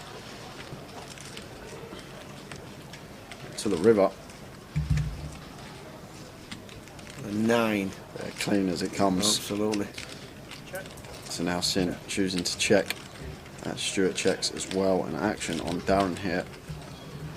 Just the 6-3 of clubs. There's 22k in the middle. He's sitting there with just 6 high. Knows it's never going to be good. Is he thinking about firing a bluff here. Sin shows the queen 8. Going to get the bad news that Stu has the kings, and Stu takes a nice one. Nice hand.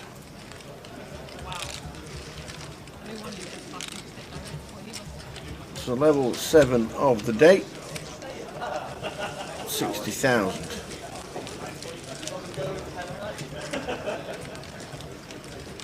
For Stuart.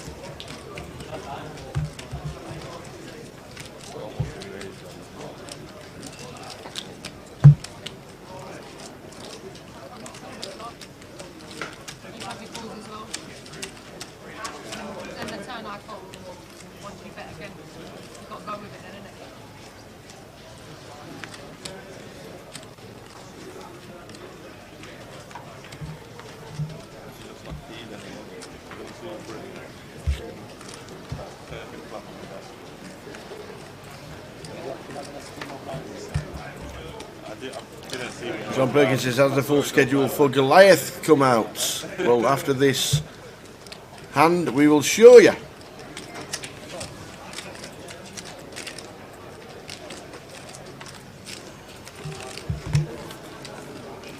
So cut-off open from Joe here, and Majid just choosing to flat the ace-queen suited. Definitely could be 3-betting this one. Very dry board, king 7 deuce rainbow. Joe out flops Majid, finds his free outer and happy to continue, but Majid has to call once here with a nut high hand versus Joe's cut-off opening range. We still will have the best hand here with ace queen a lot of the time. Joe's going to be continuing this board very high frequency, so we're happy to call, especially with some nice backdoors as well. 5 of spades on the turn, and now this is where we might see Joe either choose a small size or check behind. Small size to check back river, or check back to potentially try and get some value from worse 7x on the river if we're not faced by a lead from Majid, but has chose the small size, and now Majid just gets out of the way with the ace queen.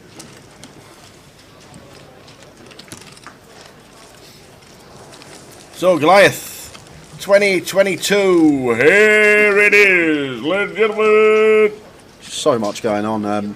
Run you through the stream schedule as well. On the Friday, we've got GUKPT 1B, that's all we're going to be streaming. Saturday we're going to do GUKPT main day 2 up until after the ladies event. We're going to do the first couple of levels of that, then we're going to move into the ladies event final table, then back to GUKPT main day 2. On Sunday we've got the day 3 of the GUKPT, but we're going to do the first 2 hours of the flight of the Goliath. On the Monday we've got high roller day 2, but same as before, we're going to do the first 2 hours of Goliath for that as well. Tuesday, it's just the Goliath Flight D. Wednesday is just Goliath Flight E. Thursday is the Goliath Flight F and day 3. Wednesday's not just Goliath. Wednesday's Joker's Wild. I'm saying the streaming. I'm saying the streaming schedule. 6 o'clock, I'm off. I forgot, yeah, for you, it's not the whole streaming schedule. 6 o'clock, I am off, okay, let me tell you. Okay. Changing to my new kit. And then final table of the G400 for the day 3 of that on the Thursday. Friday we're doing both turbo flights, and then Saturday and Sunday the remainder of the Goliath day 2 and day 3 for that. So plenty to go on that week. Going to be plenty of action, all different types of tournaments. And if we crown a champion of Goliath day 3 early, we'll put the seniors on the feature. And Tower said he'd do the comms by himself for that. Yeah, it is all there. Over 150 online qualifiers so far. There's plenty going on online.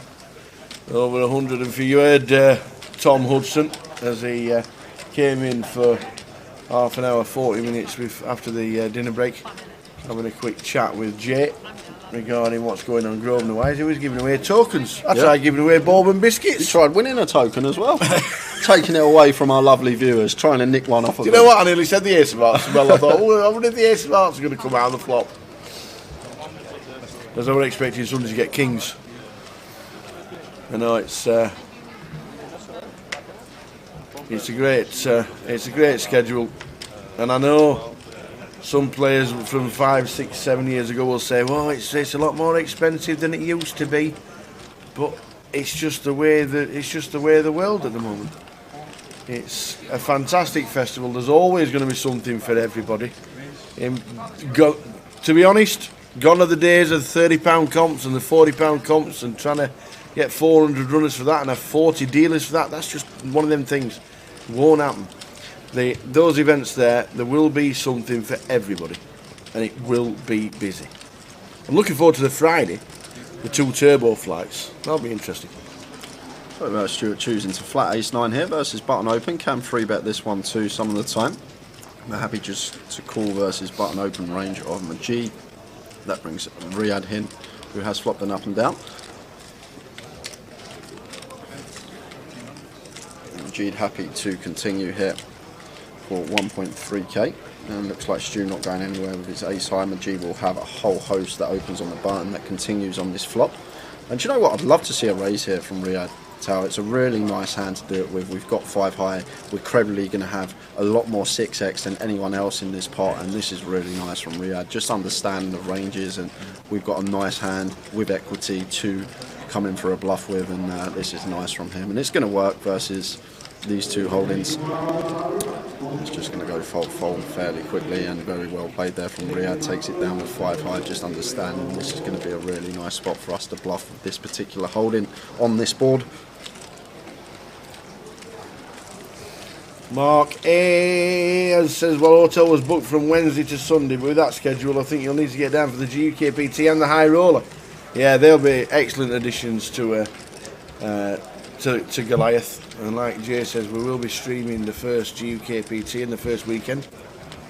Setup will be on Thursday for the team, so we'll be down Thursday morning. Might come down Wednesday and have a game of golf again. Oh, it's all coming in. We'll see what happens, eh? And there'll be full setup on Thursday from the lads and all the team, and everybody getting the hall ready. And then GUKPT streaming. They've got GUKPT main, and then all the events as well. I think the high roller will be very well attended as well. First time they run a high roller at Goliath, and why not? So Riyadh just completing the ace-10 in the small blind here, and this could be fireworks here, Tower, because this is a blind-on-blind situation, and ranges are supposed to be really wide in this spot. And Darren's actually chose a really big size, and for that reason, I just expect this from Riyadh just to call. If chose a more standard like 3x size here, could have potentially seen Riyadh limp raise this ace-10 here, but versus the 5x, much prefer the decision just to flat king 9-8 rainbow flop. So lovely board for Darren, fairly dry, happy to continue, start getting some value from King X, 9X, 8X, 10, 7, 7, 6, all the gut shots that Riyadh can potentially have, but ace 10, not much going on for him there, doesn't choose to call, could potentially still pill once there, blind on blind, but Riyadh thinks better of it out of position. No high roller Omaha, Gary, unfortunately not. No, you'll have to go to London for that. Yeah, they're on the VIC schedule now, Gary. They're including every month a 1k high roller, 4, 5, 6 every month on the VIC schedule, on the poker schedule now. Just a normal. Yep, just normal a normal. Just a normal. Oh, I'll come down for it. Just a normal comp, and I think I'm probably going to play this one this month, just before Manchester, I think it is. So if you fancy it, I might see you there. But that's going to be every month now, I think, on the VIC poker schedule. Reason being as well, because I was speaking to Jim about it. He said the cash games there is now more Omaha than Hold'em, so right. Why not put an Omaha tournament on, which makes sense. I think it'll get a good turnout. Let me know. Let me know when you play it. I might have 5%. I expect you to win one eventually. Well, it's not going to be this one because PK's just told me it's the final day of Manchester. However, if it's finished by 5 o'clock Manchester, I might be able to fly down to the Vic and late reg it. So we'll see. But it seems like a really good tournament.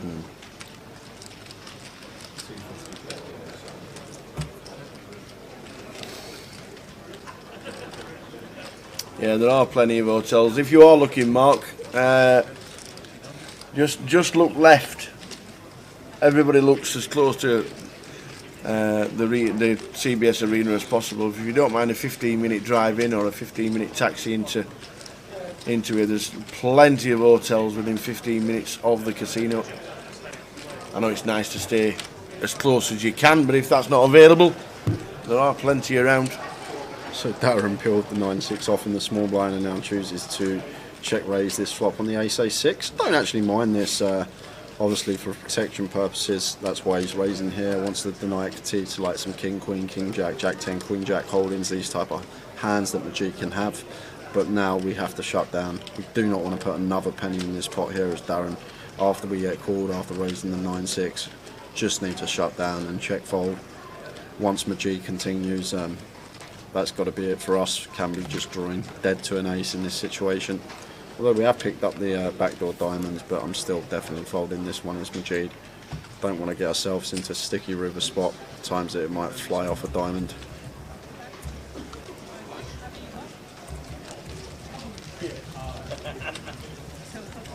With the ace.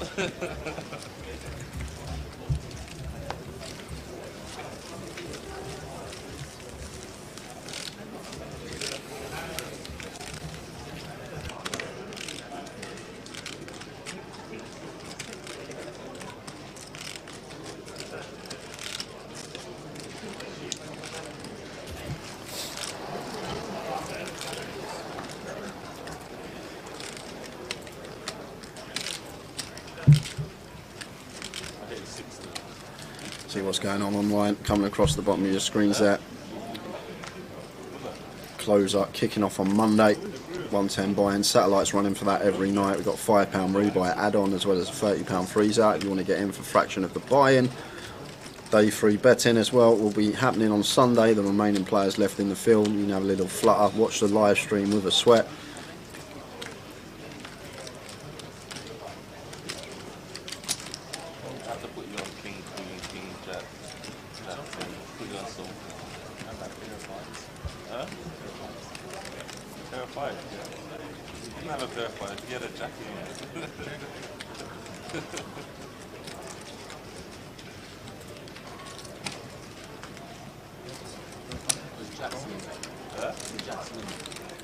We've got pocket sixes for Sin. Happy to call on the 9-9-3 board. Lovely turn for us as well. So definitely not going to be folding to a second barrel here from Riyadh if we're Sin. But Riyadh puts the brakes on. 5 of clubs on the river.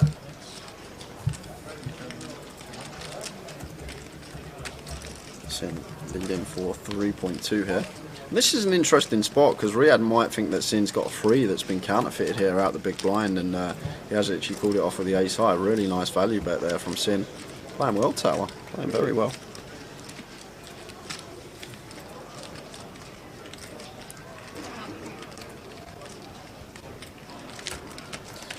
And then on Grosvenor Poker on Sunday for the Bounty Series, got the €100 buy-in main event. 100k guarantee on that one, and if you fancy it as well, it's not on the ticker. We've got a 1k high roller as well with a 100k guarantee as well. So if you want to get on the client,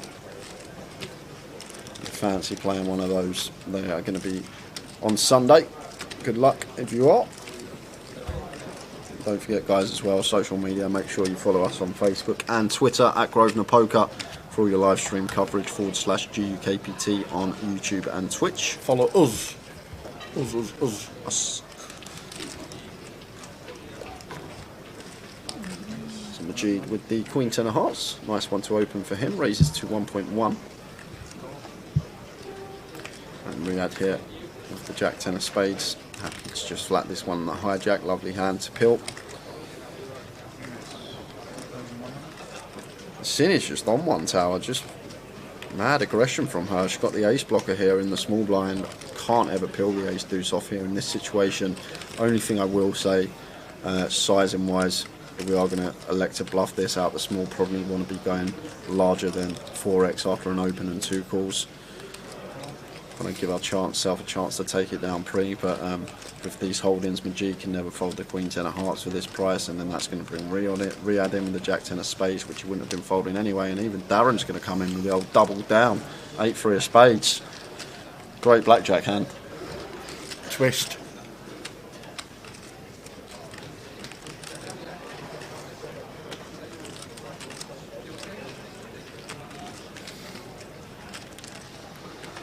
So we see a flop, Jack 7-4, 2 diamonds. So Riyadh flopping best here. And Sin choosing to continue the ace deuce here. I think 4-way in this 3-bet coup. Want to have a lot of checks with this particular holding. Not going to work. This is just going to be so difficult to get through into 3 players. Obviously we'll have our reasons. Fires for 5.8 and Riyadh here just got an easy call here with his Jack 10 of spades. Top pair, some nice backdoors. Queen of diamonds on the turn. A pretty wet turn. Oh, Sin's just relentless at the moment, Tower. Just full-blown aggression. Firing the second barrel now. And gets Riyadh off of the Jack 10. Gets another bluff through. Up to 75k. Very nice. That's a lovely one to win that one, Tower. 40 big blind profit to her stack. Betting for this will start on the Sunday, Wayne, when we're down to probably like 20-30 players. Yeah. It will be Sunday morning. It's only ever day 3. Yep.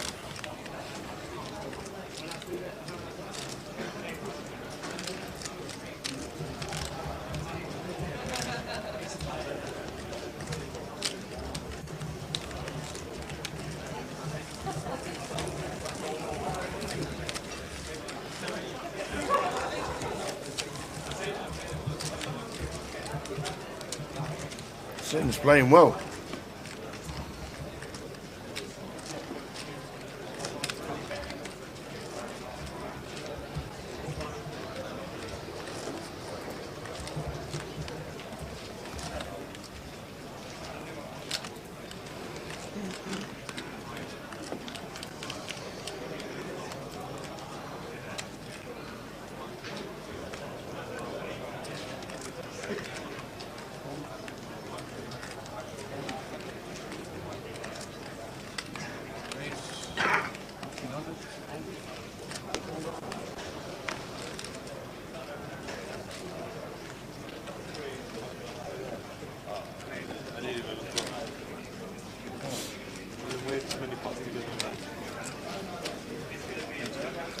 Darren raises to 1.4. Majid calls with the old 9 deuce. I am defending my big blind with 9 deuce.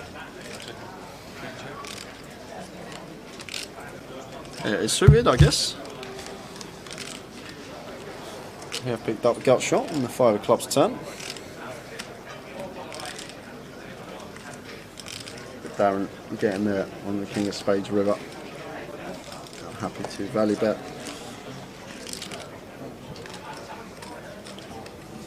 Yeah, the 9 deuce. Put nothing in the middle.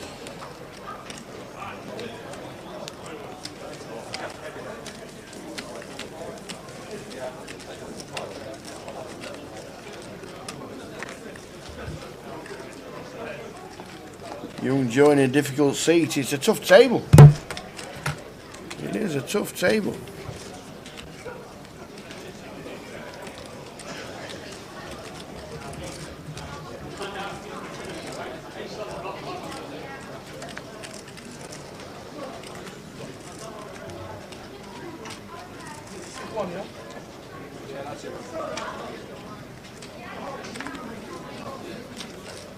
Hi guys.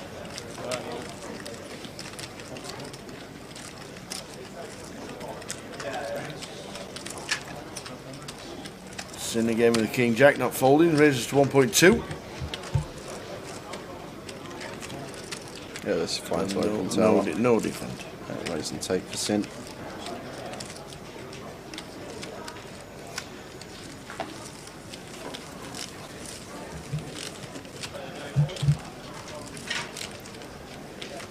Raid, Sin, Majid, Stewart.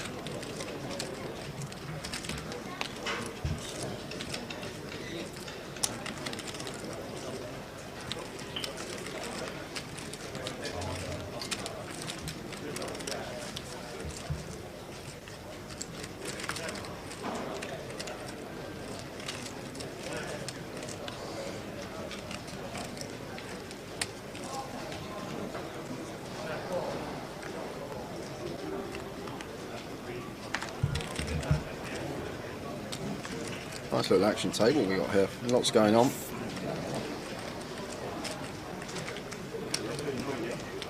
Send his off for half an hour. And why not? Up to 80,000. Oh. Quick half hour. Yeah, Mark's got something for everyone. Talking about hotels being fully booked. Mark on Twitch says, if anyone's still looking for hotels for the Goliath, Premier Inn at Junction 2 M6 still has them. Thought they'd all be gone by now. Booked in for Friday the 26th to the 4th of September. Wow. So those of you in the chat that are struggling to get booked up, Mark letting us know there. Premier Inn, Junction 2 M6. Cheers for that, Mark. Good stuff. Thanks for the information.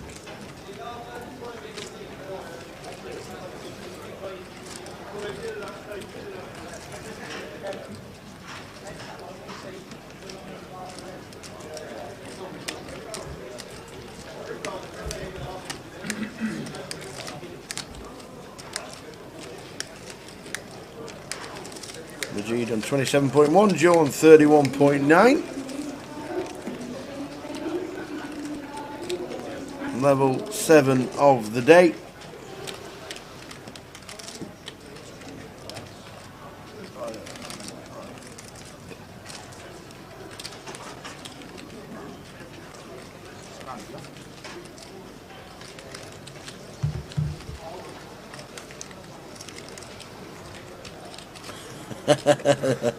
Nice one, Josh.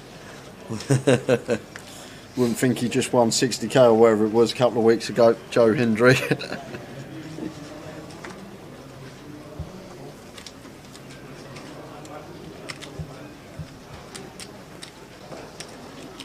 Singh got a nice one to open, raises to 1.2. She's been really active this session so far, Tao. I'm not sure how she's been playing on the outer table throughout the day, but the fact that Singh's been this active, like, if I was at the table, I'd start incorporating in, like Stu here with the ace-10.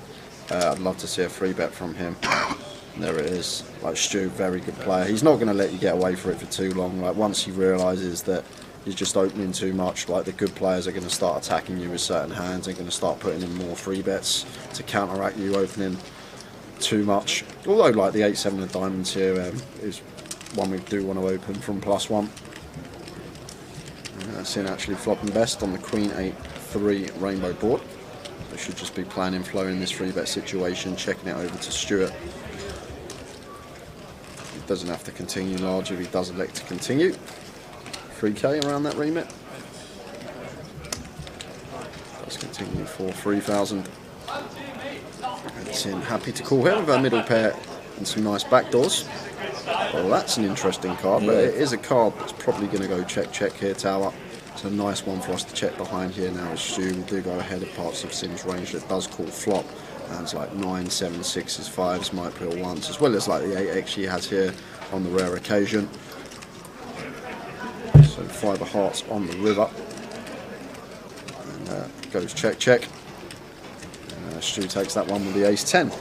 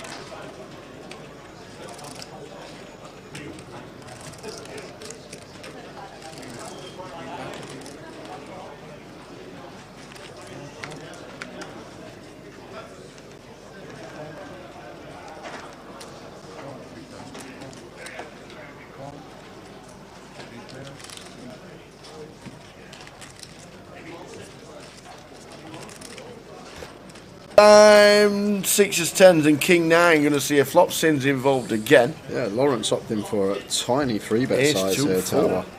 Tiny 3-bet size from Lawrence. Making it 6 big blinds.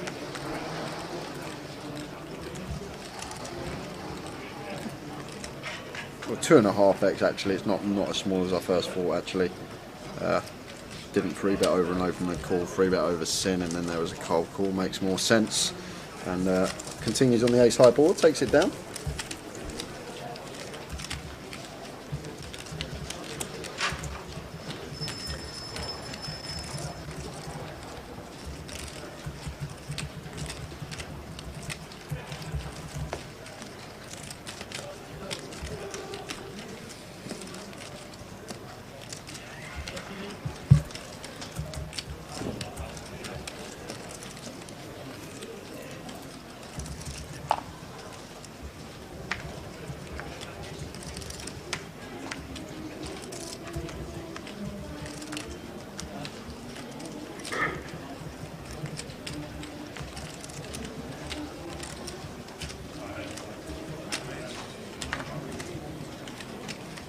Pocket 5s for Riyadh, raises to 1.2.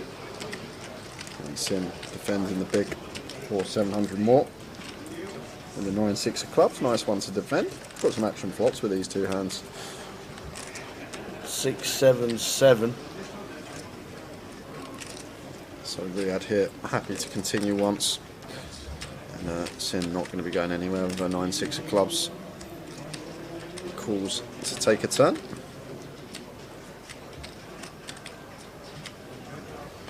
Well, that's an interesting card because the 5s of Riyadh are now up and down, but it is going to be a card that is going to be checking fairly high frequency after getting called from Sin on the flop. And Ace of Hearts on the river. And we're going to check. Yeah, not choosing to turn his 5s into the bluff. If he had like a Jack 10, Queen Jack type hand here, I think you'd see Riyadh fire this river, but he's happy enough with a little bit of showdown just to check this one behind. Sin just said, did you have 5s? Yes. Yes, he did. Yes, he did indeed. The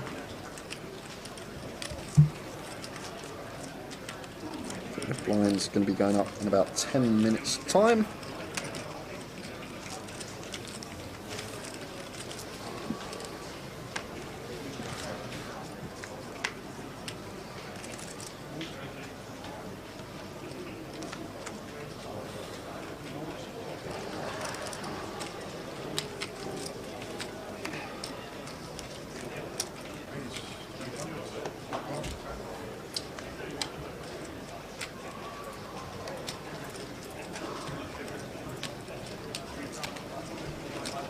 Sin calls in the small after initial raise by Joe on the button.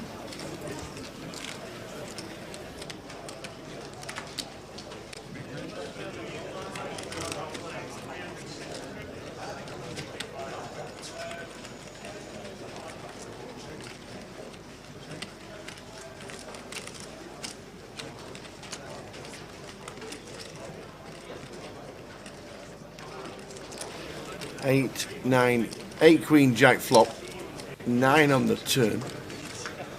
So Lawrence takes the lead, but it's pretty wet.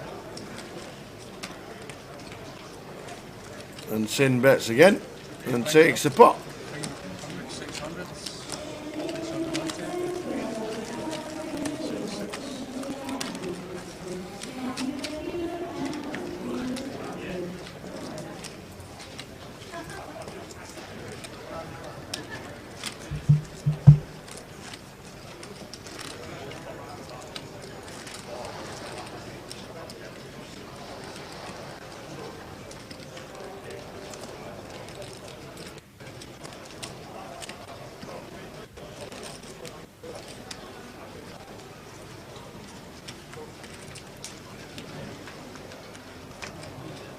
She's had a session so far, hasn't she? Sin Melling.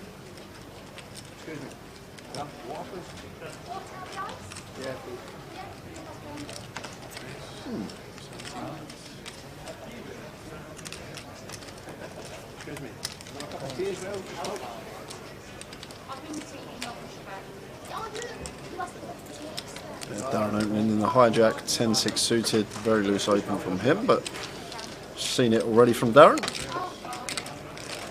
Sin just flats the ace deuce on the button, and big blind comes along, queen 5-3, 2 spades. Small blind comes along, Lawrence in the small. Darren choosing to continue. Sin not going anywhere with her will draw. And he's actually the best hand here versus Darren. And Lawrence here, 6-5 of clubs, could potentially peel once here, getting 4-1. There's some great turn cards for our particular hold in. Any 4, any club, obviously a 5 or a 6 directly. There it is, 6 of spades. So a lovely little turn here for Lawrence, ends up turning 2 pair, and Sin is just on a mad one tower. It's like every time she's checked 2, she's just firing when she hasn't got the goods, and unfortunately for her on this occasion it's not going to work, because Lawrence here with the 6-5 of clubs picking up 2 pair, never going to be folding this one. Can't see him really raising either, because Sin can have plenty of flushes on the bone. She can have a flush, still have sets of threes in there. Obviously 5s and 6 is hard to have of our particular hand.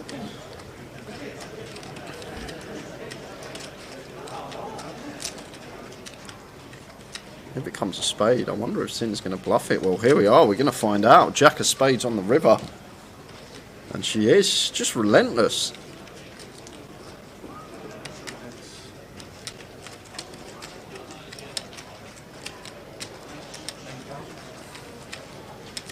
What's that, 8.8? 9k is the bet. 9k into, it's like third pot. It looks very, 9k into 26.3. Third pot, it looks very value-y, this tower. Like maybe a king of spades, like king queen with the king of spades. Something like that. Like after she calls flop though, that's about the only real bare spade combo she should have, thinking about it. King queen with the king of spades, maybe queen 10 with the 10 of spades, but that's going to be a really nice check on the turn.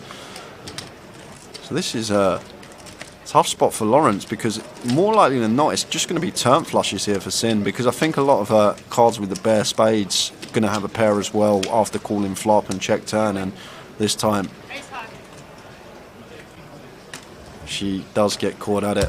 And nice pot going to Lawrence there, finds the call with the 6-5 of clubs. But I actually like the call there, because not really too many hands that I can see Sin playing in that style, other than maybe the king queen with the king of spades or turn flushes. She can obviously have all the turn flushes, the 7-8 of spades, 9-7 of spades, ace-x of spades, all these type of hold-ins, king 10 of spades, 10-9 of spades. There are a lot of spade combinations she has that turn, but regarding single spade hands, there's not really too much that are going to play it in that manner. Maybe king queen with the king of spades is about it. Ace queen that doesn't elect a free bet, but the way Sin's been playing, I think she's almost always going to be free betting that.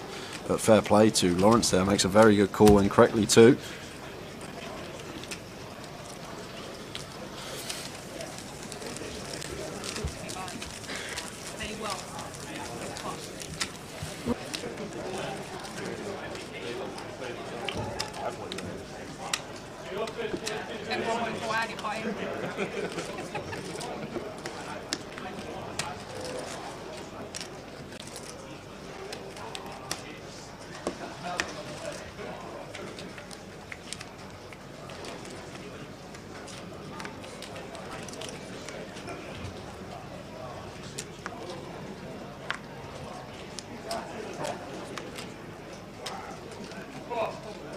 Ace deuce of diamonds for Rhea. Happy to open the suited ace from EP. Raises to 1.4.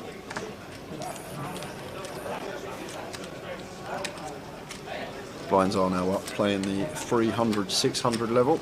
Takes us into level 8 of the day. After this level, we will head out on the final 15-minute break. And Joe Hendry here, lovely little choice. A hand to free bet the ace 10 off. Nice one to incorporate in there at some frequency. Free bets to 5,000.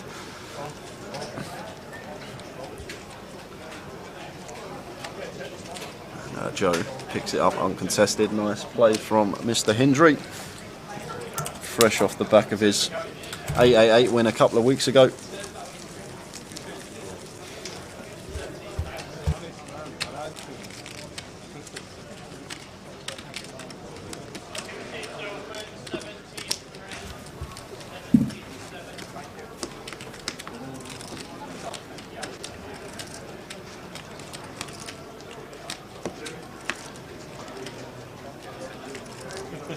Yeah, I think she has, Brad. I've seen a bit over since post-lockdown. She was at this leg last year, actually. I remember Sin was at this leg last year. First time I saw her face in a while. I think she supported a couple of other legs as well. She was at London, one of the London legs.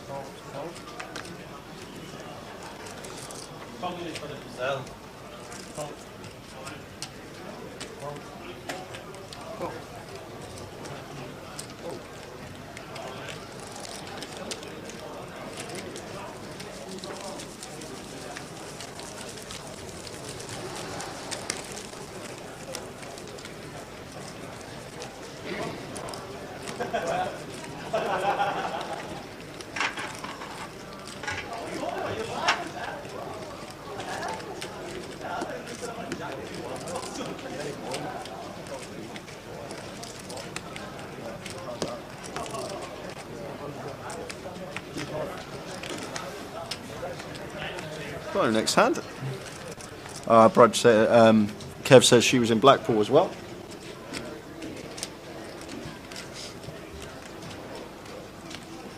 Raise to 1600. Hold.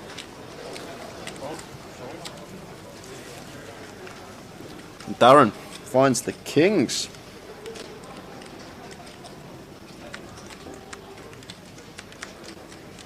Raises to 1.6.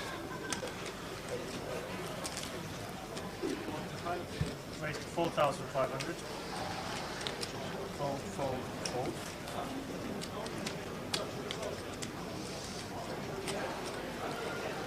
And we've got a bit of action here, guys, because Lawrence here with Ace Queen and chooses the free bet. Darren's been so active here, so I'm actually a big fan of this from Lawrence, choosing to free bet the Ace Queen on this occasion, although it's against Under the Gun Open.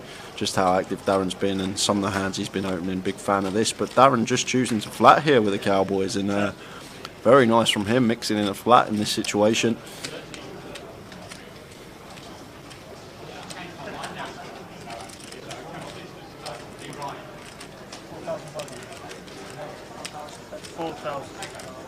Continue from Lawrence, doesn't need to go too large, although he does opt for 40% here on the 10-8-8 board. We do have the Ace of Hearts.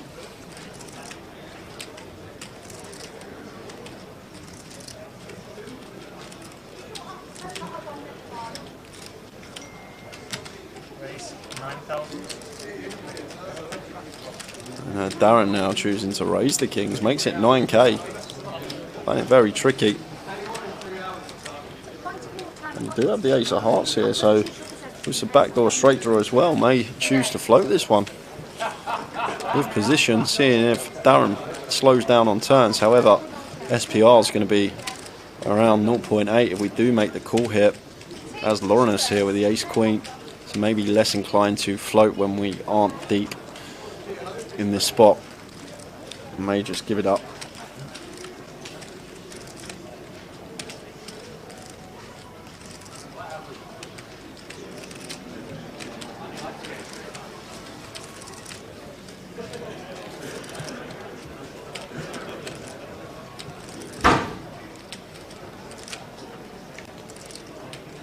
Really mulling this one over. I'll be surprised if he did float, but he is thinking about it. Guess got to think about hands that are going to open under the gun and PLR free bet. Not really going to be too much 8x in there. Just some like ace-8 suited maybe, and obviously the 8-9 suited, 7-8 suited probably going to pill. But eventually comes to the quick decision. What about backdoor Jack-9 Phantom Fish? Backdoor Jack-9. Gives us a straight, the old backdoor Jack-9. The Broadway's not there, the old backdoor Broadway, but did have the old backdoor Jack-9 for the straight.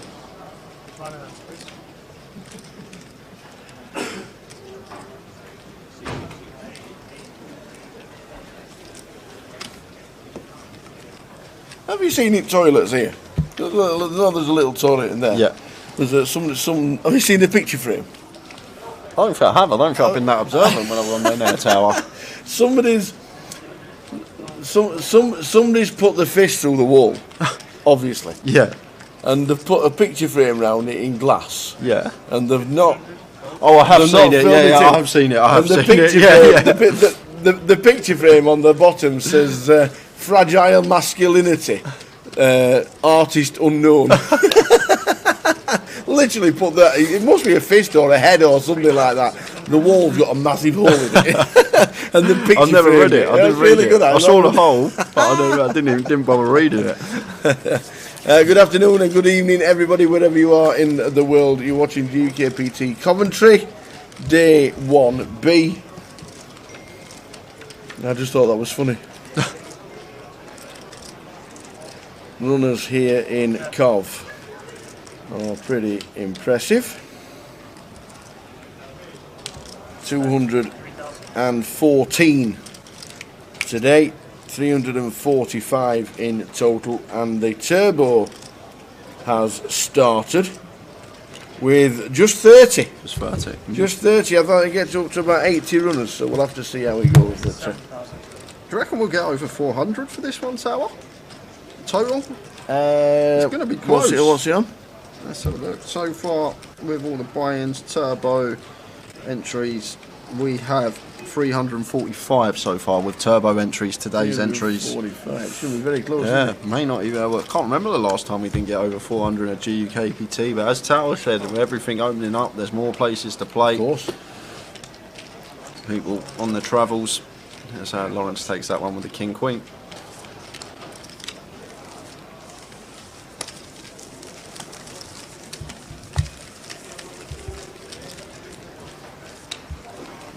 How's Kev's line looking of overs on 560? He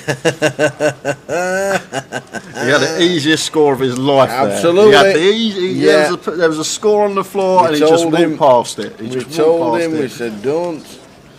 And he says no, I'll have the gamble. I'll take the gamble. What does he do? Hey, who knows these things? He takes the gamble.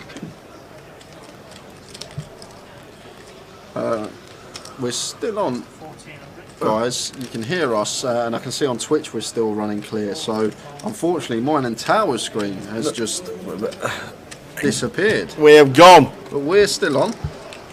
We are still. You know running. That peak here? There we go. There we go. Don't have to know what that was, but there we are. We're back. We are.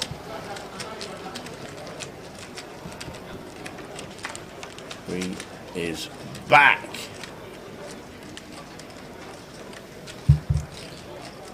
Not today, thanks. Good evening on Twitch. Good luck, Sin, says Frank Corbin on Facebook. Playing well. So active, Tower. Really just pure aggression. All I've seen from Sin. Just barreling away. So this time, like everyone's seen her run the bluff now, the free barrel on the 4 spade board when she just announced ace high. So she does need to be a little bit careful. She may be getting called a bit lighter in spots now because of the hand before. However, this is a clear double barrel for us here as Sin. Once we open the 5-6 of hearts, fine to continue here with our gut shot. But once this ace of clubs rolls off on the turn, it's just slam dunk double barrel for us here. Going to have more ace X than Darren, especially after Darren calls flop. He should only really have ace 7 and ace 3 that are going to be continuing with an ace in his hand. So we can comfortably double barrel, start targeting some 7X, Queen X.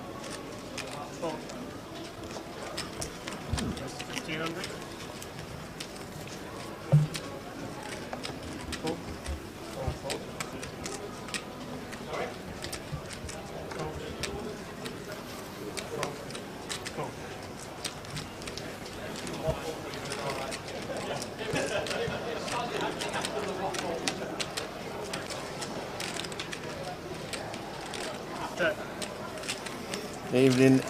Not today, thanks. Good evening. Hope you're all watching on Twitch.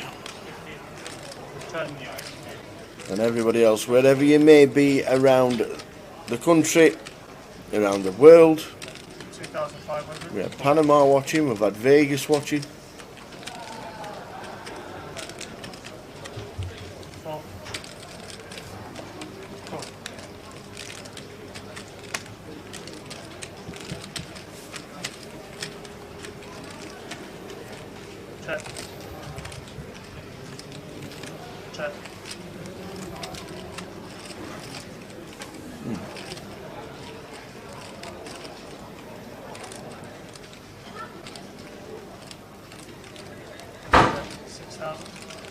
In with the Queen 10, has the best of it, calls the 6,000, bet from Darren with the 7 on the flop, and the King of Spades bring draws and straights, and I think it's going to go check, and it does, and Singh going to take a nice Singh one. Just shouts 10, 26k pot, and Darren Clark. Washington DC, Mario Rodas. How are we doing, Mario? Mario Rodas from Washington. Is it cold in Washington? It normally is in the winter. I know it's March now, but it's coming out of it. Doesn't feel like March out there, I'll tell you that, Tower. No, it's going to get colder, isn't it? I know it's supposed to get colder, so...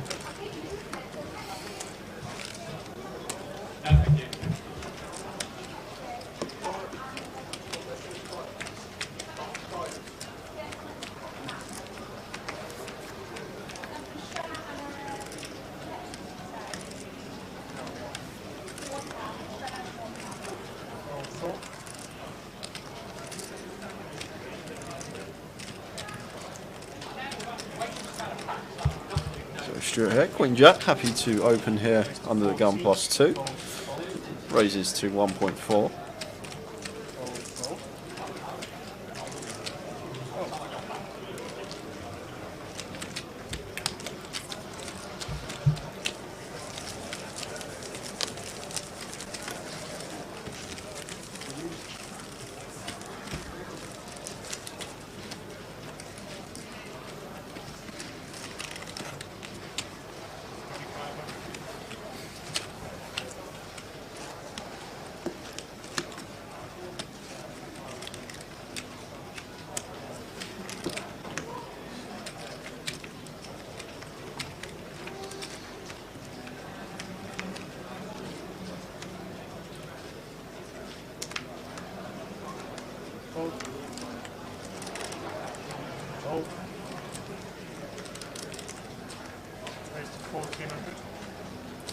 Big day tomorrow, Towers treble. Absolutely. I love the Tower treble days.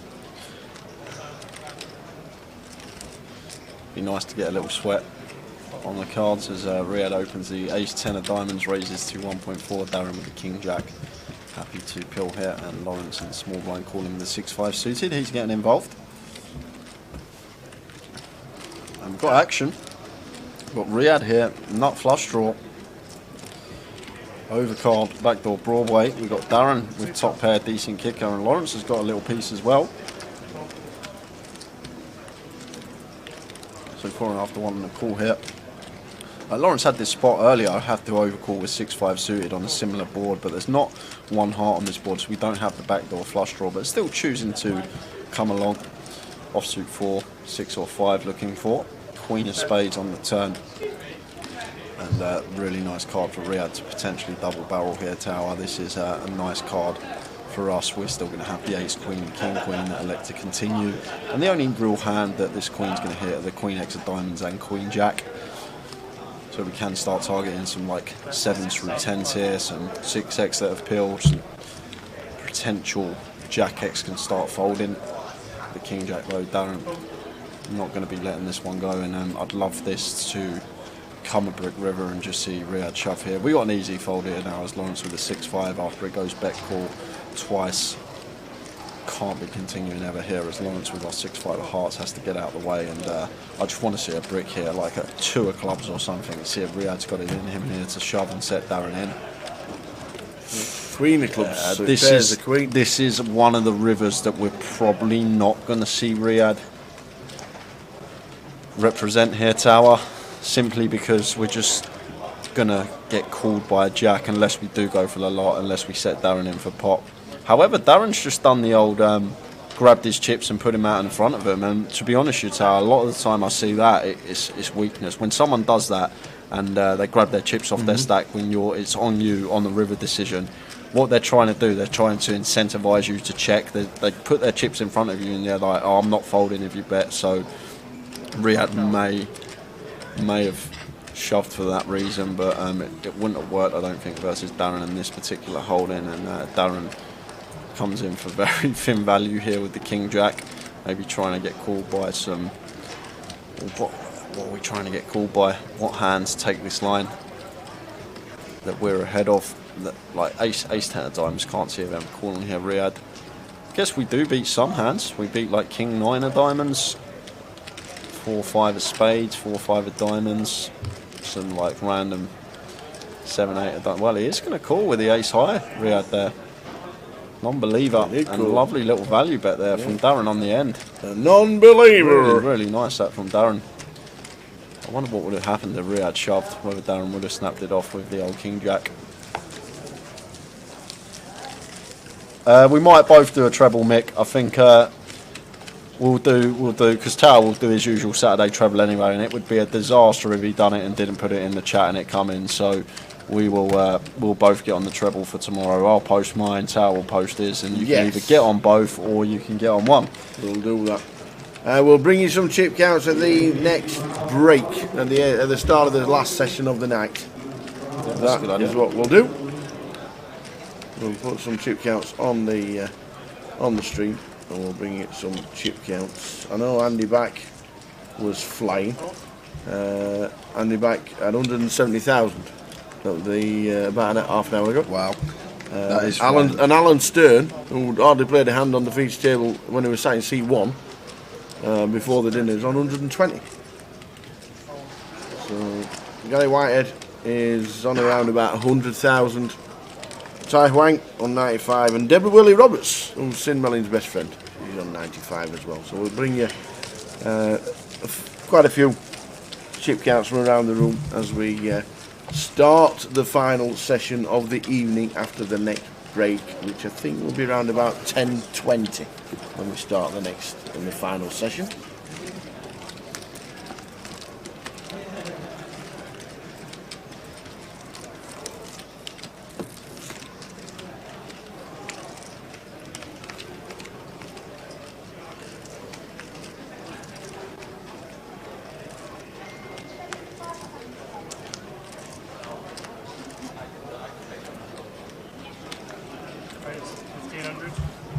Good luck to Sinish against some much love in the chat.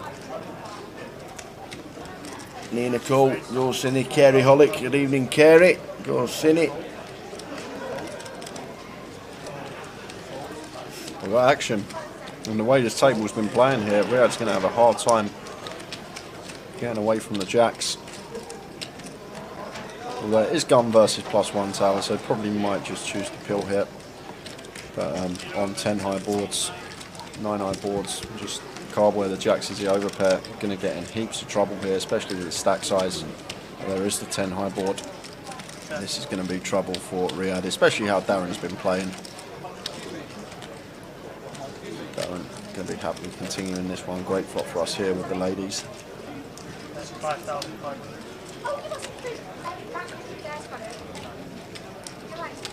$5.5 to call for Riyadh, 23,000. Now working with like 80% pot here, so Riyadh could be getting stacked tower. I'd be surprised if we saw anything else.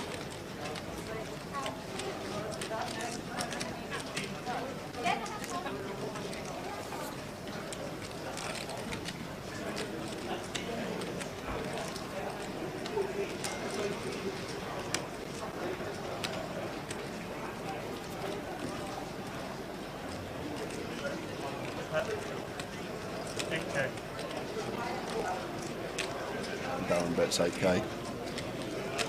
And Riyadh in lots of trouble here, Tower. Like I said, I'd be surprised if he wasn't getting stacked this hand. And there's the all-in. Darren will make the call. And unfortunately for Riyadh, he's going to get the bad news. He's drawing to 2 outs. Yeah.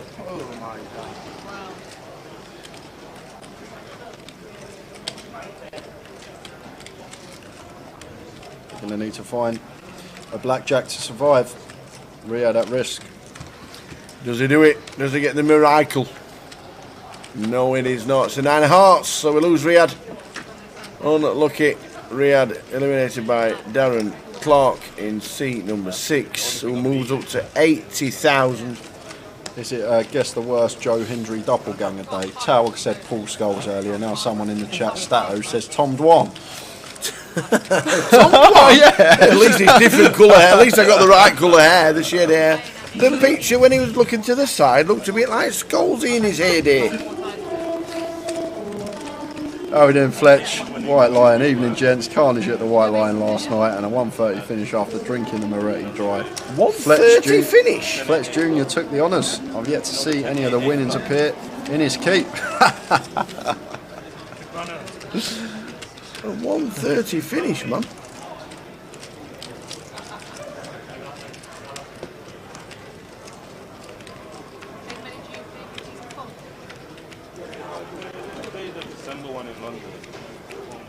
So basically, what he's telling us is when we get to the, when we do get to the White Lion, it's going to be a long one. That's what he's telling us. We're used to long ones anyway, Tower, with the old stream. We don't mind it. Hey, Paul Remain must be looking forward to Cheltenham in the next couple of weeks. Does a load of studying, used to put his bets on a Saturday afternoon. The Rocks tips. Flick them online on social media, Paul, if you do do a little bit of studying for Cheltenham. Always good to read them and read your insights into White. So, Sin's just lightly called Majid's all in.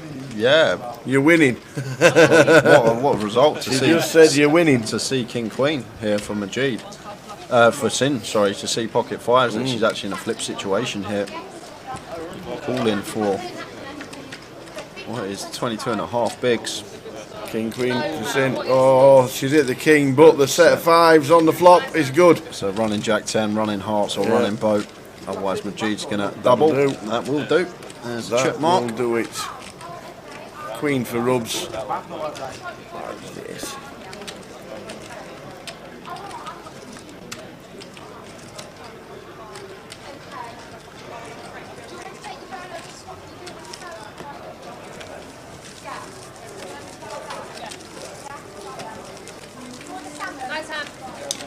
Gave her. To be honest, I had them the other night with a waitress because they didn't have a card machine on them, just giving them their cards like there's a contactless, go and do it. But yeah, it would make sense, wouldn't it, for them to wear for them to use the card readers? But I think they're just on the tray. I think they're like must be attached at the bar or something. Maybe I don't know. I'm not too sure. They're on the tray. She didn't raise, I would have given you a spin. Raise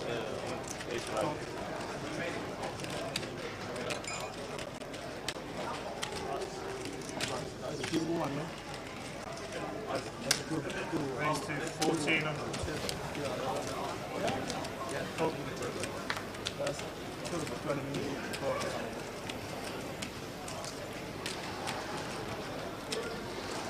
Stuart happy to open the suited jack on the button. This is fine once folded to, and Joe here, very nice choice from him to 3-bet the king queen. Really nice hand to do it with, great removal from continual range of our opponents, and picks up that one uncontested. Haven't seen much from Joe this session, just seen him get a couple of light 3-bets through. Hasn't really had many hands, but picked his spots nicely and chipped up slightly because of that. We have 35 minutes left of the session, so just over half hour. That will take us into the final break of the day. Rob Boone in the building. And we will bring in some chip counts as well for the final session. We will. Let you know how people are getting on. Get probably like the top 10 or something from you guys. We will get some.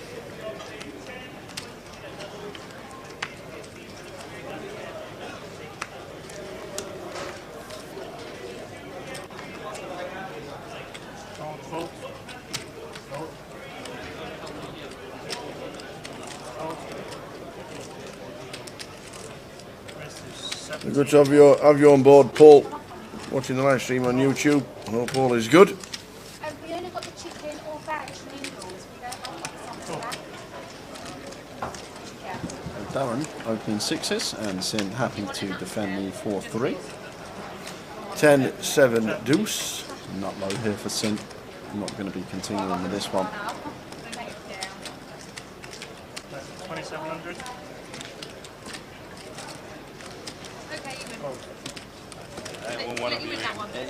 Let's get out of the way.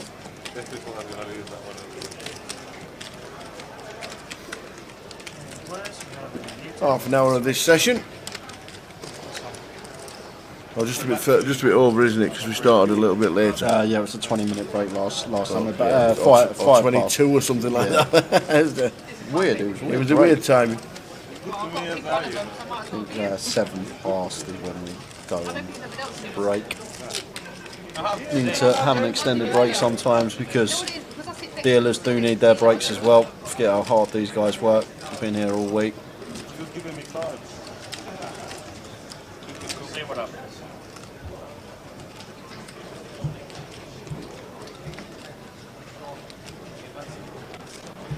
Yeah, doesn't he? You should have like 200k. Ace 8 of clubs for Majid. Happy to open this one. Brings us to 1.5.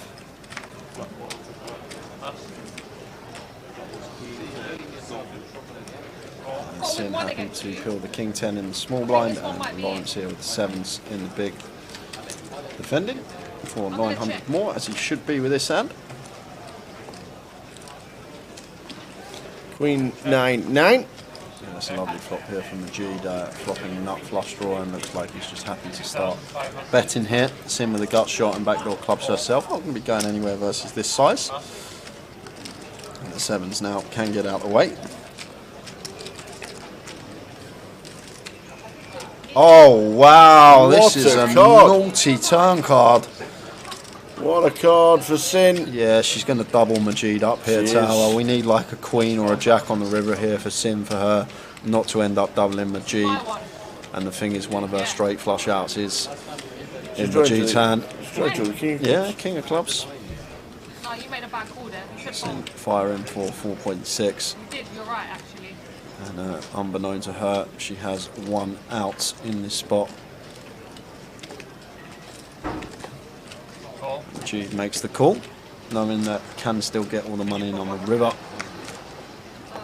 Just to try and keep perhaps some bluffs in that Sin can maybe have, maybe like a Jack 10 with a 10 of clubs or something like that. But that is not good for Sin. That is not good news at all. She is going to give Majid the full double here. Yeah. I don't think she's going to be bet folding tail, depending on what size she goes. If she goes really small, she might be able to bet fold, but again, this size is just not going to be the case ever. Yeah, the lot's going in for Majid. It's paired up on the flop, but Queen 9 suited, Jack 9 suited. But the thing is, how often Sin going to lead boats as well? That's the other question we've got to ask ourselves. Is Sin ever going to really lead boats on the turn? So should just see a shove here from Majid. Yeah, they're in.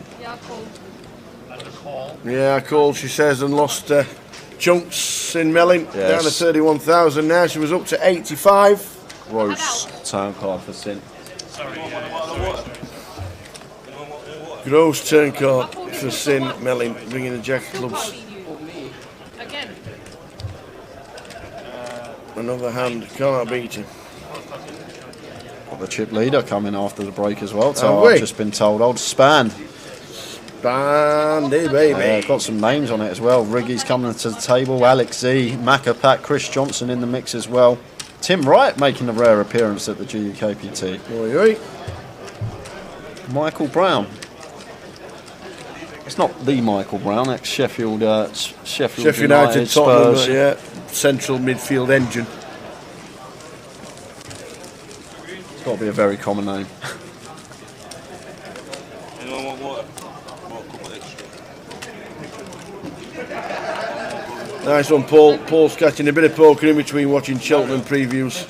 Awesome. Well, stick them on social over the coming weeks. You do love your Cheltenham. And he'll return it with sticking a Towers Yes, treble Towers on social. trebles on tomorrow. So you give us me your Cheltenham tips, and I'll give you Towers treble for tomorrow. How's that?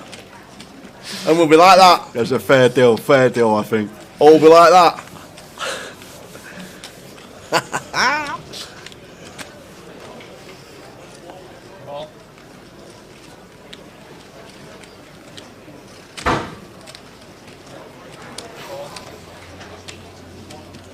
G just limping the force here under the gun, and that's going to stew him with the over limp here in the 9-7 of clubs. Could potentially ISO this one as Stu trying to get heads up versus Majid. Maybe he thinks Majid's going to have some limp raises in his under the gun limp range. And that's going to bring Darren in. Joe's in with the ace deuce of hearts, sends in on the button. Lawrence completes in the small, and Lawrence checks his option in the big blind. 7-way action, level 8 of the day, Tower. Never happens. Level 8 of the day. Ever. Who's winning this one? Ace 3-7, all spades.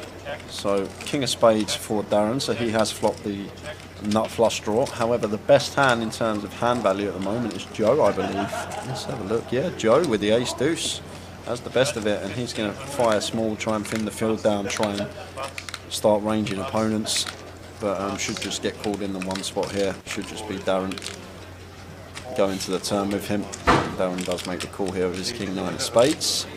King 9 with the King of Spades, not the King 9 of Spades. 8 of Hearts on the turn. And after we bet into the whole field here is Joe, maybe less inclined to go for another street here with the ace deuce on the turn, may choose to on the river, but if we are firing here, just have to check back river if we are called. Just never going to be able to get 3 streets from worse with the ace deuce of hearts, but Joe thinks the best way to extract the value here is to bet flop and turn, and in this case he's spot on because Darren with the King of Spades not going to be folded.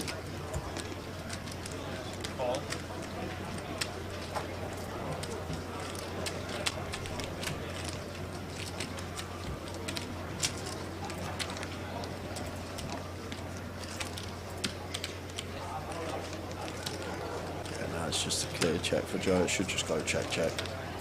Like, we just can't ever get value from worse here. So he's actually played it in the manner where he's going to get the max here, Joe. Like, if he did check back turn and went for the value on the river, he wouldn't have got the max, but maybe thought Darren was very weighted towards that card, and if that was the case, good spidey senses, and got the maximum there, Mr. Hendry, on a bit of form as well.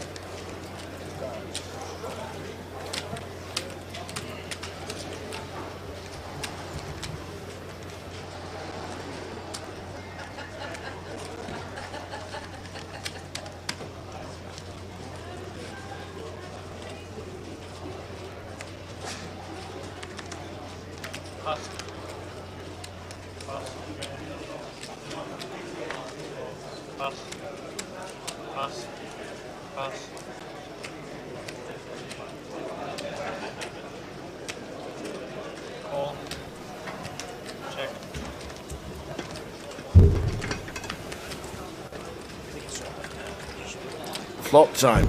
Stu McNally's just decided to get me in, he says. Table's full lobbing like we're on the sea. Checks. 7-9-9 is a checked. 10 of spades on the turn. First bet wins. Majid will stick. Even if it's 1k, that'll be enough.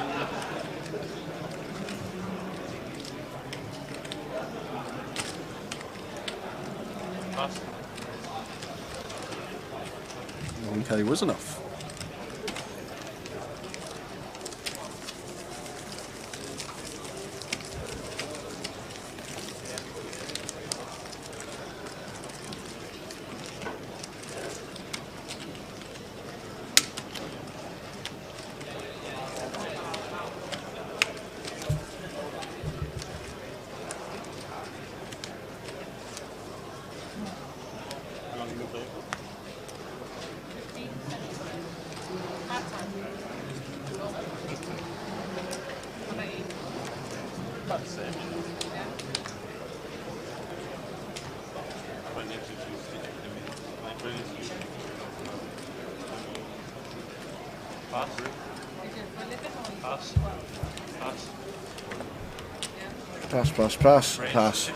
Pass.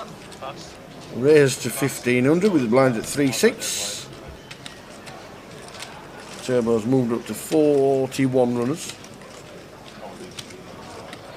Yeah, Stu King 6 off here, happy to defend. Heads up versus Lawrence.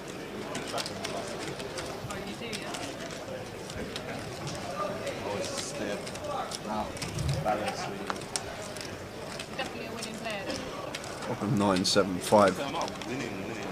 2 diamonds. So Lawrence flops best, middle pair, and gut shot. Stu with gut shot, backdoor diamonds himself. Well, this could be a really nice potential check raise candidate here, but Lawrence probably going to start checking this hand a lot of the time, but is opting to continue. Like in terms of range, we're going to have the 8-6, 5-9, 7-5, 7-9 in there as well. So this particular combo of King 6 with the backdoor diamonds as well, where we can bluff diamonds on turn or river, could be a very nice check raise. And it's like Stu's heard me, because in comes the check raise. Love this from him, really nice choice. It's not going to work on this occasion versus this particular hand, but we do start folding out ace highs, king better king highs, these type of holdings in this spot. But in this scenario, the 8-7 Lawrence is going to have to continue here and take some turns.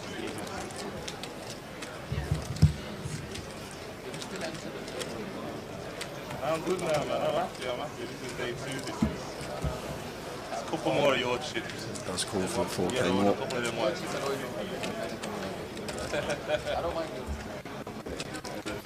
Turns of 4 of hearts. So improvement. Now pick up a 3 as a straight out here as Stuart. And like, I wouldn't even mind seeing the full barrel here, Tower. Barreling again here, and then also happy to unload the clip on diamonds as well. So I'd love to see Stu continue running it in this particular spot here. Obviously got to think about Lawrence's range of hands that he's going to have in this situation, but we've just got such a range advantage on this particular board. Even 6-3, one of our bluffs is going to get there. 6-3 suited, double gutted, going to complete on the turn as well. But Stu probably thinking about what size to make this. But yeah, this is great from Stu, really nice. And now 7-8, going to be in a bit of a spot, has to call flop, but facing this 12k sizing on the turn at 80% from Stu. Don't beat any value here with the 7-8, and I could see Lawrence just letting this go now. But if Lawrence does call, I wonder if Stu is going to unload it on rivers. I think he's definitely going to run it on diamonds, no matter what. But whether he's going to run it on bricks or high cards, I'm not too sure. But this could just work now versus Lawrence. This is really, really nice from Stu. Just good understanding of ranges and how we've got a lot better hands in this spot than our opponent.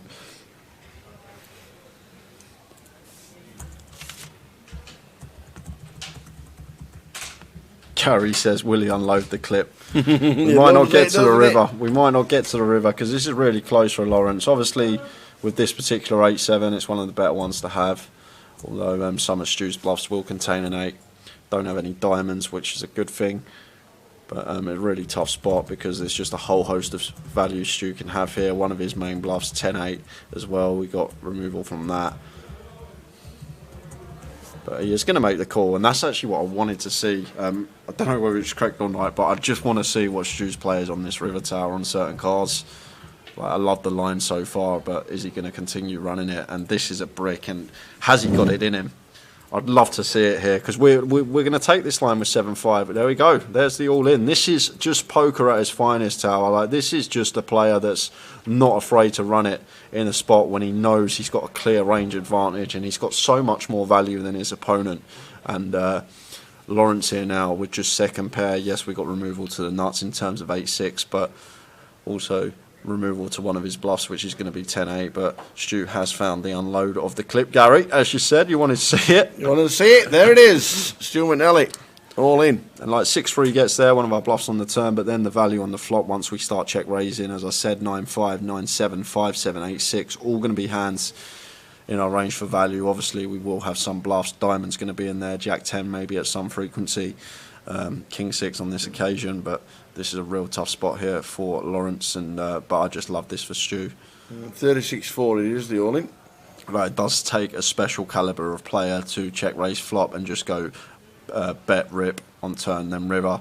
But the thing is, it's not just a spew here from Stu. Like, yes, he's got King-6 off, but I love this line here. I think this is a great line from Stu. It's a great bluff, and I think it's going to work. I think it's really going to work here versus Lawrence.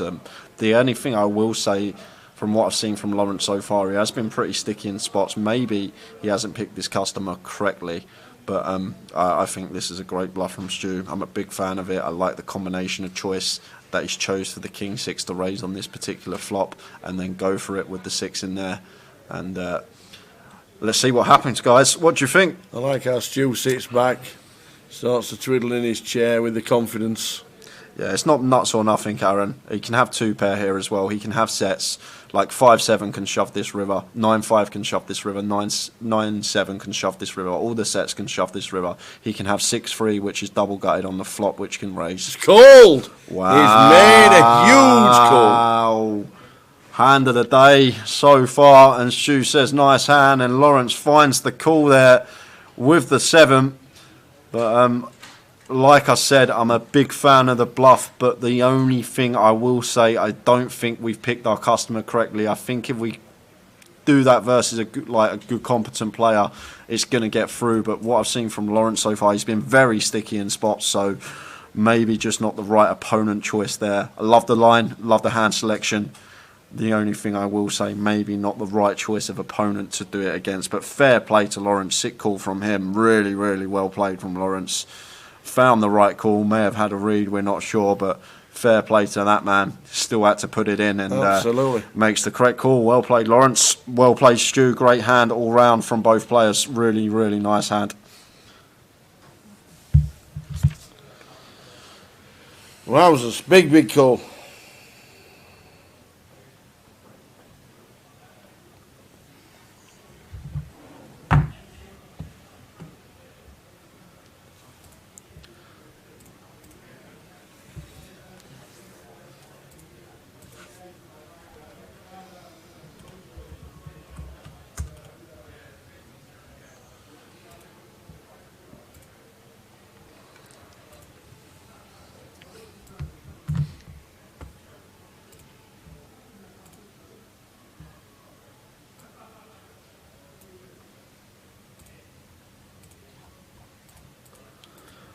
Yeah, you can put someone on like you can put him on a busted flush draw, but what, it's still a huge river bet from Stu. What is it, like 60, maybe even 70 big blind river bet there, and we've still got to put it in with second pair. Even when we put him in with a flush draw, putting him on a hand is one thing, but then actually having the kahunas to actually just make the call there with second pair, then fair play to him.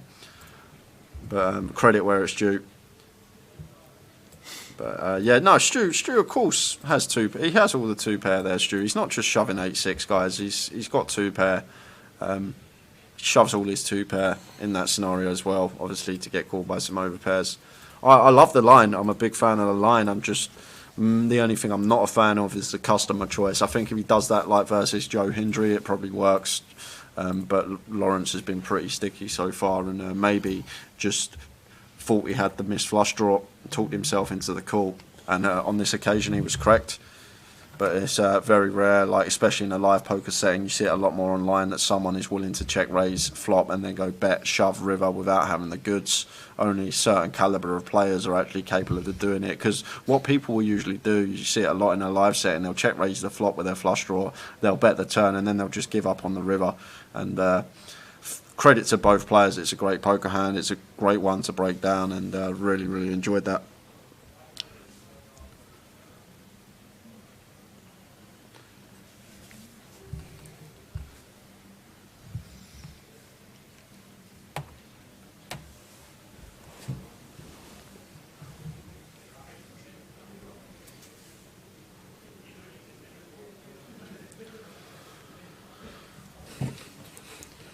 Just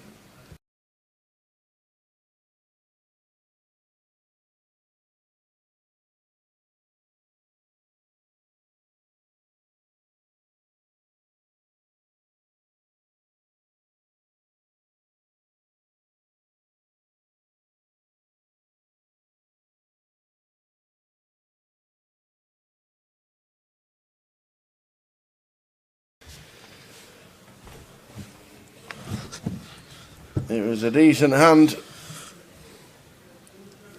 Phantom Fish asked me what would I have done. I'd probably fold, to be honest with you. I'm not going to lie. Like, there's better hands I think we can call with there. Actually, 7-8's not a bad call. It's actually probably not a bad bluff catcher. We got removal to 8-6. We got removal to some 2 pairs. I actually prefer a call there with 7-8 than I do with over pairs. Like, if we are actually going to call, 7-8's actually a really nice one to call with. Got a lot of removal from sets, 2 pairs, and the straights as well. So that's actually probably one of the nut bluff catcher hands. It didn't have a diamond in either, actually, as well. So now I think about it, with that particular combo of 7-8, it's probably one of the better calls we're ever going to have on that river, just from removal standpoint. 8-6 less likely, 2 pair and set less likely. And as well as that, we don't have a diamond in our hand either. So Stu can have more flush draws in that spot. So I don't know if Lawrence thought about it on like that, but regarding bluff catchers, that's probably one of the best bluff catchers we're going to have on that river, the old 7-8. But it's still hard to stick it in that spot. But I'll be honest, I know I could see the whole cards, but I'll probably let that one go. I just think maybe we're too far down our range there. Like, it's a really nice hand to call with, but just second pair in that spot for that amount of big blinds, it's hard to put it in. And I'll be honest with you guys, I probably don't call. Probably works versus me, but then I do overfold rivers too much in live tournaments because just not enough people bluff them. So that's just the way I've always seen it in a live field. I just overfold rivers because of that reason. But maybe against Stu I do call. I don't know. I need to be in the situation myself. But just looking at it there, I probably would have folded. But sometimes in the situation, it's different when you're actually sat at the table.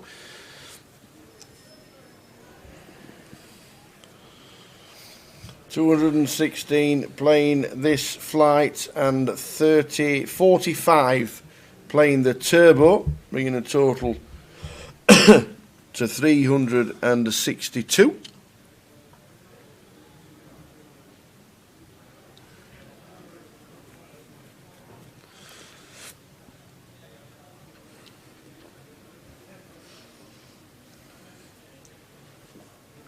Lovely turn for Darren.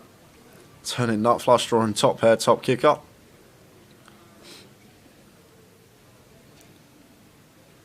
And Lawrence now faced with this double barrel here. Has to let the ace-3 go.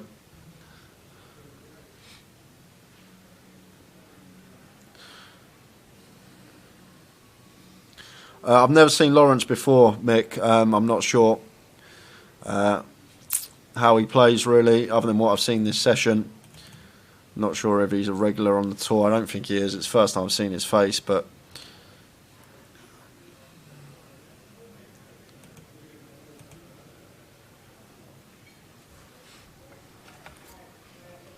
incoming. Mr. Chung again.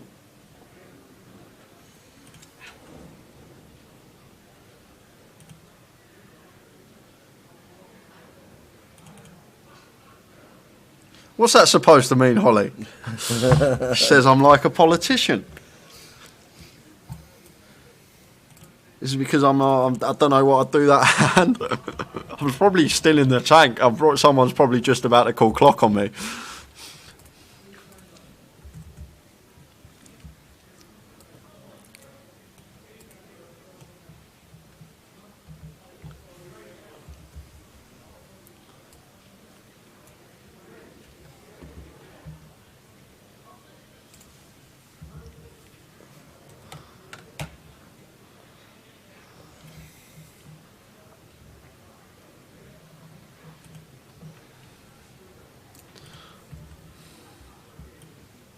Like if I'm playing, like people still talking about the hand in the chat across most platforms, but like in an online setting, I'm probably calling. I think with that particular hand, it's probably the best bluff catcher we're ever going to have in that spot, because he's never going to shove one pair there. Like if he's got ace nine there, Stu, he's not shoving that for value the way the hand's played, because we've still got the overpairs ourselves.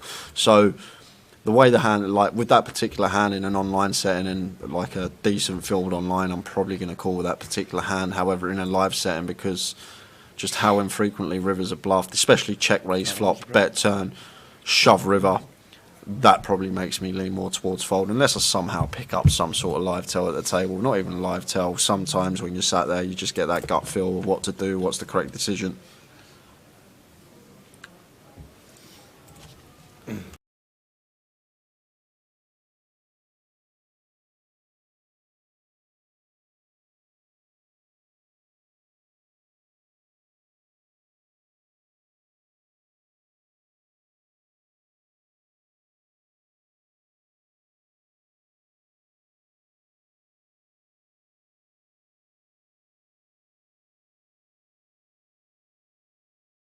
Deborah's in the building. Hey up, Debs.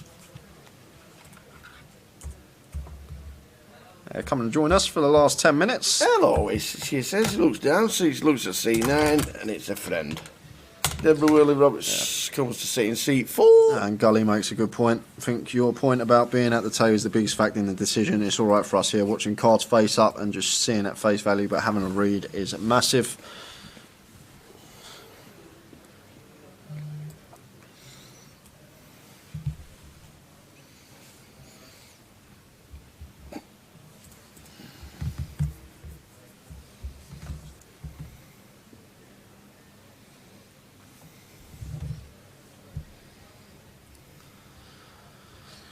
Ty comes to the table, and Darren just limps in with the queen three off, and Joe surely hasn't. No, then he hasn't got cards in front of him. Joe has folded the queen four off. It's Ty that's limped the 9-10 off. Sim with 8-6 of diamonds, limps in the button as well, and Lawrence here now going to bump it up with raise to 1.6, and this is too small a size in here from Lawrence Tower. It's just 2.5x after all this dead money in front of us. We want to choose a much larger size in here. 1.6 way too small. Just 2.5x after 3 limps out of position in the small blind. And now Lawrence just attacking that size, perhaps maybe thinking that he's never going to be weighted towards value here once he chooses that size. If he has got a value hand, he's going to want to bump it up, try and get it like heads up. So just maybe 3-bet value raise here with the ace jack. This is from Lawrence's perspective. Lawrence and Lawrence in the pot. Well, I've just seen Bousey walking past, and I don't think it's the break yet. So that could be a bit of bad news for John Bousfield. No, our player's standing up. Ah, everybody seems to be standing up, my old fruitcake. Is that it? Can't be it, can it? Well, it looks like it is it. This is the last hand before the break, guys. So we are back at... That was the session ending. We're back at 1:15. Check the camera on. Oh, yes. Here's our faces. That was a well quick session, Tal. That flew by, that one. And 10 of diamonds on the river, so the ace jack does get there. Not going to get any value. Yep, all the table standing up. Lawrence. Lawrence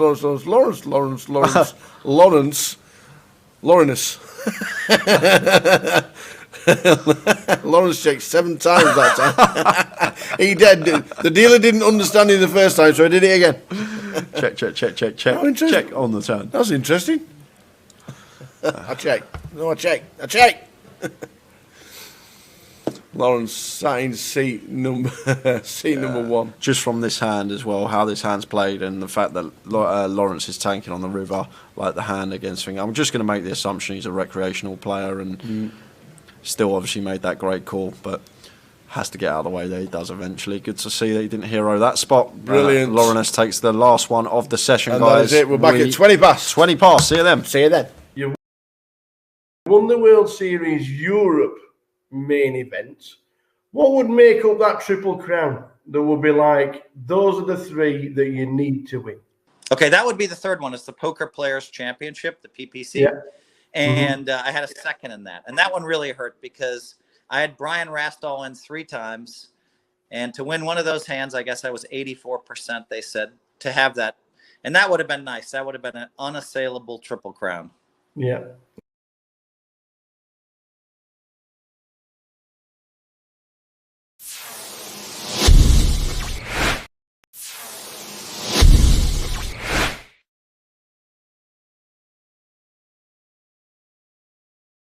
We have got 15 bracelets. Do you need to be stranded on a desert island for people to catch you? I mean, you've got Phil Ivey, who can win 2 or 3 bracelets in a year. You've got Daniel Negreanu, who's just like, how many final tables a year does he have? And he has so many seconds. Yeah. Like he and I were battling for, I think I have 12 seconds and he has 11 second places now or something. But he tied me for seconds for 1 minute there. And unfortunately, I had a second over in Europe that I really wanted to be a first. And he was at the final table with me. So there's some people that are just great. You know, who knows what the future holds for Dominic Nietzsche? Who knows what the future holds for Adrian Mateos? Who knows what the future holds for some of these guys that are there playing all these events? Now, a lot of the young guys don't play all the mixed games, but you know, I think, what do I have? I have 2 bracelets in Razz, and all the rest are in Hold'em anyway. If you're great at Hold'em, you can get there more often because there's more skill. Out of the 10, 11, 12 second place finishes, and I'm just gonna read. This tweet from yourself was just amazing. Hitting my number 1 live goal at 24 was amazing. By the time I was 28, I had 5 WSOP wins and a new life goal was to become the greatest poker player of all time. You figured you needed to win 24 bracelets as recognized as the greatest of all time. If all those second places would have been wins, would have got there. But why did you say 24? 24 is a number that kind of like, I don't always have a perfect understanding of, you know, I'd almost say mystical things. You know what I mean? I know that our minds are very powerful, and some of that is kind of untapped and unknown. And, you know, my book Positivity talks about, you know, how I've kind of, you know, harnessed some of that potential, and how other people can harness that potential. And so for me, 24 was a number that I came up with at a young age. And I just thought, you know what, I can win 24 bracelets. And I came up with it in 1993, 94. I figured 24 would make me unassailable to the whole world. You know, I remember in 2005 when I passed Johnny Chan and I passed Doyle Brunson, and they both came up and congratulated me. And that was classy, right? We all shook hands. They were all like, great job, Phil. I mean, there was a big, you know, when they awarded me that bracelet in front of the whole room, that night right after I won it, there was Chan and Brunson. Brilliant. And at that point, we were crazy. Johnny, and I think it was 05, but you know, Johnny Chan and Doyle Brunson and I maybe it was 07 I passed them, but I mean, there were years where they'd win, Doyle would win 2, Chan would win 2, and I'd win 1 bracelet. I think that was 03. And there, I mean, so we were just winning them in bunches, even in the modern era. And so that battle was great. And so, yeah, you're never safe. There are people that can catch me. but now I have the records, and and I just have to keep racing it. Any of those second places you would have thought, you know what, I really wanted that one? Yeah, I remember there was a second place where a guy was very, very lucky against me repeatedly, and then and I still had a chance to take him out. I think I had pocket fives and he had ace king, and I limped in with the fives. We were playing three-handed. The other guy had a peanut of a stack, and he raised, called, and it came 10 jack 7. And he bet and I raised with the fives, and he just called, and I knew he had ace king. And the turn, I bet, he raised, and I re-raised him, or at least I called him with the intent of calling on the river. And for some reason, I bailed on the river. All I had to do was call 500,000 on the river. I'm going to bust him. The other guy has the tiniest stack ever, Eugene Todd, and so that one really hurt. Because I also had the guy all in. I think he had king 10 suited when I had ace queen. I had him all in. We had a flip one time, and so that one hurt. I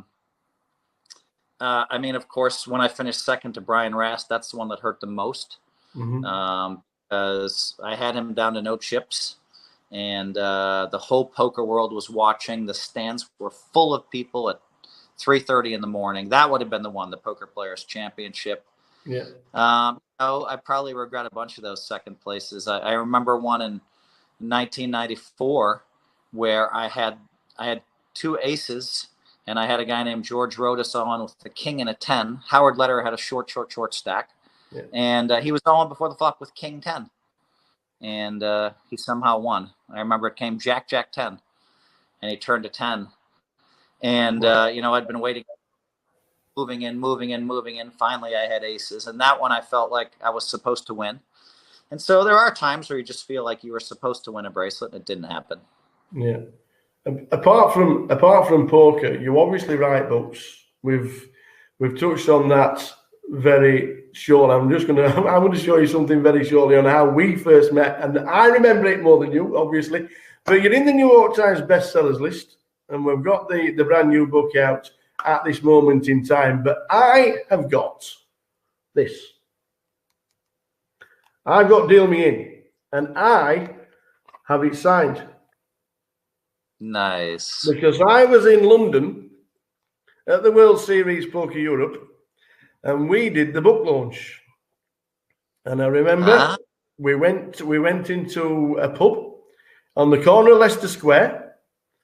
Myself and Paul, who still works with us, and we got the book, and this was a new release when it came out, and we signed it off, and I thought, do you know what, Phil Elmuth has just signed a book for me, and it's still pristine, by the way. It is pristine. It's got all the stories. My favorite story is the Devilfish story.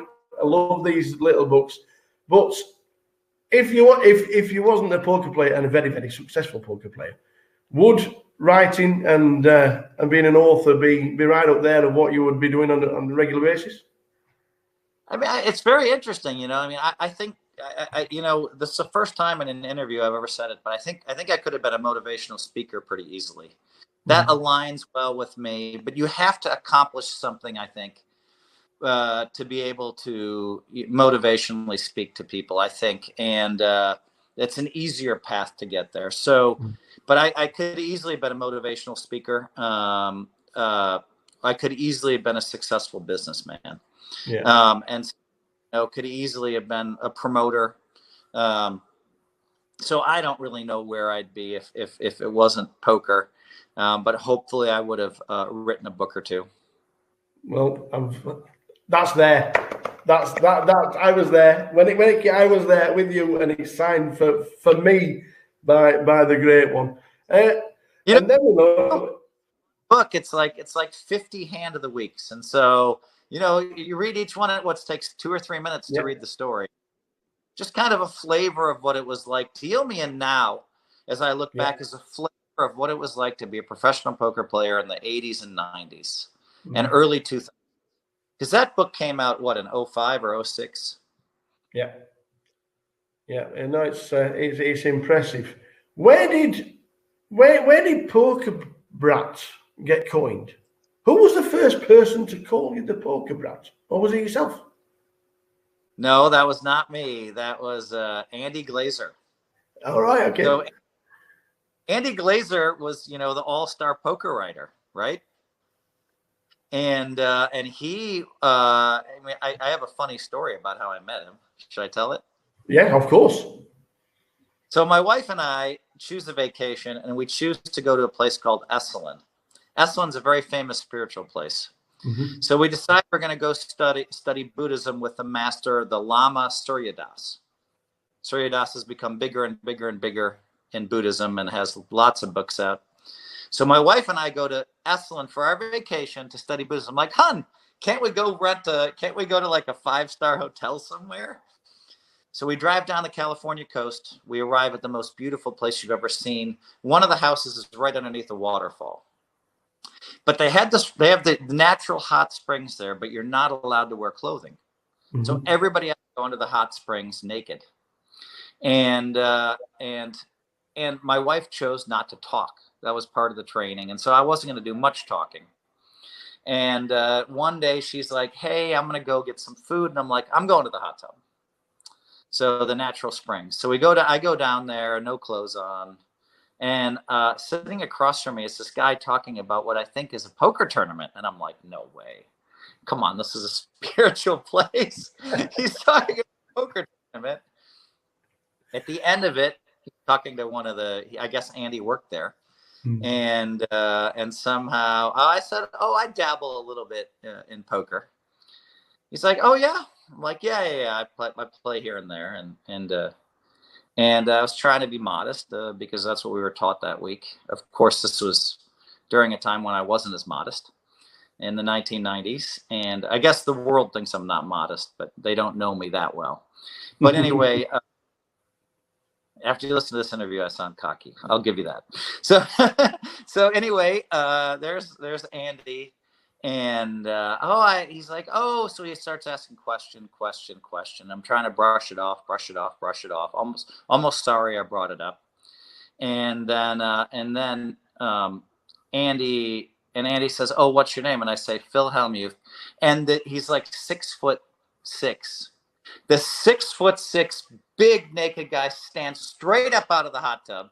And he says to his friend, that's like Michael Jordan saying that he dabbles in basketball, you know, and like over and shakes my hand, you know, walks over to shake my hand, this big naked guy, and I shake his hand. And we were connected after that. And he was a writer. And so he wanted to write my autobiography. And when I finally started writing the autobiography,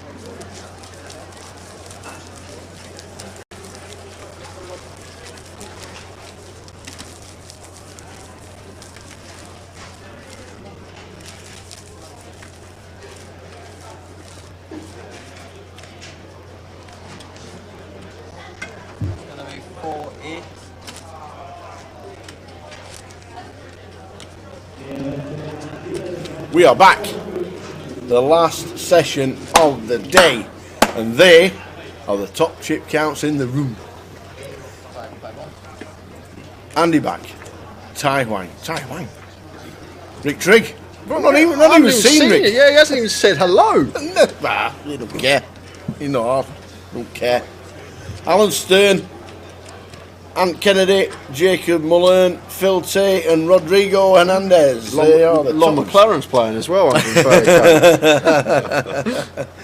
So we're here now. We've got a feature table. Really nice one as well for the final session for you guys. We'll and there is plenty of chips on there. In 1, Phil Tate.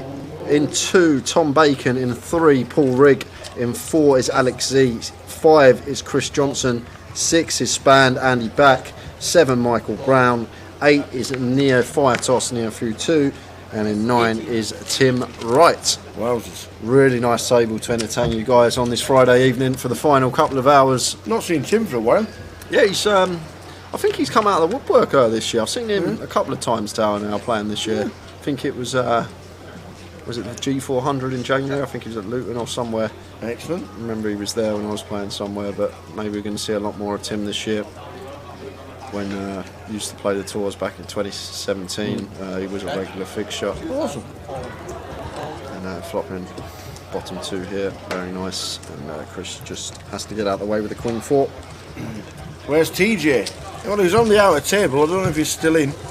I didn't check the field as we were walking out.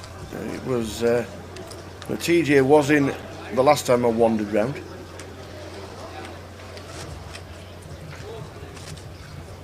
Riggy's a great player. Got himself a package last year.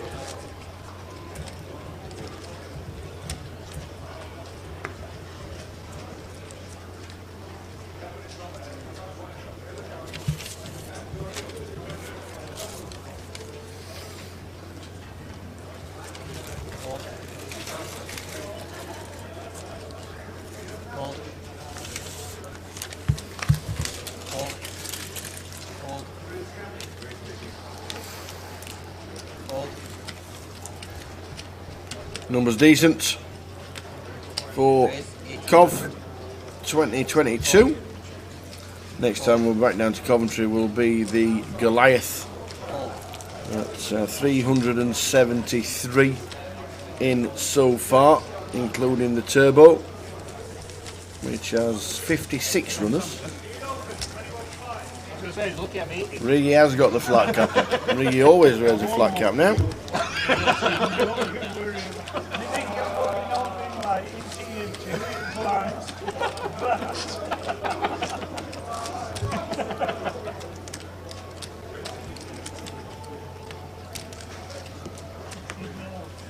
That's the biggest bluff you've made all day.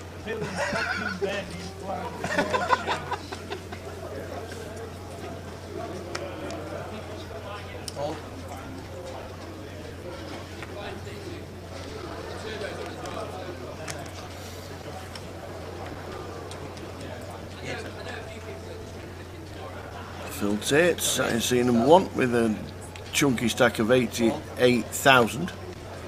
There's a 2K. Alex not going to be going anywhere here at the King 10 of Hearts Tower. Going to be continuing in one form or another. Just chooses to call this time. Prefer just flattening the suit, a variety of King 10. Maybe start incorporating some free bets with the offsuit. I'm happy to pill here in the cut-off, and Michael got a lovely one to defend with Queen 9 of Spades. Flop time. 3-way action. King, Jack 9, all diamonds.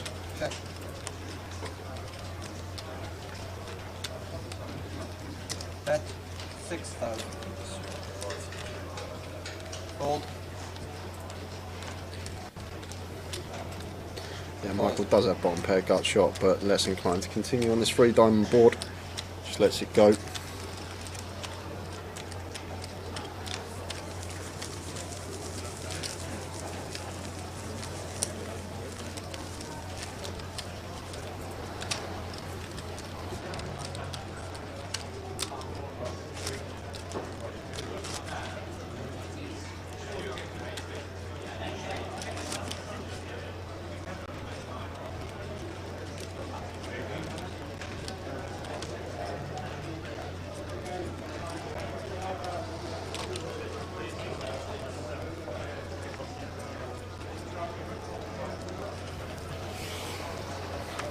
As you can see there, the bottom clock, 54 minutes and 50 seconds. That's our clock.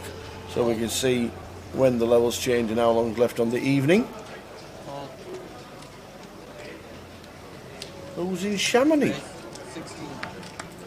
Ricky Kebabs is on his jollies. What are you doing, Ricky? Chamonix Tower. Chamonix, that's France, isn't it? Oh, France. Is that the ski resort? I've never been skiing, never put a ski on in my life, so I wouldn't know. No. Paul opening 10-7 of clubs in the low jack raises to 1.6. Called in 2 spots, Michael flatting the 9s, and Big Blind coming along as well. Ace, Queen 9, 2 spade board. So the 9s of Michael well out in front here. Case 9 rolling off. Riggy happy to continue this one, as he should be. It's ace high. We've got some nice back doors with the 10-7 of clubs here.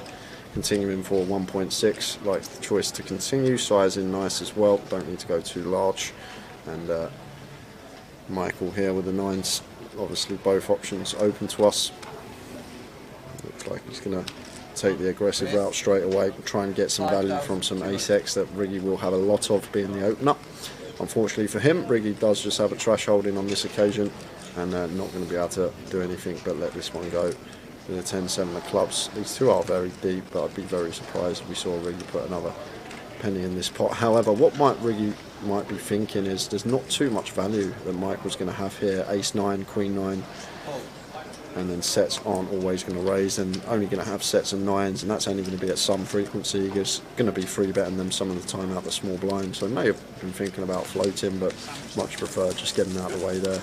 Understand what he's thinking in terms of range. We've got the better hands, but just lets it go. 217 in this flight, Gary. 217, and in the turbo there was 57, bringing a total of 376 so far.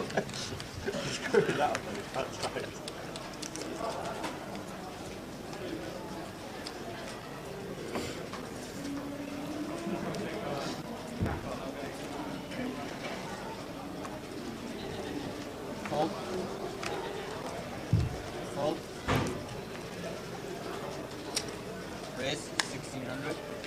Fold. Fold. Fold. Fold. Fold. Fold.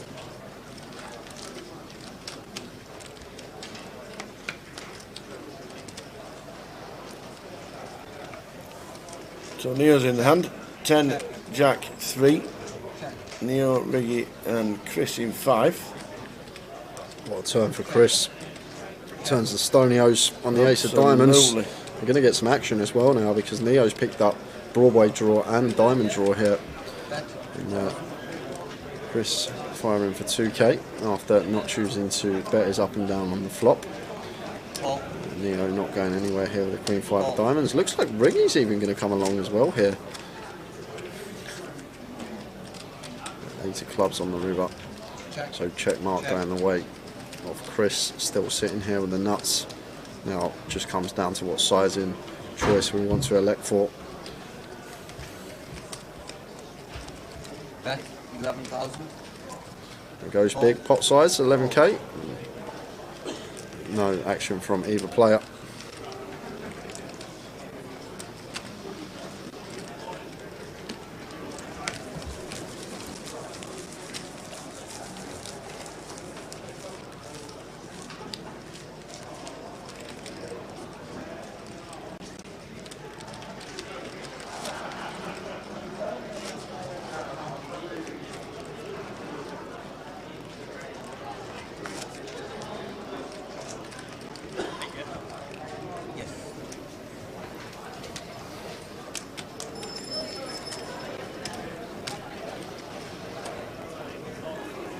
Live stream finishing around about 12:30 tonight, just before.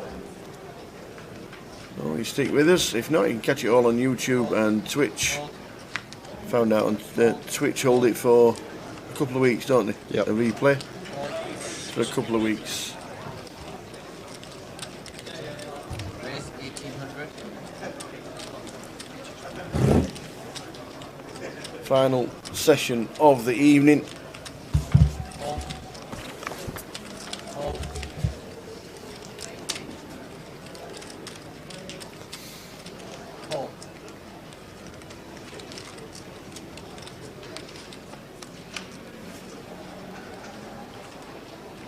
Phil Tate sees a flop with the 9s of 7-7 deuce. Check. Do we see bet? At the back no flush draw, Michael in 7.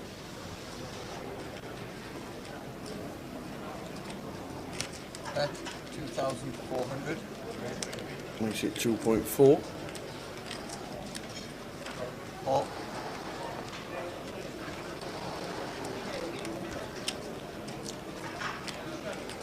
Well, the club's interesting on the turn. Might want to see a free river here.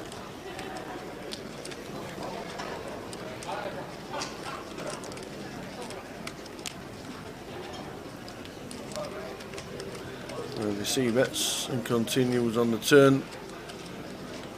They might take it down there and then. 6,600. It's 6.6. Just under half pot. And Phil does call with the 9s. Nice call, sir.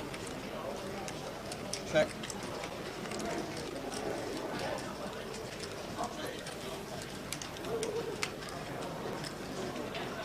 Check called the floppy, check called the turn.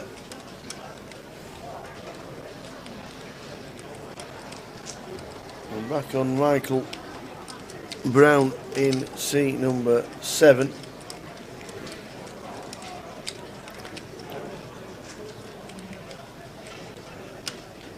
Bet 22,000. And the better 22 and the 9s get out of the way. Well played, Mr. Michael Brown. The pressure. Bets the flop, bets the turn, bets the river.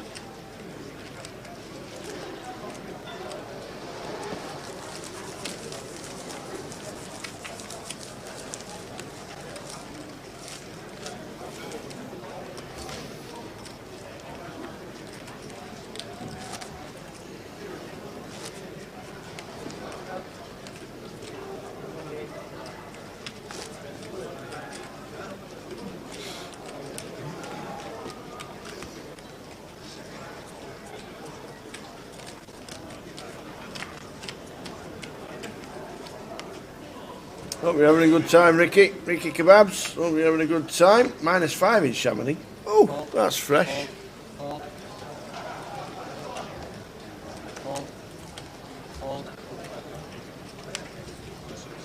Raise 1,600.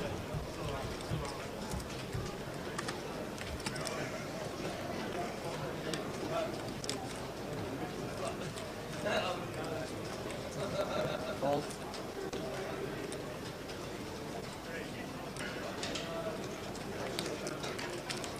Hold.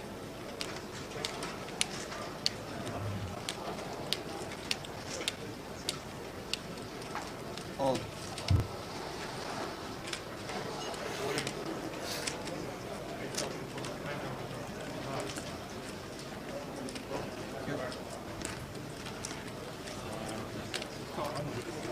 King 5 for Phil. Calls again in the small blind. The Neo initially raised to 1.6.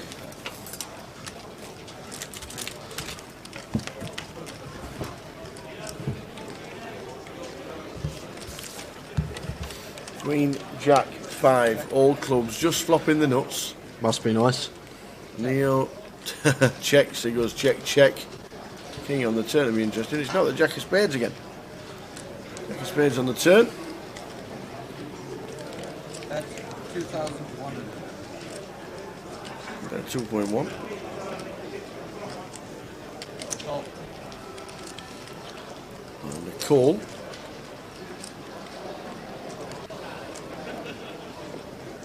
That'll slow down the action for Phil in seat number 1. Yeah, spot on tower and Neo now. Comfortably value bet this spot. 5,500. 55. And another fold from Phil.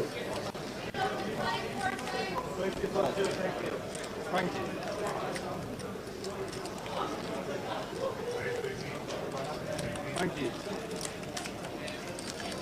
Thank you. Okay. Any chance for a wait? Thank you.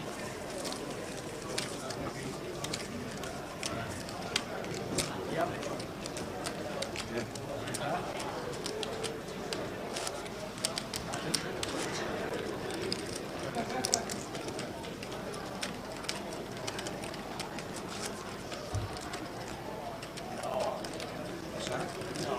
No. Again? I had more than one cup. Did you really?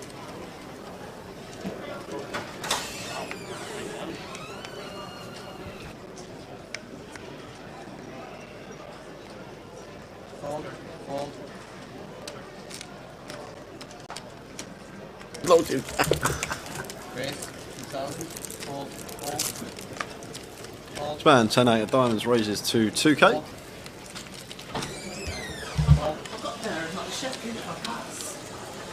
Thank you.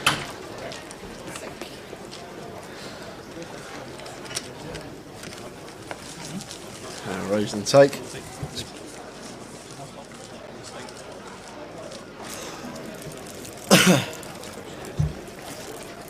Final session of the evening. Day 2 buy-ins tomorrow before 11:45.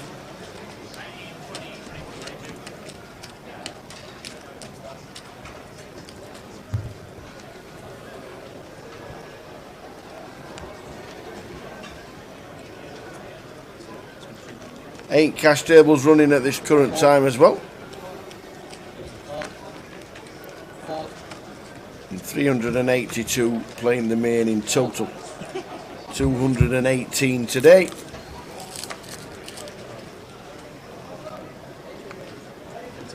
Raise 1800.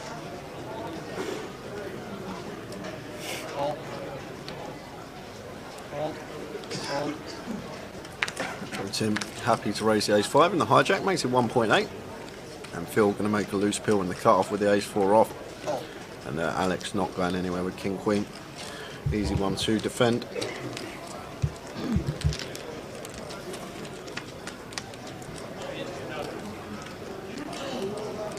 Nine deuce deuce.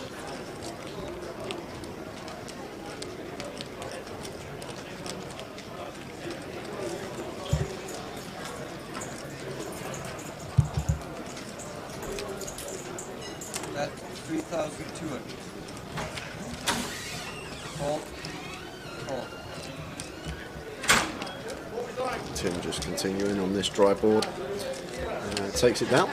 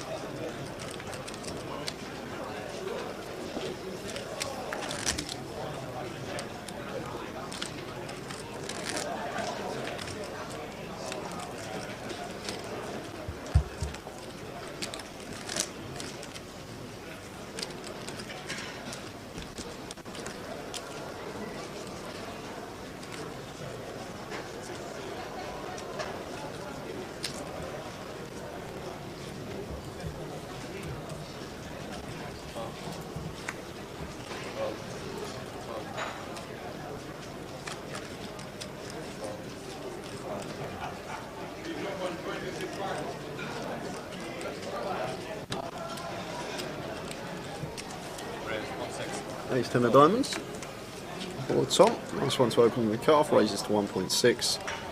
And actually going to be on Chris in the big blind, who just lets it go, not going to defend. The queen 4 off, thinks better of it, as he should.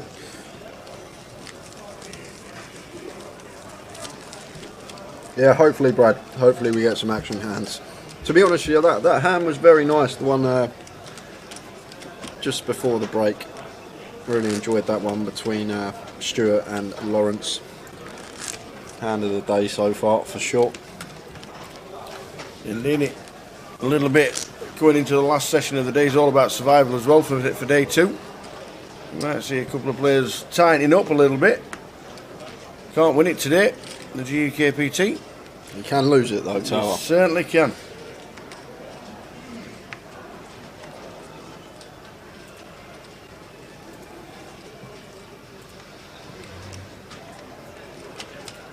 Minutes into the level. The line's at 4-8.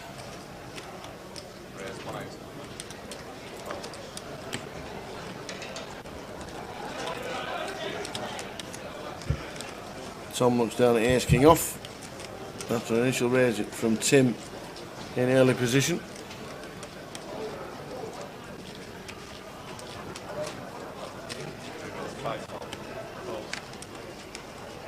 Tom 3x3 back with the ace king. Nice sizing choice. I'm actually going to be back on Tim here under the gun +2 versus hijack. It's a suited wheel ace, obviously going to have at least decent equity as long as we're not up against aces. Pre-flop, but out of position, may just let this one go tower.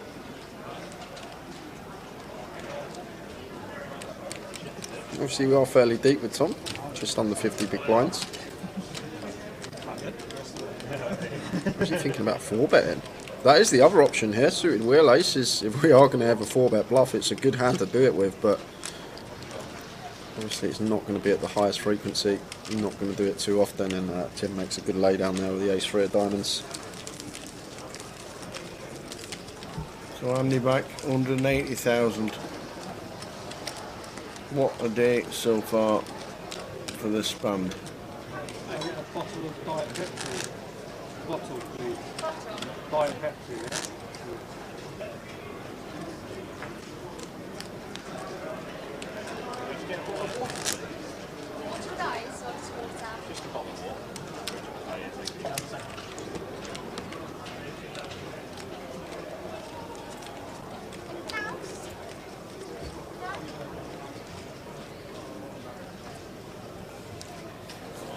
Let's have a look at how many we got in so far, guys. Let's have a little look. So total entries across all 3 flights so far, we are up to 382 tower. 382. 382. So 400 looks very likely now, especially with the day 2 buy-ins. It does indeed. Alex King Queen suited, nice one to open here, and Chris probably going to rebet this one tower. King Jack off here versus cut and open. Can include this in a free bet. That's exactly what Chris does, makes it 6.2, takes the initiative himself, although sizing's fairly large, close to 4x here, just south of.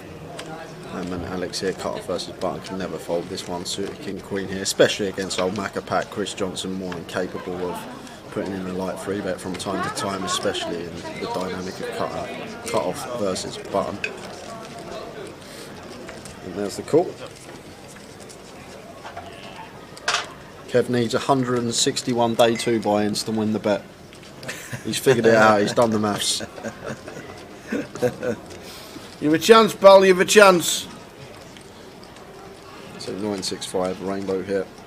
Obviously a board that should be better for Alex. He's going to have we will have some 7-8 suited as well, Chris, that incorporates a free bet in, but 5s and 6s are going to be more favourable for Alex, and 9s probably pretty similar with how often each player can have those. So Chris just choosing to continue here for 5.5, just a little bit more than third, giving Alex 4-1 on the call here with 2 overs and some potential backdoors, but out of position with his stack size. Doesn't continue. Nice play there from Chris, gets the better hand to fold.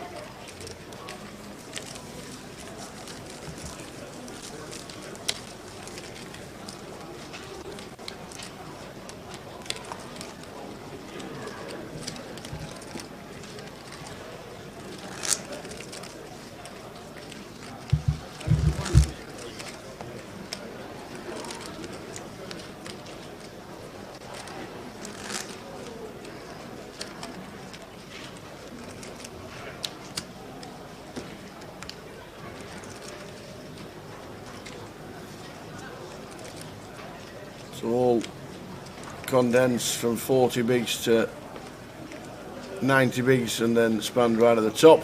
Yeah. 40 bigs as a short stack's pretty decent. Span could double up second in chips and still be second in chips, so that's how much of a chip lead Span's got over this table here. And I wonder when it gets to the back end of the day, assuming Span preserves his stack tower, whether he is going to start using it. Players obviously wanting to bag up, knowing there's not another flight. Span could really chip up, say, last 20 minutes or so of the day. Be interesting when we get there in about an hour and 45 minutes time. Riggy just flattened the 4s after Tom opens the 8-7 of hearts under the gun +2, and Chris here with the pocket 10s. Both options available to us. He won't be flatting. And we know Chris, aggressive, always one to take this route a lot of time. Wow, Span had a pair as well. 5s into the muck for Span. And action back on Tom here with the A7 of hearts.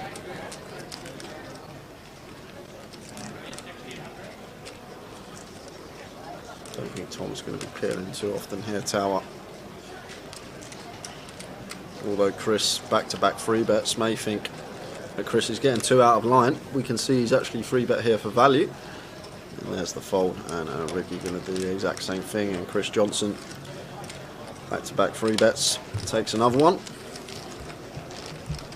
This time free betting for value. How are we doing, Ann? On Twitch. Good evening, Ann. I'm Frax. Good evening, hope you're well. Well, we've had a good Friday evening. We're here till about 12:20, 12:25. So just under 2 hours for us.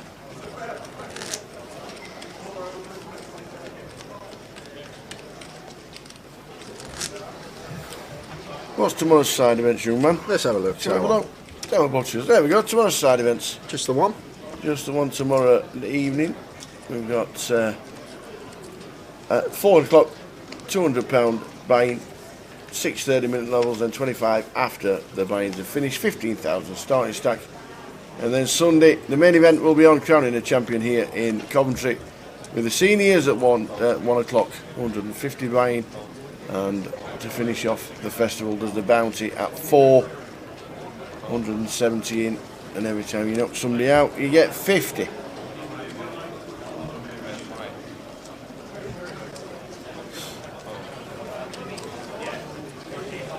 Chris, Jack 9 off, raises to 1.8. And how active Chris has been, like this is a hand I'm going to start free betting more often than flatting now, and Michael does exactly that. This is a tough table, Tower. We haven't seen a pot yet that hasn't been free bet. It's going to be a really tough table as well. Obviously, them 4 players sitting in a line there. You've got Alex here, you've got Chris, you've got Span, and then Michael here. A line of 4 players that are real capable of being aggro in spots, and Tim now with King Queen of clubs in the big blind. Oh, it pains us to fold this one in the big. I might just have to get out of the way here as Tim. Pretty close. Obviously it depends how often you think Chris is ever going to be 4 betting as well behind us. We're not closing the action. Chris just gets out the way. Much prefer this from Tim Wright. This is lovely, Tower. Really, really nice. I like the sizing choice out of position. I like the opponents that we've targeted, and obviously we'll know that Michael knows that Chris is capable of opening a whole host in the hijack, so Michael can free bet light, and then we've chosen a really nice hand to actually come in for the 4 bet bluff with. King Queen suited, great playability, great removal effect, and great play there from Tim Wright. And if this table continues like this, oh look, we've got Riggy on it as well, Tom Bacon. There's plenty of names on here actually. It's might not even see any single race pot. 3 bet or 4 bet has been every hand so far.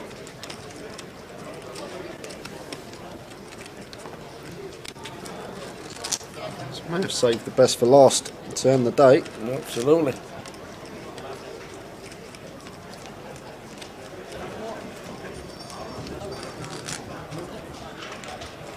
Plenty going on online as well. The 1.5 million bounty series is flying at this moment in time. Plenty playing online as well today.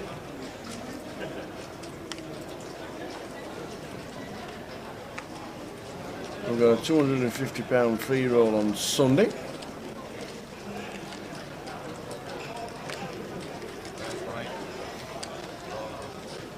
And a token to the closer on Monday for the winner. Well, that's me. So you play for second. Pretty confident this week. Cover piece, Tower. Car by 10% in the free roll. 10% to 0. Absolutely. Yeah, You're in. Our 10 ball, please. You're in. If we win the free roll, you can have 10 in the closer. How's that? You're in.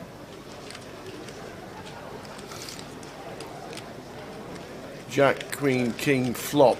Something for everybody. Yeah, broadway draw for Chris. Bottom pair, dummy and gut shot for Philip. And Michael here, lovely flop for him. Flopping top pair up and down. Chris happy to continue here. Still going to have some strong hands. Ace, King, King, Queen. All the 2 pair combos are in our range, as well as Ace 10 and 10 9. Only going to have the 10-9 suited though, only the 4 combos of that. Michael here just got a clear call with the King 10.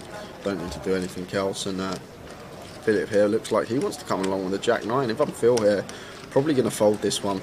Got bad reverse implied odds the time that a 10 rolls off against Ace-X, and after it goes bet call, like, it's going to be very hard for us to ever be winning here with our Jack 9, and we've turned 2 pair here, but we're now drawing to a boat because Michael turning the King high straight on this 9 of clubs turn. But we're going to be happy to just start betting this now. Definitely some 2 pair we can get some value from, as well as some sets potentially that can be in Chris's range. Don't expect Philip in the big blind to ever have sets here, as 9s would have folded flop and Kings, Queens and Jacks are likely to squeeze pre-flop. It just goes bet and 2 quick folds.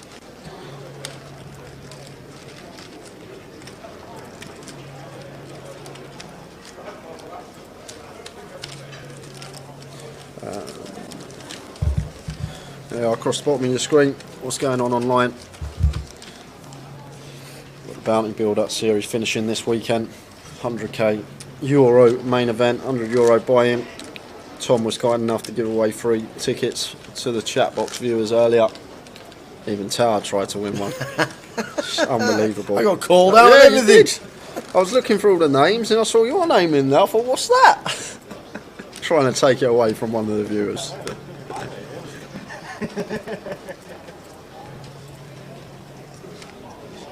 And then on Monday, as always, after a GUKPT, we have the closer, £110 buy and 25k guarantee. Very nice comp, that one. Satellites running from that every night.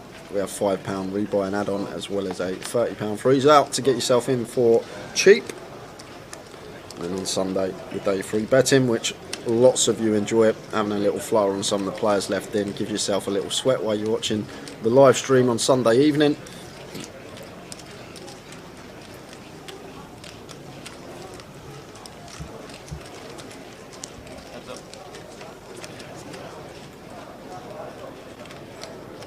Ace King Queen, 2 heart board, so complete whiff for both players here in this blind on blind situation.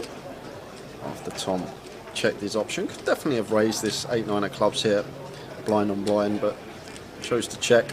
And now I'm going to try and take the initiative here on the ace high board, and it's just going to be a quick fold here from Philip.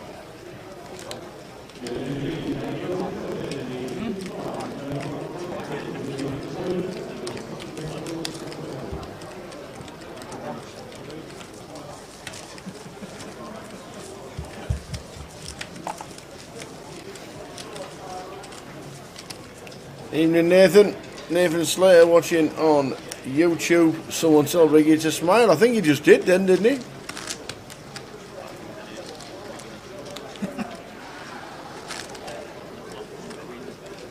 Hope you're well, pal.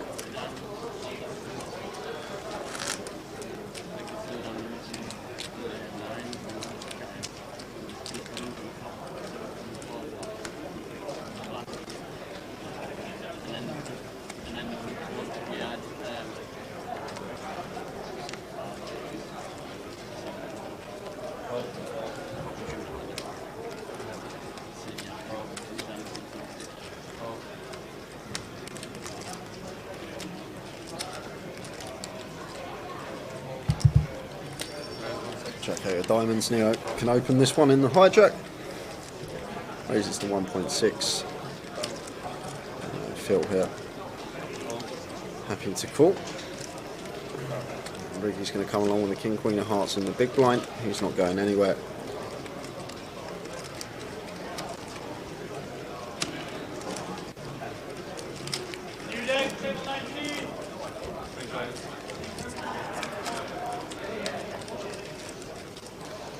Queen 4 is a flop. Yeah, Riggy smashes the life out of this one.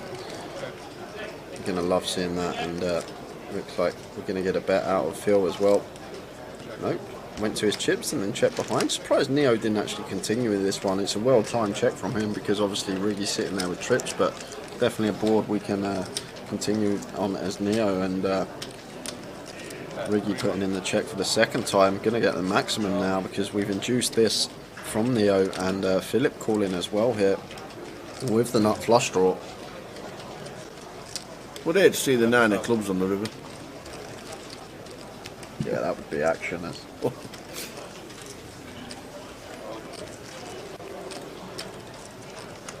So Riggy makes it 11k. Giving Philip 3-1 on the call, but not calling with the nut flush draw, just letting it go. Giving Riggy credit for a hand.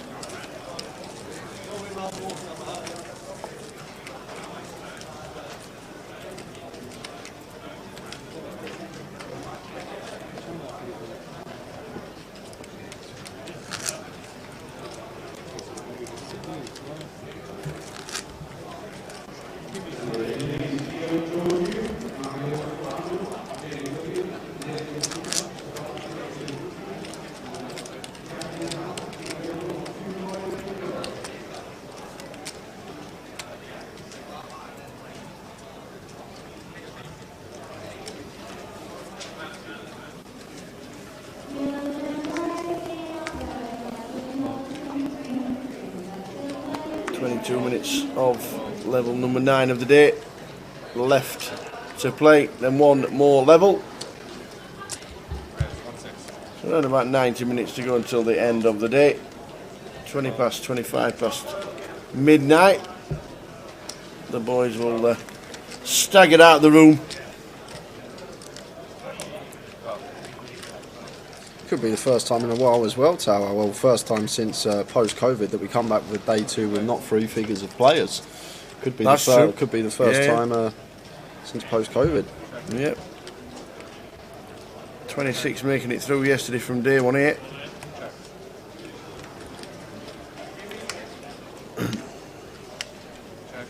No, it's never happening. Never happening? No. Oh, with the turbo flight, obviously, as well. Never actually, happening. There's 72 still left in this leg. There's 38 in the turbo. All right. I got it wrong. Yeah, you did. You did. Yeah, you did. I think we'll be closer to 100 than 200. Yeah.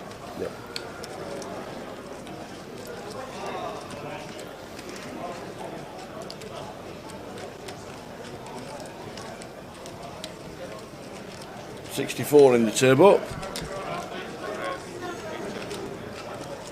8 cash tables running. Bad beat jackpots back to 100,000. If you're playing a hand everywhere or anywhere in the country and you're registered and it goes, you'll get a little piece of it. Obviously, the later it goes, the better off you'll be. Cheers, Sticky. Glad you're enjoying the coverage. Cheers, Sticky.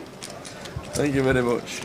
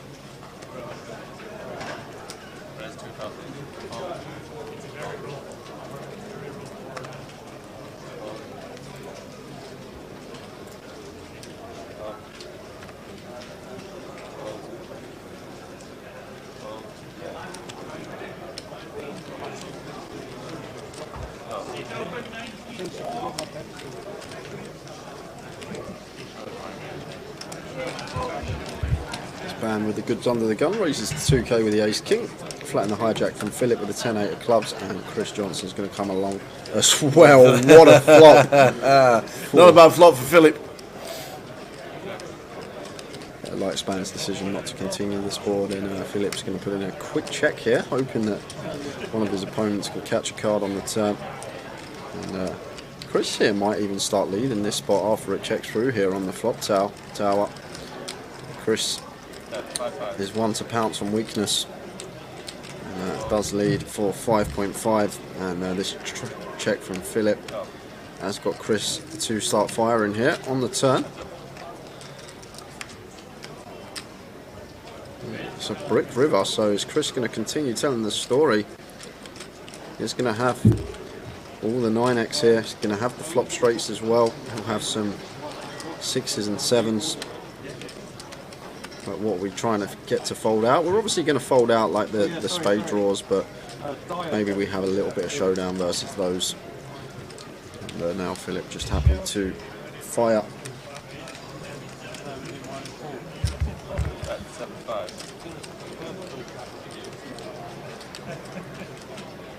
Wow, King High Hero from Chris Johnson. Not correctly. Guess he thinks Ace High is going to take the showdown, so we've got the nut high hand, assuming that Ace High is never going to bluff there. And probably thinks that 9x is going to bet flop, and 7x isn't going to go for value that thin once we bet on the turn.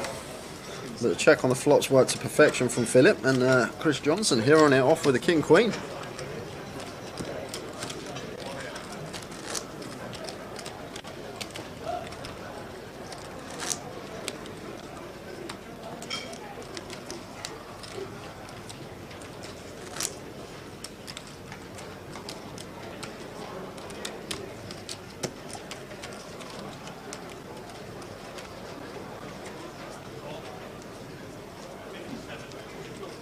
I don't think any of us saw that coming, Gully. Very surprised to see Chris flicking the call there.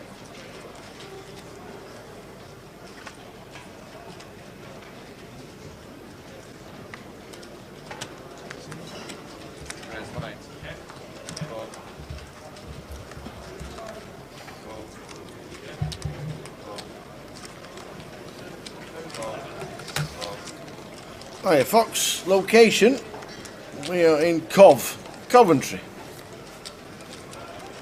junction 3 of the M6, Middle England.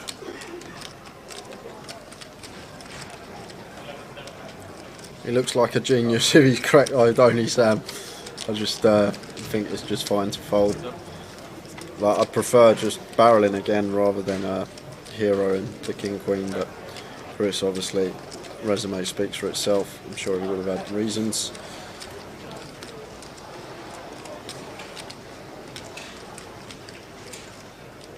Right, we're just going to continue this board, and this is the board we're going to have plenty of bets on. Just a quick fold from Span, can't do much but get out of the way.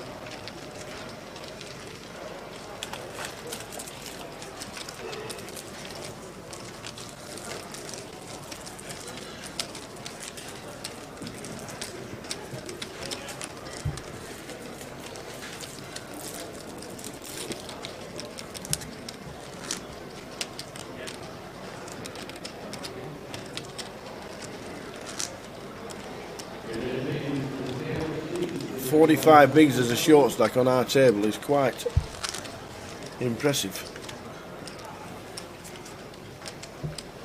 Makes you wonder where all the chips have come from.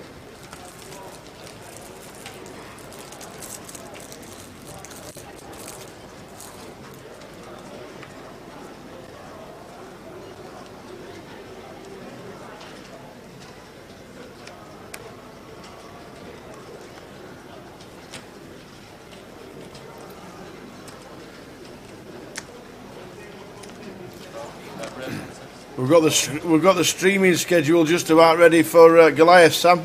Just need to know when you're available. I'll pay you in kind and donuts, apples and bananas. I'll pay you in cold hard cash, Sam.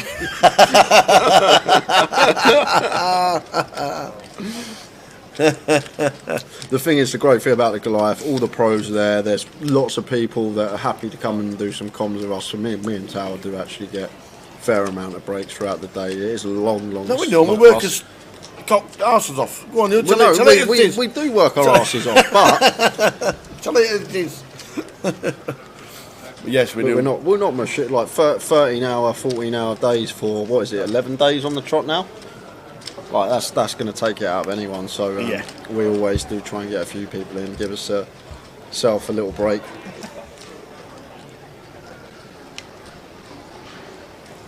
Who's your dark horse at this table, says Disney on Twitch.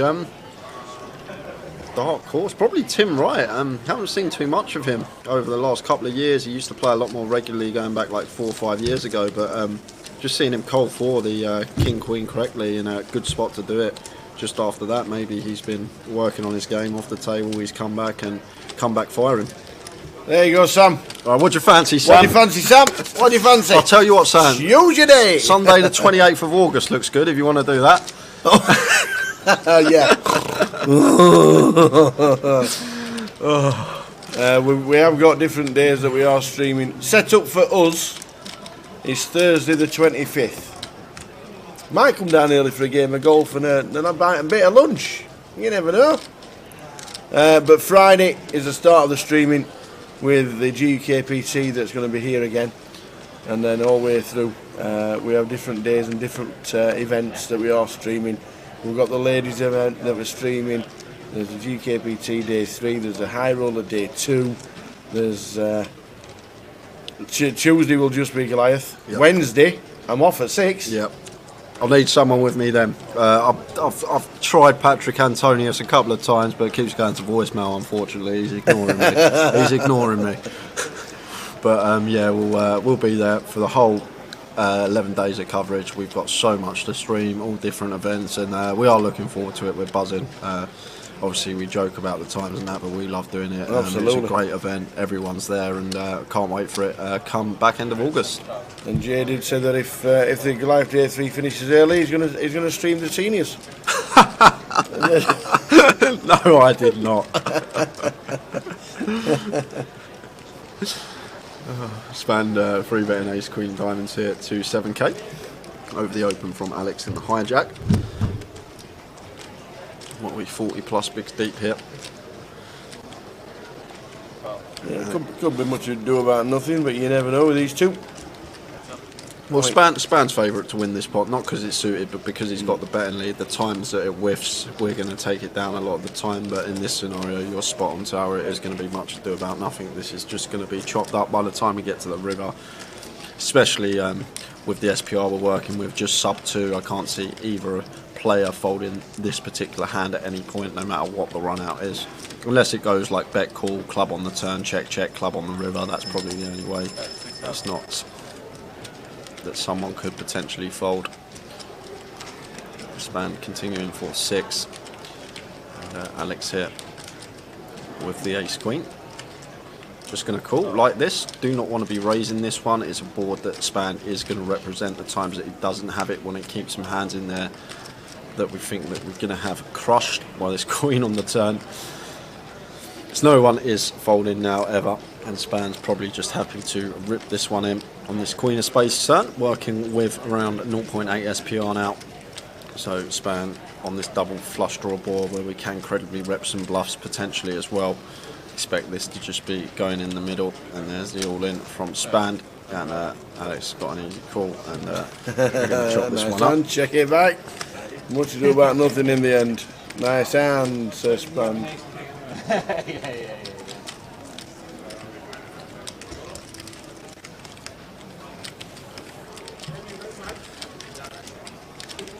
Sam says can't offer Patrick's level of assistance, but can schedule in 6 PM on Wednesday for sure. Well, I've found my substitute, Tower. There we are. There you go.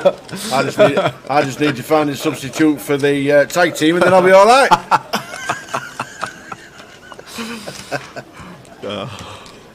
We'll do well in the tag team. I think it works well. It's a good little partnership. Contrasting styles, me and you, so it's good.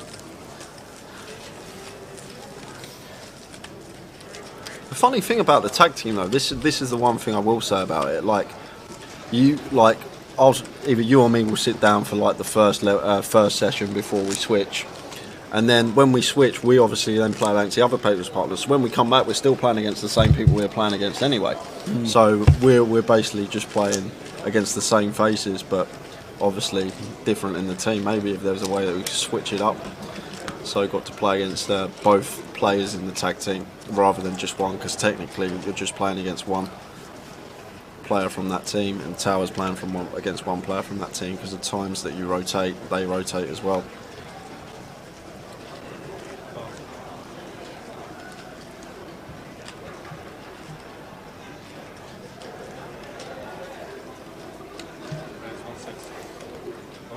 I don't really know too much about the Red Tooth events, to be fair. I know they're in conjunction with Grosvenor. They do a lot online with them as well. I know they're open events. I think there's only one closed event from Red Tooth at Goliath, so everybody can get involved with the Red Tooth events that are at Goliath. Apart from, I think, is it like a national championships or something like that you can't actually get involved with?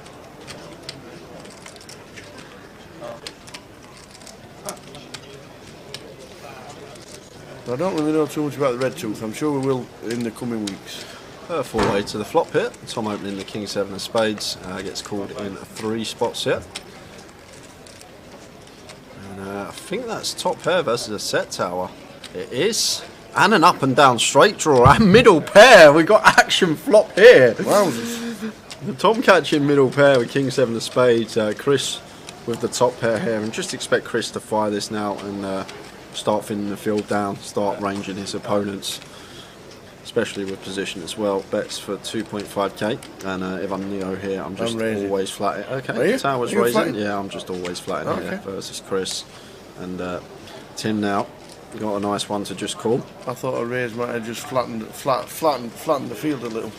I don't mind players coming in behind Tower when we got a set on this board. There's not really too much we're worried about. The only real draws are going to be like 8-9 and 8-6, and the only player that should really have them, unless it's 8-9 suited, is Tom. And Tom's going to continue 8-9 suited fair frequency, so only real worry like with the drawing hands is going to be Tim out the big blind, who will have the 8-6, the 8-9, and the 6-4 as well is going to be in there.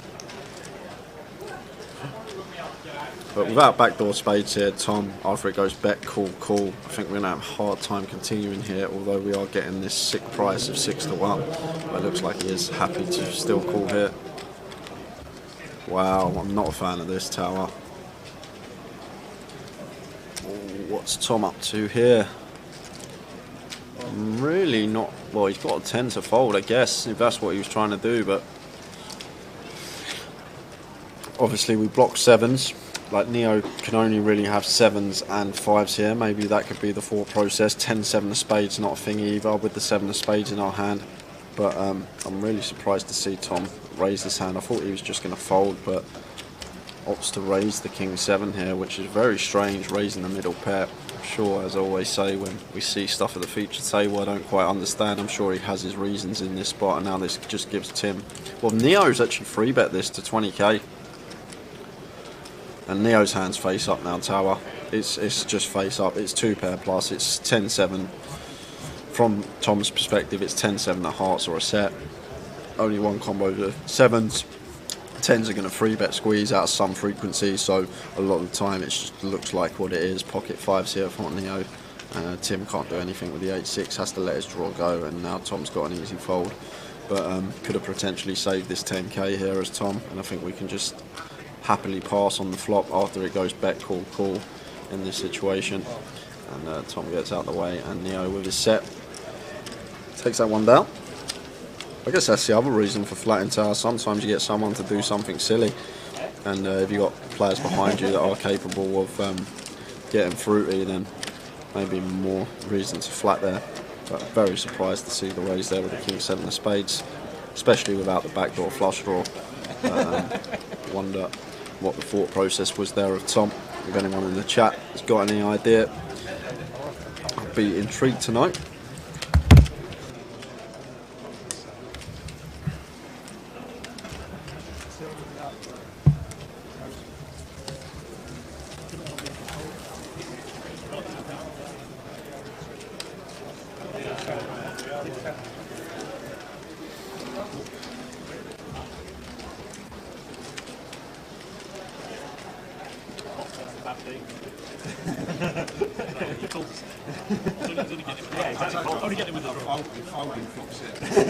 Heading towards the last level of the day. 8 cash tables running here in Coventry. And 70 left out of the main event of 219. The turbo had 71. And the price will, at the moment, of £353,000. Gary McGaffney, I don't think Tom's drinking. It looks like he's got water next to him. Yeah, I don't think anybody's having a drink on the table, I think. You said you think Tom's drunk, that's why he's raised there. But no, I think Tom's definitely on the water, mate. I think it might have just been a moment of madness, or maybe some. I don't know why he's raised. I'm not even going to try and guess, but I guess Tom has to have reasons for raising there. But obviously, he knows the table better than I do, how it's been planned today, and the dynamics that have been occurring, people's propensities. So, guessing there was some deep thought process in it.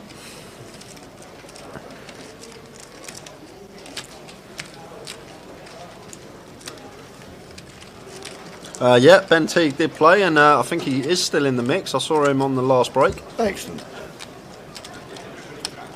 Obviously, at the end of the day, we will get chip counts as always, but that's not going to be for at least another hour and 15 minutes. Still got a while left for the last session.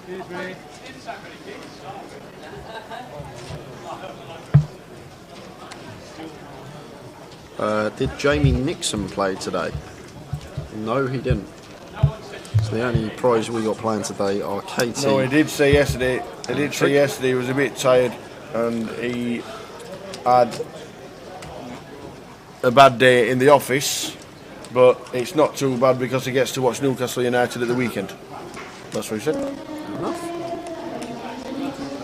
Chris raising the 8. Where's Andy Hills actually? I was just about to say Trig and Kate. What is Andy up to? I've seen Andy probably once in the last over a year. Don't know if you're watching, Andy. The invisible pro. You. The invisible pro. We need him here. We miss you. We need them long locks here in the comms booth with us. We do.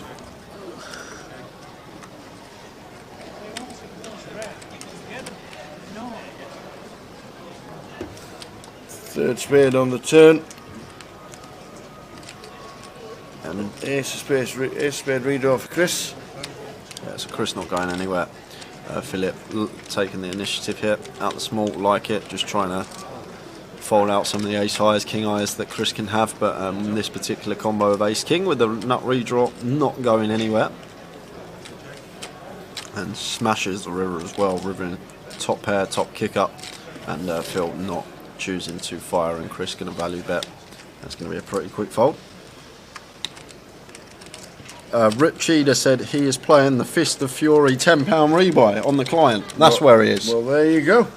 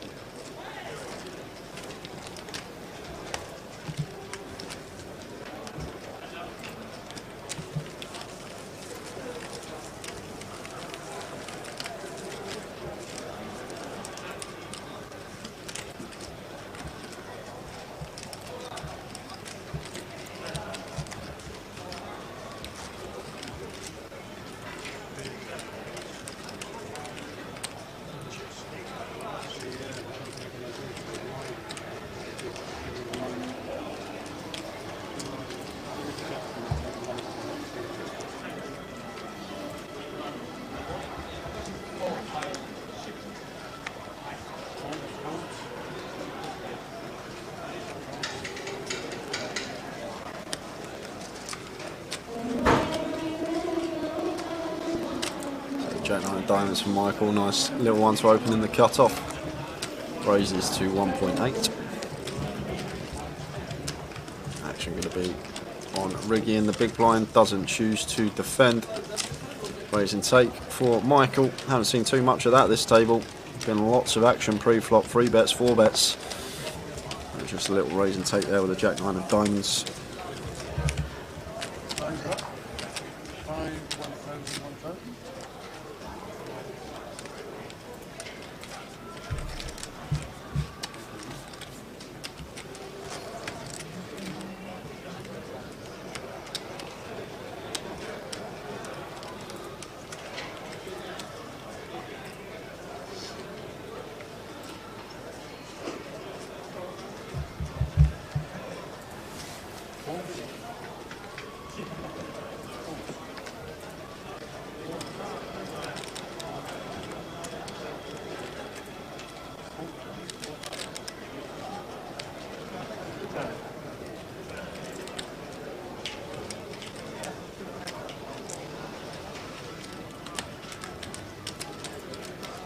Phil here, just limping the cut off with the ace-4 off. Much prefer to see an open here, but happy to limp, and that's going to bring Tom in with the 6s.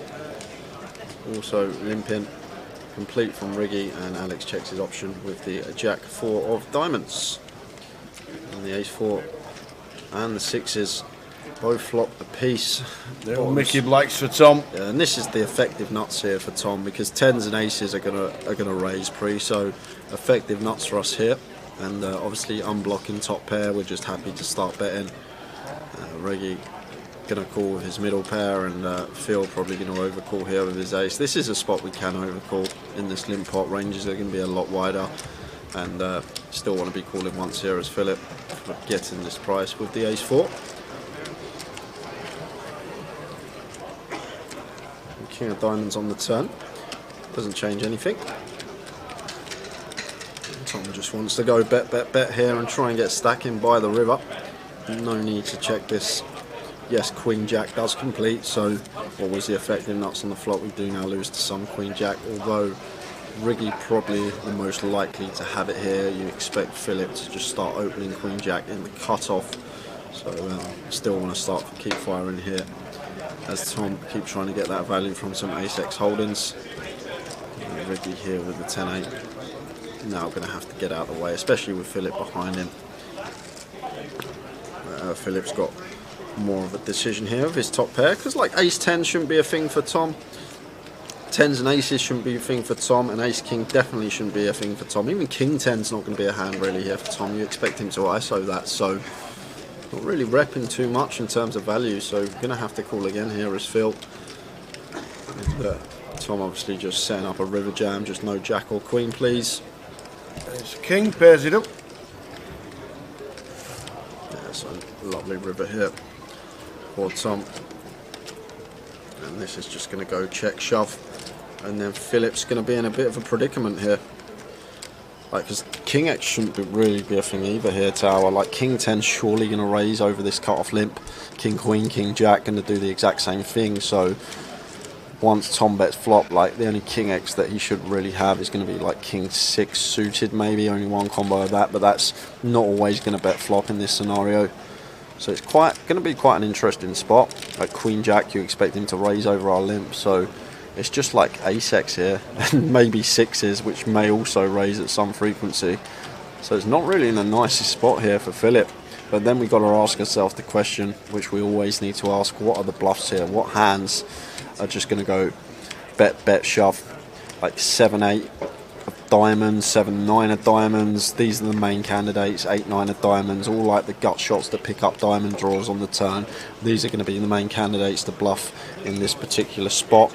Is he ever going to go as thin as, let's say, a hand like ace-9 here? Probably not for this size.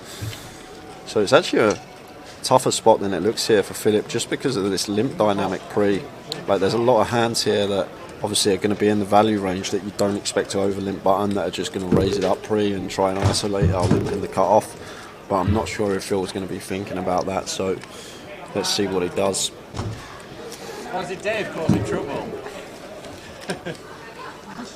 And makes a good lay down. And Tom doesn't get the full double, but does win a nice one. Nice one. Nice pot for Tom Bacon. He gets up to 41,000. So Andy unfortunately had to cancel his trip to Coventry. He's now playing the $10 rebuy, or €10 rebuy, or £10 rebuy on Grosvenor. Good luck to him.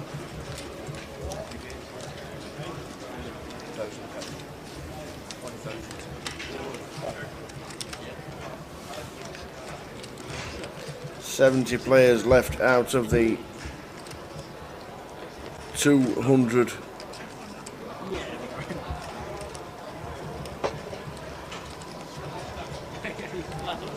19 that have played today.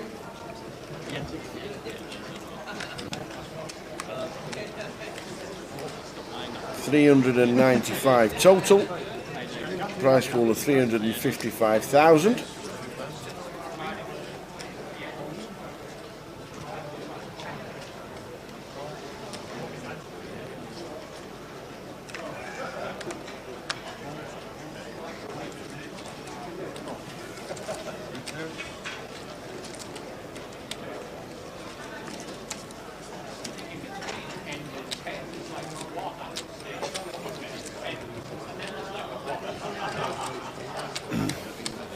C4, good evening.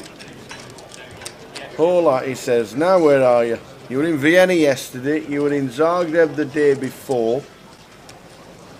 Are you in Prague today?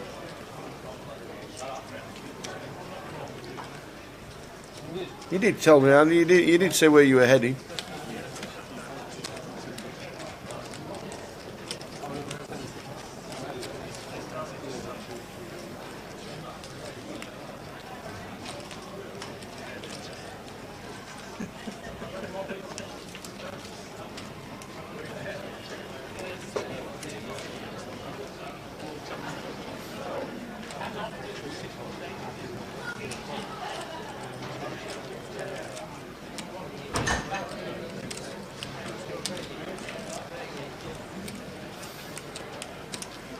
Chris bets 10,000 as the river hits. Not going to be called by Phil in seat number 1. Phil will flick them in the muck. Oh, you're in the Czech Republic, but you're not in Prague until tomorrow morning. Very nice. Very nice. Is it fresh? Is it like minus?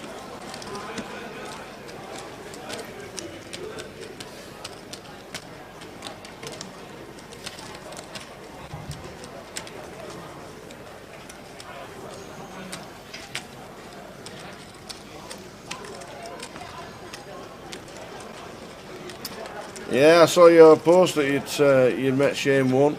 Yeah, it was posted on this afternoon, wasn't it, when it happened? Very sad news indeed.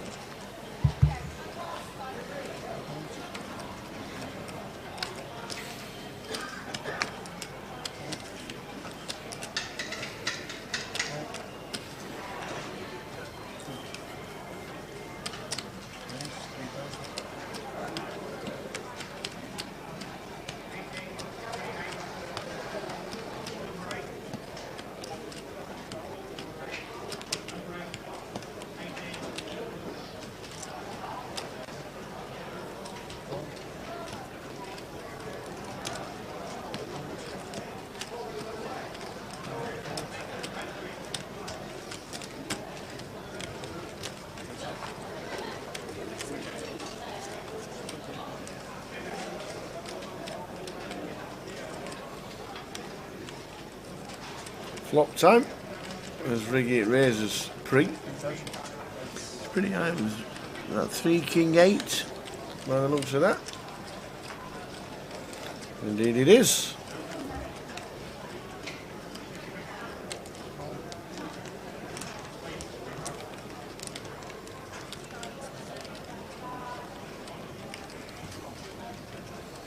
What time are we expecting to finish tonight? Round about 25 past, about an hour. Yeah, an hour. About 60 minutes time.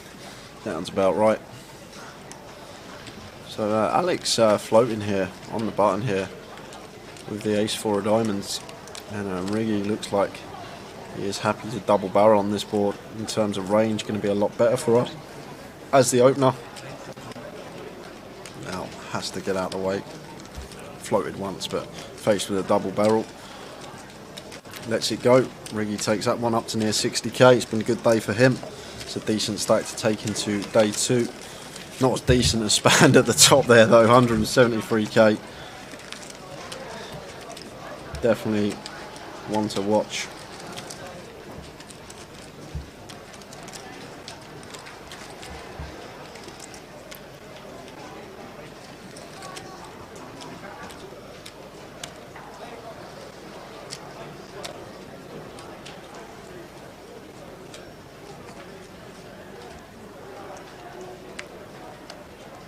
Nice to see Lou watching hubby Tim playing a bit of poker. Good evening, Lou. Hope you're well. Yeah, he's playing well as well. I don't know, like I said, I haven't seen Tim regularly for like 4 or 5 years, and I don't know if he's putting a bit of work off the tables, but seems to have a decent style and play pretty solid since his return.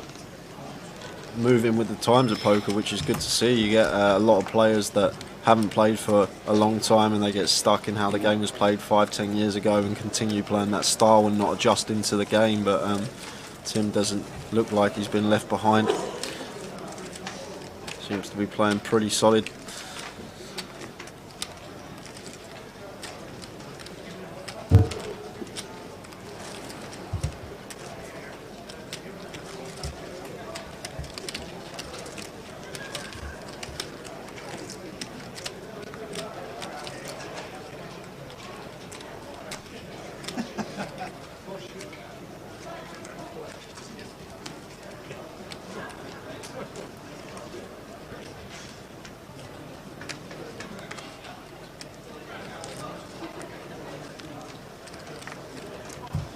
Ace Queen of Diamonds for Philip.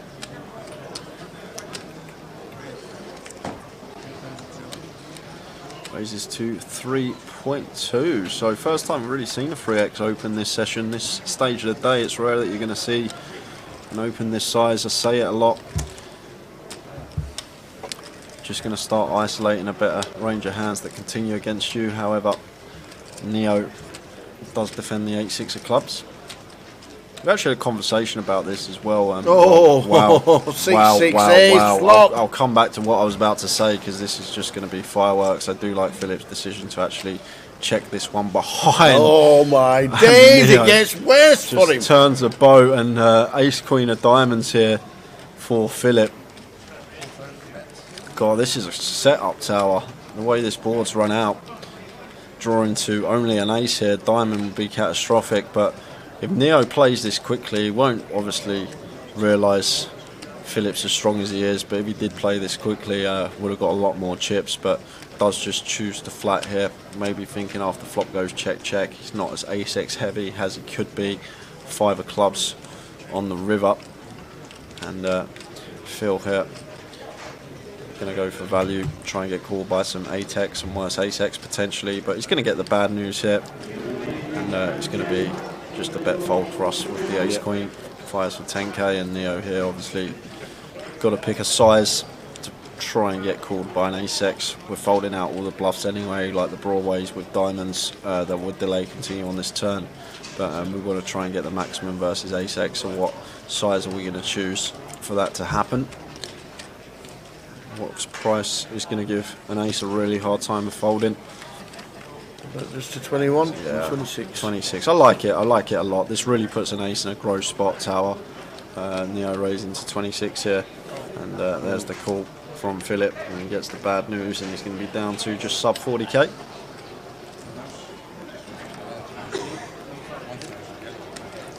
Five of diamonds might have made it worse on the river. Phil went down to under 40,000, as Jay has just said, heading towards the last 45 minutes of the day. Yeah, like last night at the bar, myself, I was only there for it briefly, but myself, Spand, who's in C6, Dave Doherty, who else was there? Callegro. There's another person there as well. Sorry if you're listening, I forgot you. But just talking about like open sizes, and yeah, it was Ben. There we are. Thanks very much. And Dominic Nishgar likes to open either 3.5x or limp. And that size, although it's not going to make you the most EV, what it does do, if you're familiar with that side of the game tree where you are opening 3.5x and limping and the rest of the table isn't, then maybe you can make more EV from that. And it's actually a really interesting concept, because although opening the min is going to be better, if you start opening the size that isn't going to make more EV, but against opponents that don't know how to react or don't know how to play against that opening size, then it can become more profitable, which is a really, really interesting concept. And Dave went into it a lot more than me, but listening was just very intriguing and very insightful, which makes a lot of sense as well. You start taking players to an area of the game tree they're not familiar with, no matter who they are, you're going to obviously have a bigger edge if you are very clued up and have studied that area of the game. And it's quite an interesting concept. Like it. Tower probably has no. He's nodding his head, Tower, but he probably has no idea what I just said. The next time I'm playing, I'm implementing all that. I'm implementing all that. The next time I play a game of cards. He's being polite. Where while we're sat in the hotel playing the 10-10 game. P, that is, not pounds. Pence, not pounds. It's great that you guys all get together and have a chat. That's what poker players do. That's how you learn. Michael free betting the ace king of clubs versus Spand's cut off open with the 10-9, and Spand obviously not peeling that one out of position.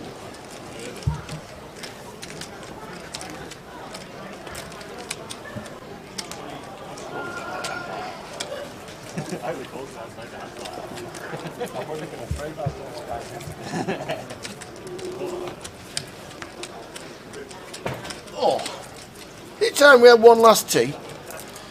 Yeah, I think that's a good shout, Tower. That is actually a good shout. I think I could get one more tee down here today. Shall I go? I could go. I'll go for a little wander. Stretch my legs.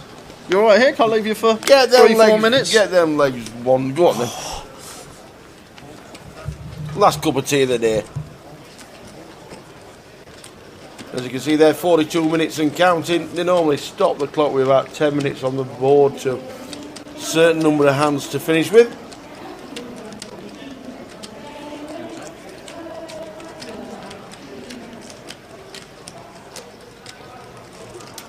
Eight queen is the flop. Who's got a tree? Was that the rustling of the cop that I've got in my mouth?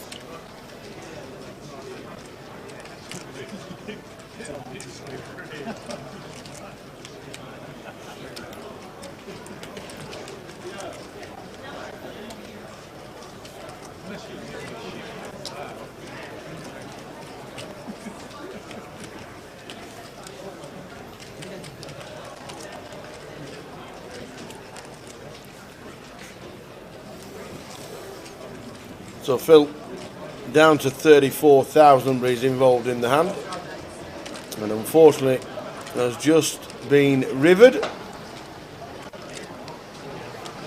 as Alex Z bets out and gets snapped by Alex, who's by Phil. He gets Phil snapped down to 26,000. Now in 26 big blinds, are in the last level.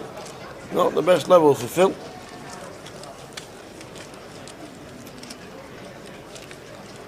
Started this session with 88,000 and he's down to 26.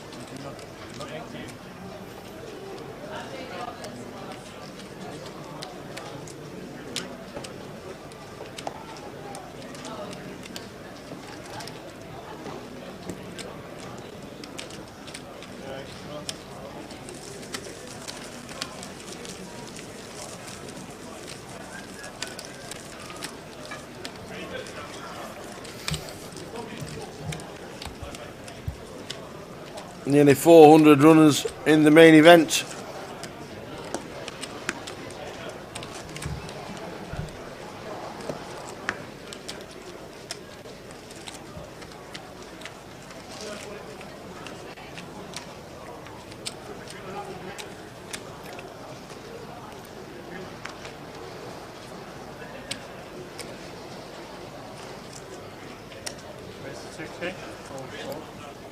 Ace Jack for Ricky, raises it to 2,000.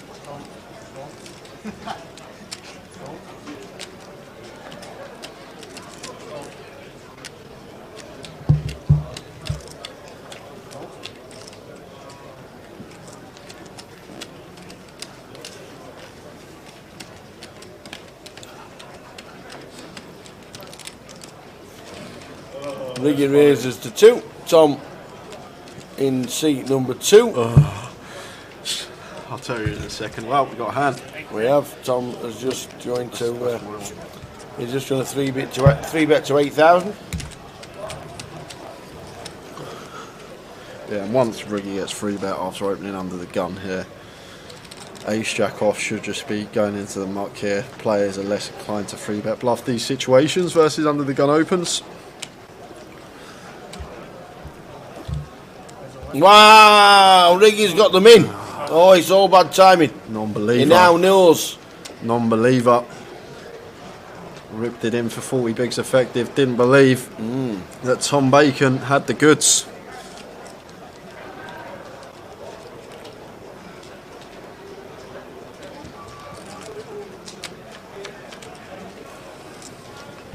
He's hit it. Oh. He has only gone and hit it. The life of Riggy, eh? He has got a fade of queen still. But what a life. Or a 3 for the chop. Yeah, 3 would be fair, I guess.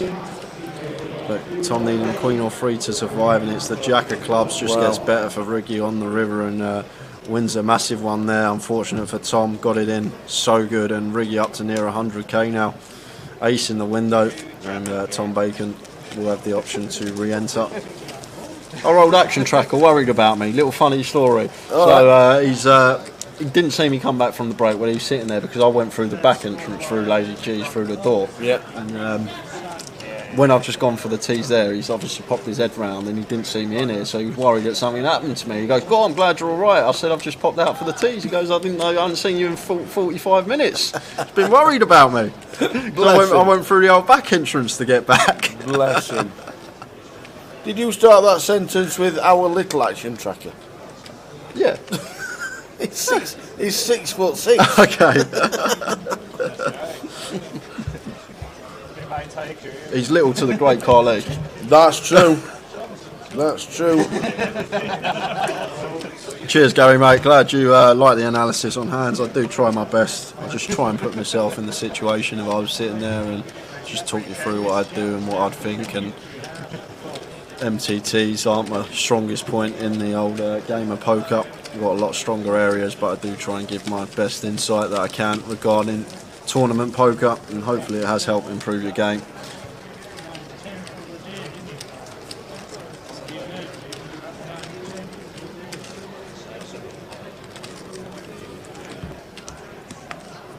Oh, Tommy. Oh, sorry, Tommy. Oh, yeah.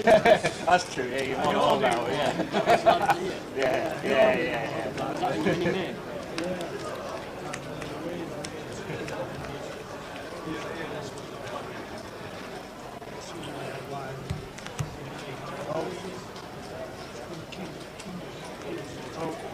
I haven't seen too much of Span with his stack. I wonder, with about 45 minutes left on the day, whether he is going to start getting a bit more involved.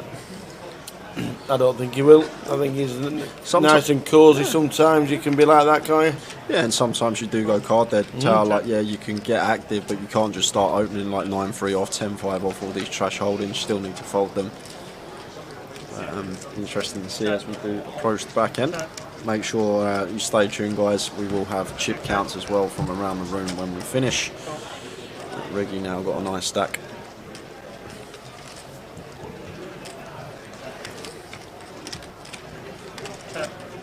Just gets better and better here. Better and better and better as it's checked.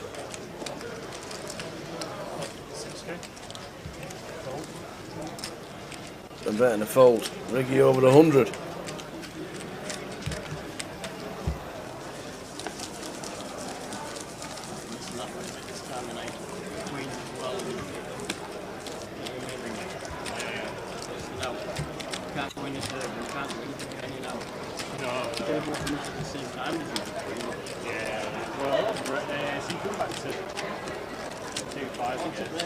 Yeah, they're on break, so... Yes, I guess you could have a last. If he fancied it, yeah. I don't think it'll be fancying it too much, though. Are we at the 400 mark here in Coventry? Let's have a butchers.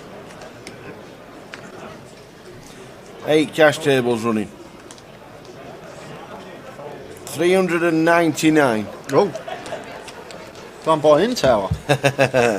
399. One more buying, and we have a prize pool of £360,000. I might order the steak tonight as well, because that £20 from Kev's locked up. That is locked up. Yeah, indeed. You will have a chance to get it back, Kev, as always. I'll set the line at Manchester unless you want to set the line. 63 left in the main event, 44 left in the turbo. That had 78 runners.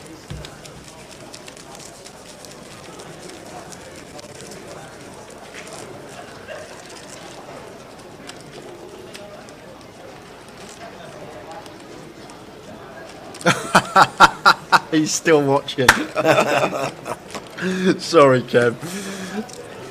You're lucky we didn't do a pound a point unders.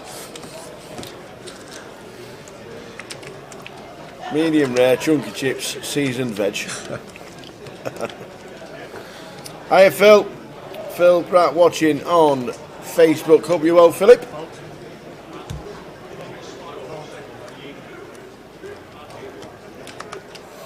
Last 33 minutes of the day on its way. 2.2k.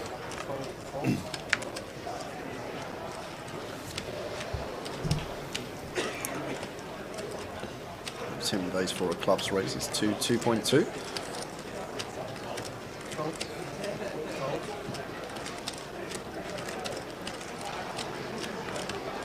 Alex happy to peel the suited connector on the button. Span gets out of the way.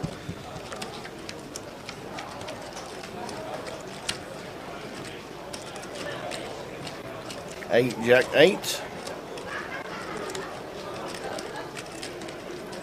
Not much here for either player. But rainbow paired board could potentially see Tim just continue small here. Going to have plenty of bets. Just going to be a quick fold from Alex, I hope. There they are, already hit them up. All good. Be down to see you on Sunday. Hopefully, Rail, Chris, and play the seniors. Good luck in the seniors, Phil. It's actually a well-attended comp wherever we go, the seniors, isn't it? Yes. They do enjoy it. They do indeed. Nice one, Phil. Oh, see you Sunday.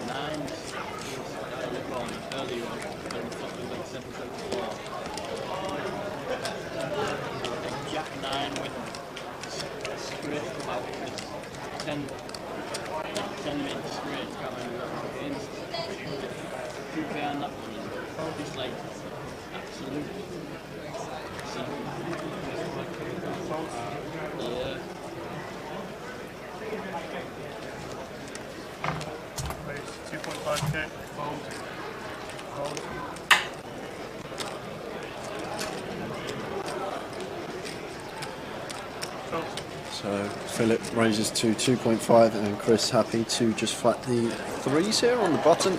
Spam with 10-7 of diamonds, happy to come along in the small. And Michael, 3 deuce of clubs in the big one. He's going to make the call as well. We can have some action flops with these holdings. 2 diamonds or a 3. And create a hell of a lot of action. That's not going to be the case on ace-9 for Rainbow. Michael does have wheel draw, backdoor clubs, 3 overcards, the 3s of Chris, and not much here for Philip or Span. And it looks like Chris Johnson just going to take the initiative here, and should work depending on sizing. Well, he's opted for 4K here, so 3.75 to 1 and a call here from Michael with his wheel draw, backdoor clubs. And this deep is going to happily call. Might choose to bluff on some 4x and 9x as well here. 7 of spades on the turn.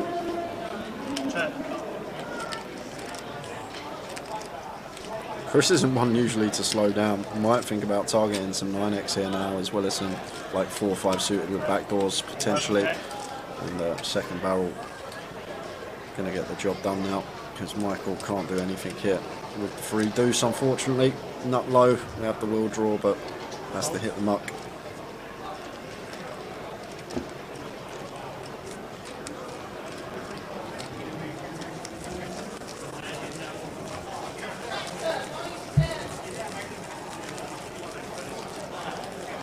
Span not really changed much since he sat down this session. Happy with his 166. Yep, card dead. Yep, got the chips. No need to get giddy.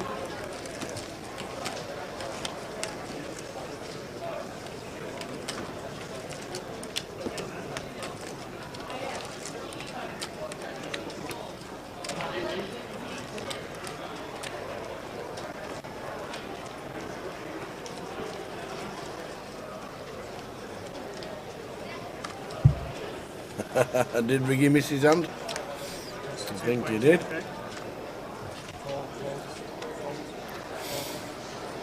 And there's 2.2. Tim in C9.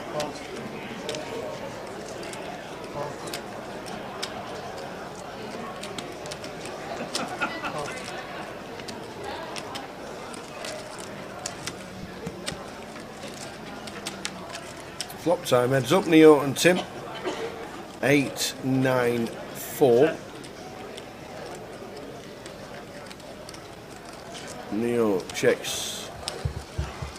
Tim can happily continue this one. We prefer one heart to be on board, but still with 2 overs and gut shot to the nuts. Happy to fire once here.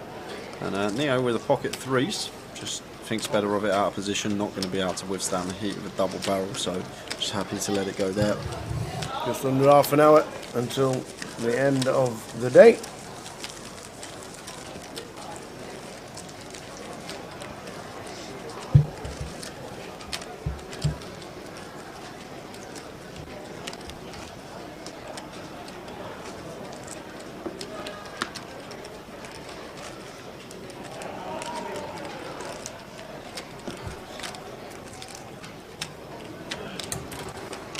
cards are out.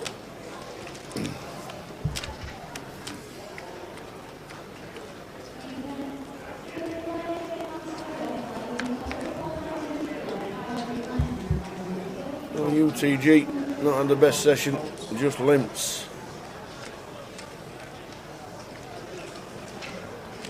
Should just muck this one off of this stack size tower. Wants to get involved, then a span with the punishment in the cut-off. Raises to 3.5. Still obviously limp calling. Does he get lucky? Still with decent equity versus this particular hand. Incomplete whiff on this board. Span probably just happy to continue here with a not high hand, equity to Broadway, 2 overcards to the board as well. 1.5k. Raised to 5k. Well, I think he's raised. Raised to 5 from Phil. Wow. Wow. This is interesting because is Phil ever going to raise a queen here off this stack size tower? Probably not, because we want Span to continue calling, and Span sniffed this one out and makes the call, and that's probably going to shut Phil down here because he's not folding out Queen X. Obviously he's not folding out Jack X. Aces and Kings are probably going to call because he's probably not going to raise a Queen too often off of this stack size. Wants to keep Span's bluffs in as well, and Span checks this one behind. Could still get there if it comes a 7 or a 6, and it's going to go check. Oh, there it is. There you go, tower. There you go. And it should go check here now, and Span's going to see you got unlucky on the river. Yep. And he's going to think, what are you up to? The lips and the look and the rain and like, really? Punting this stage of the day. Yep. Been playing all day and maybe trying to get it in lightly or punt it off to try and rebuy for day 2, try and run up a stack or flick it in for 16 bigs day 2. That could always be the case if players have got the money to do it and can comfortably re-enter time and time again. Then sometimes when you are short, you may see players do this and elect to just take wild lines to try and get a stack, and if not, then they can just flick it in again. But Span's facial expression said it all there.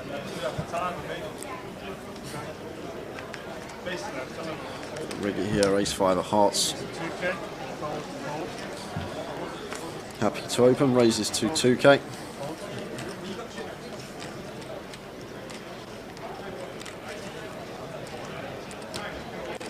And ace-king here for Neo.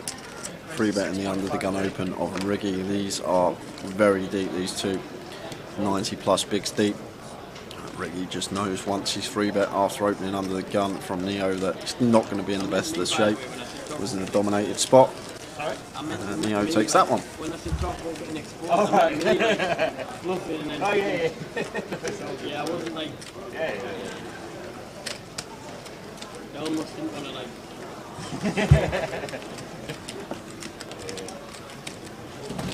Maybe you should have just... Let me take it. It's all good. Yeah.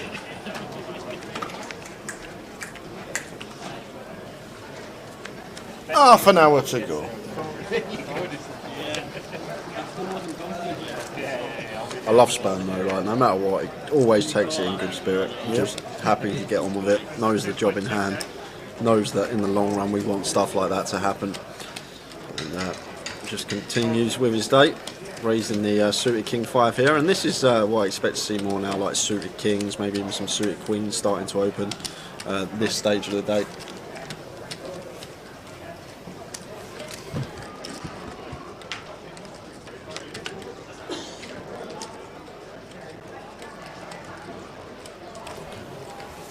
Check.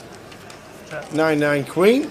Seen a lot of paired flops. Yeah, we have tower. It's been really weird how you sometimes get that kind of run. Been doing alright if you was playing 3-card brag and the flop was your hand. Been playing Or short deck or anything like that. What do you start the short deck with? 10? You have to play short deck poker. Yeah. What do you cut out? Oh, you cut out the 5s through deuces, so you lose 16 cards, so there's 36 in the deck. And the wheel is 6, 7, 8, 9 ace. That's the wheel in short deck. Tower nearly just spat his tea out.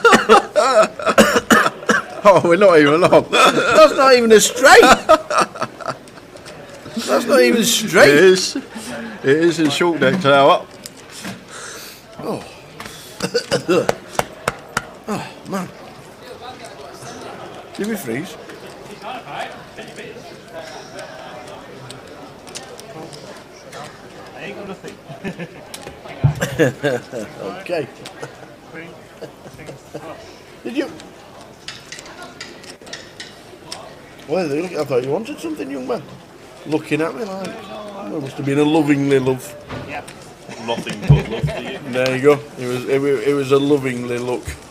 I'm glad because he's 6'5".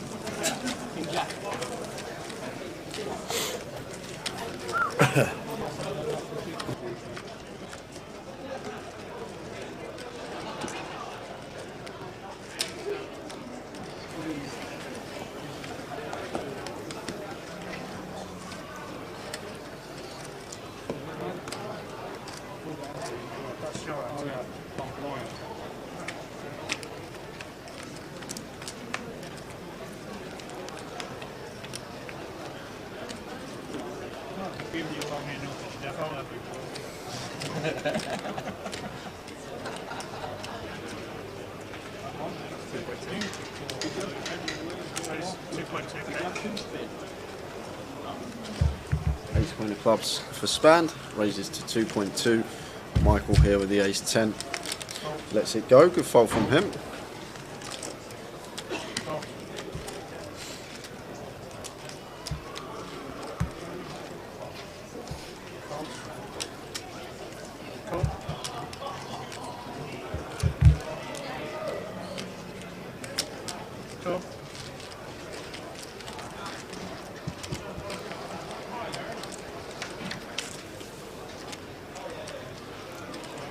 King Jack 2. 2 spades for Alex. Z in seat number 4. Second pair for Riggy. And a redraw to Broadway for Spand. Who's going to see bet?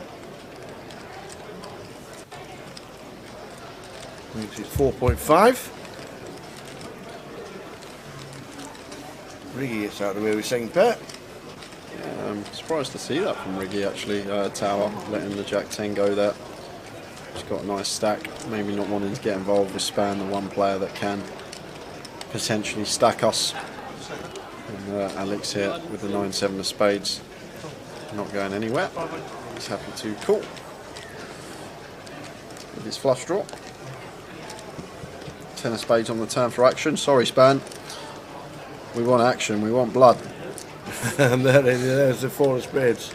Well, a card that Span shouldn't really be losing too much now with Tower. Probably going to happily check this. Like Deuce X is going to fold on the flop. King X would probably not going to fold out with the second barrel. So we just start targeting like the random Queen 10s and Jack X that Alex can have. But once Alex leads, takes that away from us. Alex leading with his flush, gets a quick fold from Span.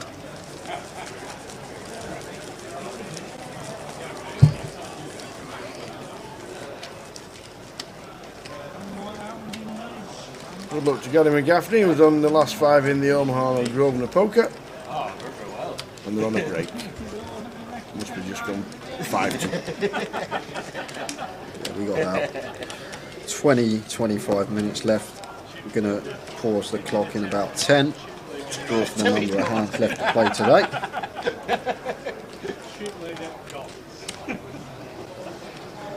You did 2 out of 5. That's a shout. Not only had that bit to the story. Close.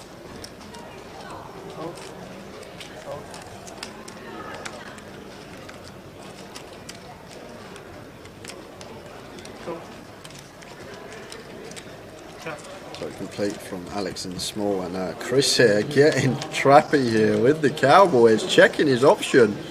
And wow, we're going to see fireworks, Tower. Fireworks at this stage of the game. Because this is Chris has checked his option here in the big blind, and he's going to check again with kings, playing this as trappy as can be. And the jack of hearts on the turn. Completes the flush. Yeah, and Chris now just going to lose 2 streets. He's going to have to go call. Maybe we can fold on some heart rivers, but he's going to have to. Well, he's actually raised here to 6k, so he's playing it really unorthodox here to perhaps try and get the max versus some like Jack X potential 7x that doesn't believe us with a heart in it. Or maybe he's raising here to just check back river tower. Oh, you're dreaming. No way! Unbelievable. How does he get this river? How did we find the king here, especially the way this hand's played? It says call. Oh, I can't believe it. Better 9. Chris gets that miracle river. The thing is, if Chris just raises that pre, Alex isn't folding 8-5 of hearts. Chris then probably chooses to bet flop. Alex calls. Like, he could have got stacked there, Alex. Like, he saw from his facial expression he wasn't actually too happy, but could have definitely got stacked there if Chris played that hand in a more standard manner. He went for the unorthodox approach to mix it up and try and get maximum, but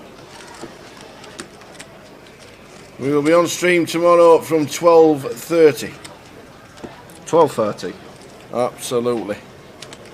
And a couple of events in Cov just as the cards are coming out quickly. Oh, look at that! Well, we're looking at Miss Sweet. That's why we're ruffling underneath.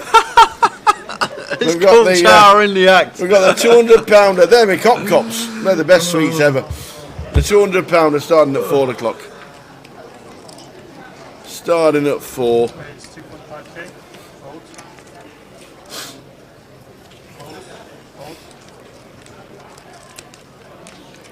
Philip in the hijack 9-7.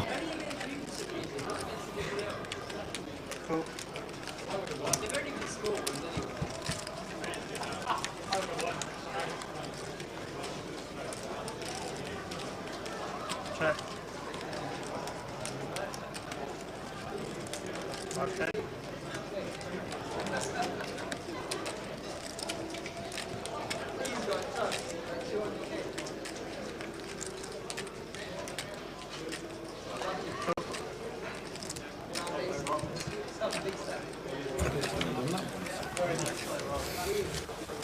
Flush draw, ace 10-2. Phil's got the flush draw. He gets check called on the flop.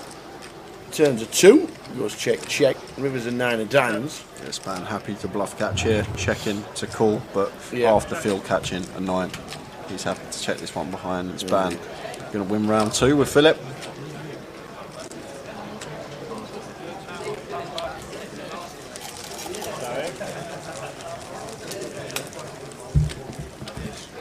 Good luck to everybody playing online, whatever tournament you're in. The Fist of Fury, the Omaha, the bigger Fist of Fury. Plenty going on Grosvenor Poker. Good luck, one and all. While you're watching the stream for the next 20 minutes. Because that is when we will end for the night.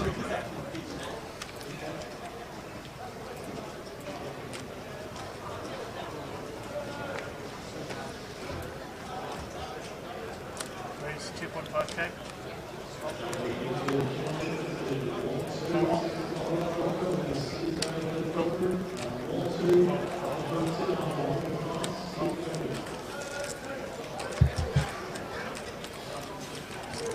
There's the 2.5. Neo with the ace king. Riggy Cole comes along. Now he's got a stack. Jack Queen suited. Yeah, wants to be calling this one Riggy. Yeah.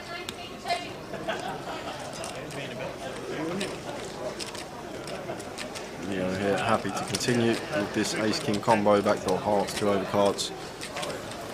Yeah, remember when you used to get a quarter of cop cups for about 24p?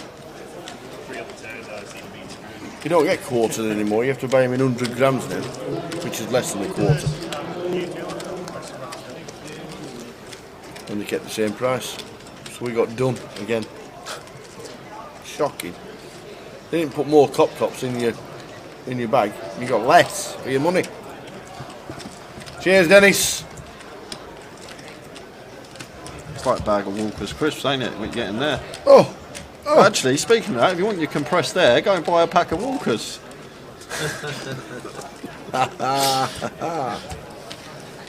We are over 400. We're on 400. Exactly. 400. Cheers, Dennis. Glad you enjoyed the stream, mate. Yep. Cheers, Dennis. 60 left in the main at this time and 43 left in the turbo. Back tomorrow from 12:30. We've got about 20 minutes remaining today. In about 5 minutes' time, clock should be paused and we'll draw for the remaining amount of hands.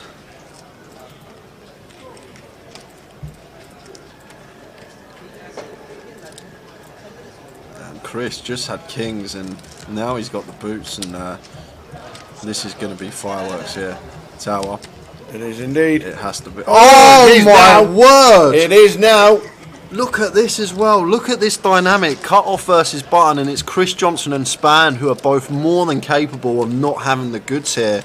And now Neo with the ladies, just going to be cold 4 in this spot. Almost always Tower, especially with the two opponents in question. If Span, let's say, was someone that's just been very tight, then maybe we can start flatting. But I can't see how we can't start 4-betting our ladies here as Neo. And is he just called? No, he has 4-bet. I'm happy to see that. I know it's not going to work out too well for him. Not in. And Span's Chris going to get out of the way. Just insta rips the aces. Doesn't even think about it. Just says, I'm all in. Doesn't even think about it. Neo may be able to get away from this now, Tower. It does look like Ace King though. You're like, I don't expect the way he snap shoved. Yeah, it looks a lot like Ace King, but is Chris ever going to do this with jacks or tens? That's what Neo's got to ask himself. Is there ever going to be some jacks or tens in here for Chris? But the way he ships so quickly there, a player like Chris Johnson, I just think if he's got aces, he's going to dwell up a bit more. But that's obviously not the case. That's the assumption I'd make in the situation. But Neo here with the ladies, he's got 83k, which is a well above average stack for day 2. What's he doing here, guys? Come on, this is a big one. Should we have 1 for call, 2 for fold? Yeah. 1 for call, 2 for fold. Stick it in, go now! I think Neo's going to take some time. 1 for call, 2 for fold. This is a horrible spot here.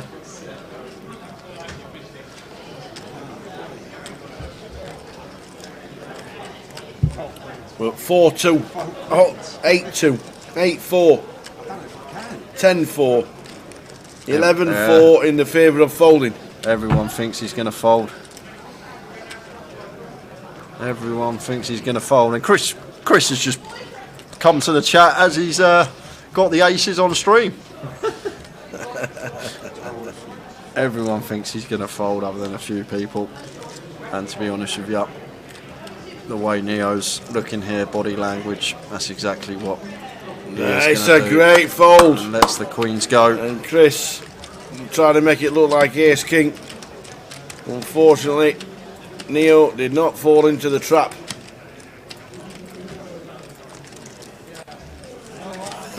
Phone a friend, said Cooler Fish. Oh, what a setup though, back end of the daytail. That was a setup hand there.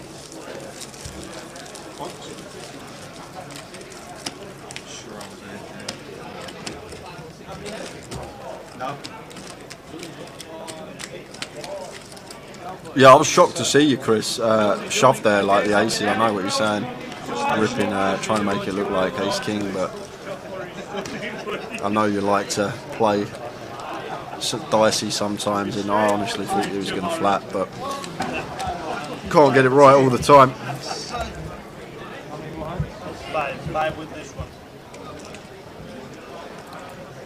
one. The last 5 hands have been announced.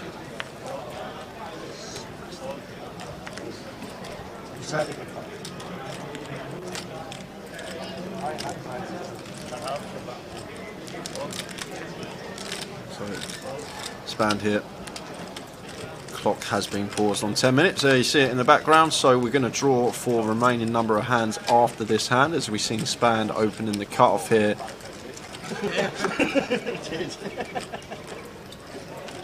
With Jack 10, and Tim defends the ace deuce in the big blind. Both players flopping a flush draw. Span with the superior one. Just going to continue. And Tim right here, ace deuce out of the way.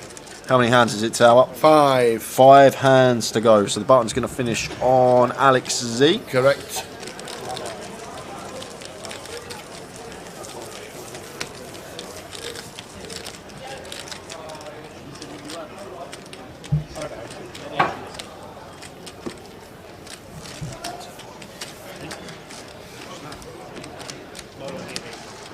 Ah, that's your seat order. I like that.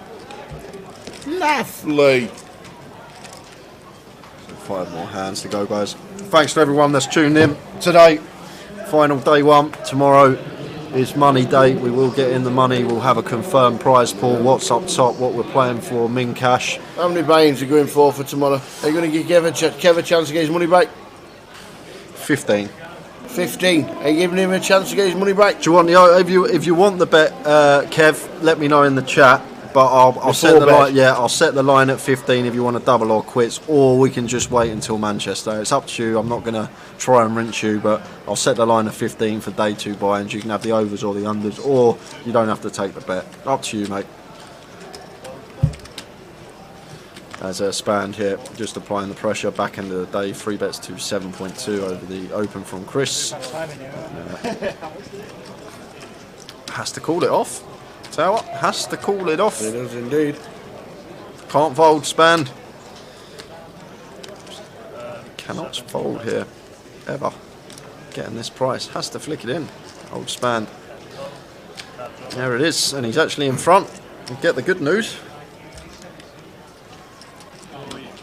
Not dead. He's not quite dead. More true. Does Phil Tate get lucky to survive? Yes, is the answer.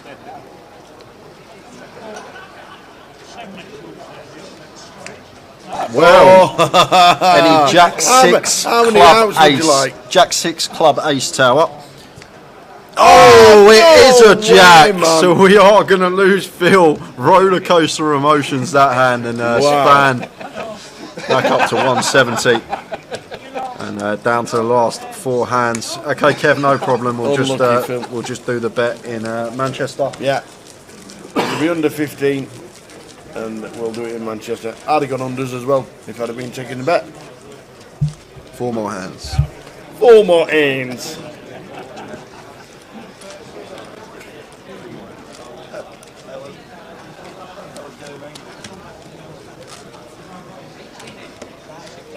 Guys, more blind, big blind.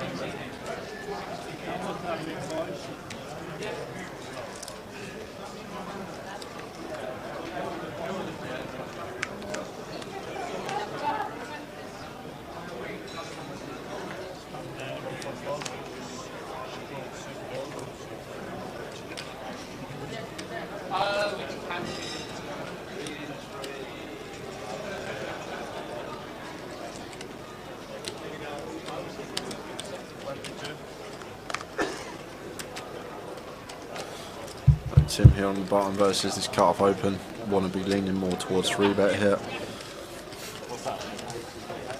Just because the position's in question.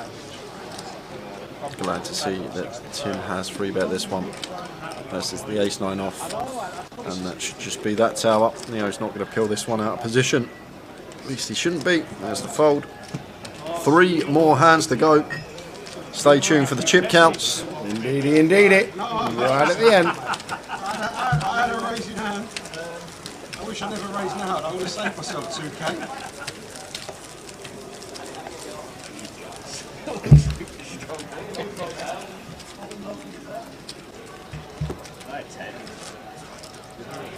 Rosie Kev's looking forward to a week in Manchester. It's always a big stop. One of the first ones back. One of the last ones before the world halted. Yeah. Very new road. Second last time, guys.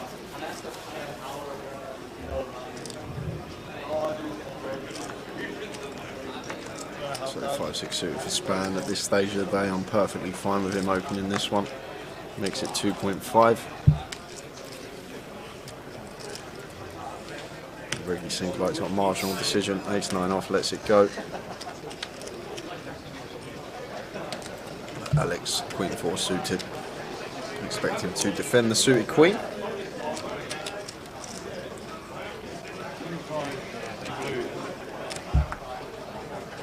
Ten, 10-2.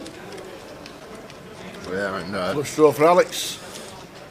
Alex, really loving this board. Flopping the flush draw here.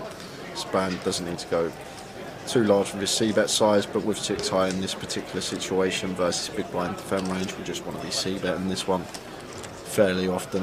We're just going to get so many folds from Alex. Unfortunately, Alex has a hand that he is going to be continuing with. And we'll have more 10x than Span here in the big blind, so may choose to just take the aggressive route straight away here off of his particular stack size. He's happy to just check call. Fine 2.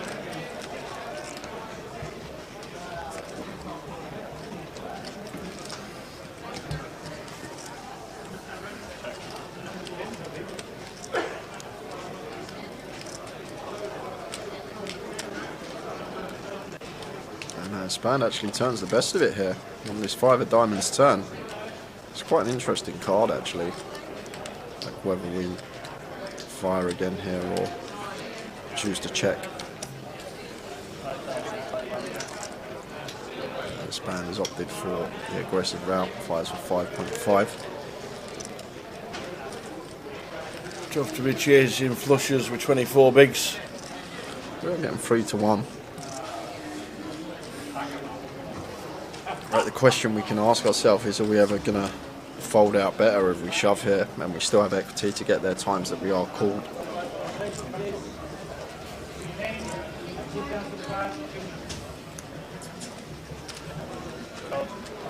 Alex does call out of position. Looking for a heart or a queen would also be good. Well, there it is. Yeah, this is just check, check, always tower. Well, Alex may choose to lead shove this spot because it's a card that just Span's going to be checking back so often, but on this particular river here, the lead shove not going to work. Span will be aware that range of Alex is basically going to be a 10x or a flush here, so once he shoves this river, there's literally no bluffs that he's ever going to have, and Span knows that. Just snap folds the 2 pair. He's not playing that one off. Just going to take us into the final 2.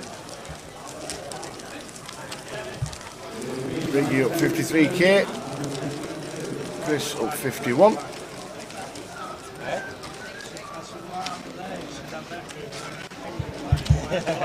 Riggy on the button. 2 hands to go tonight.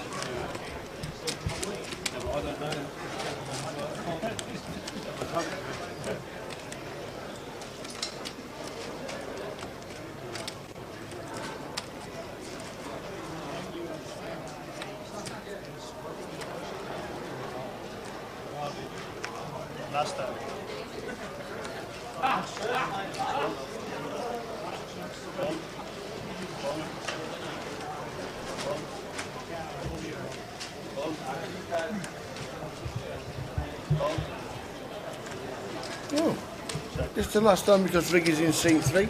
We said seat 3, and I'm thinking Alex is in seat 3. Phil busted. It is the last hand.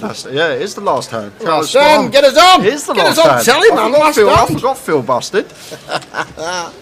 He did. I'm looking now thinking, yeah, this is the last hand, isn't it? I'm thinking, oh, yeah. This is the last hand. Yep. Over 400 runners in the main. Great effort by everybody. We will give you the chip counts at the end of the night as we hit the river.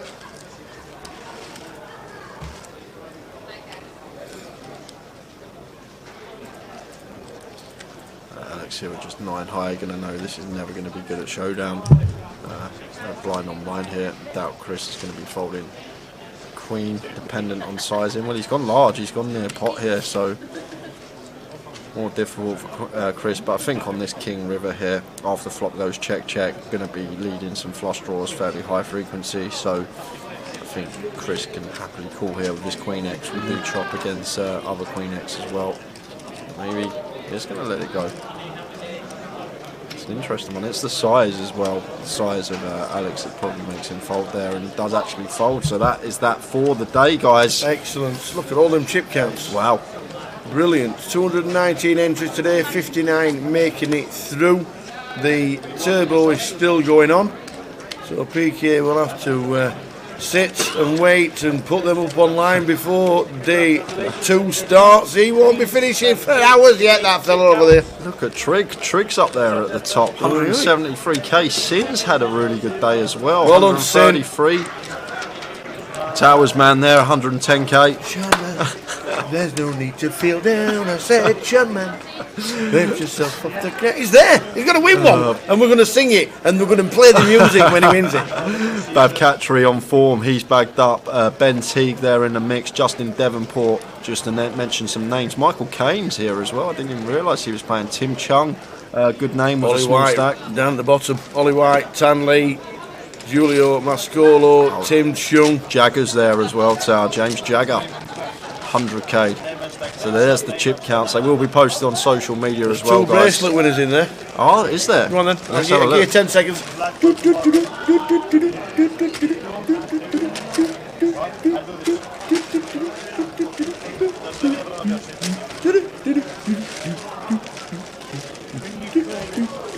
No, I haven't even got one Tower. I wouldn't even be able to pick one out for you.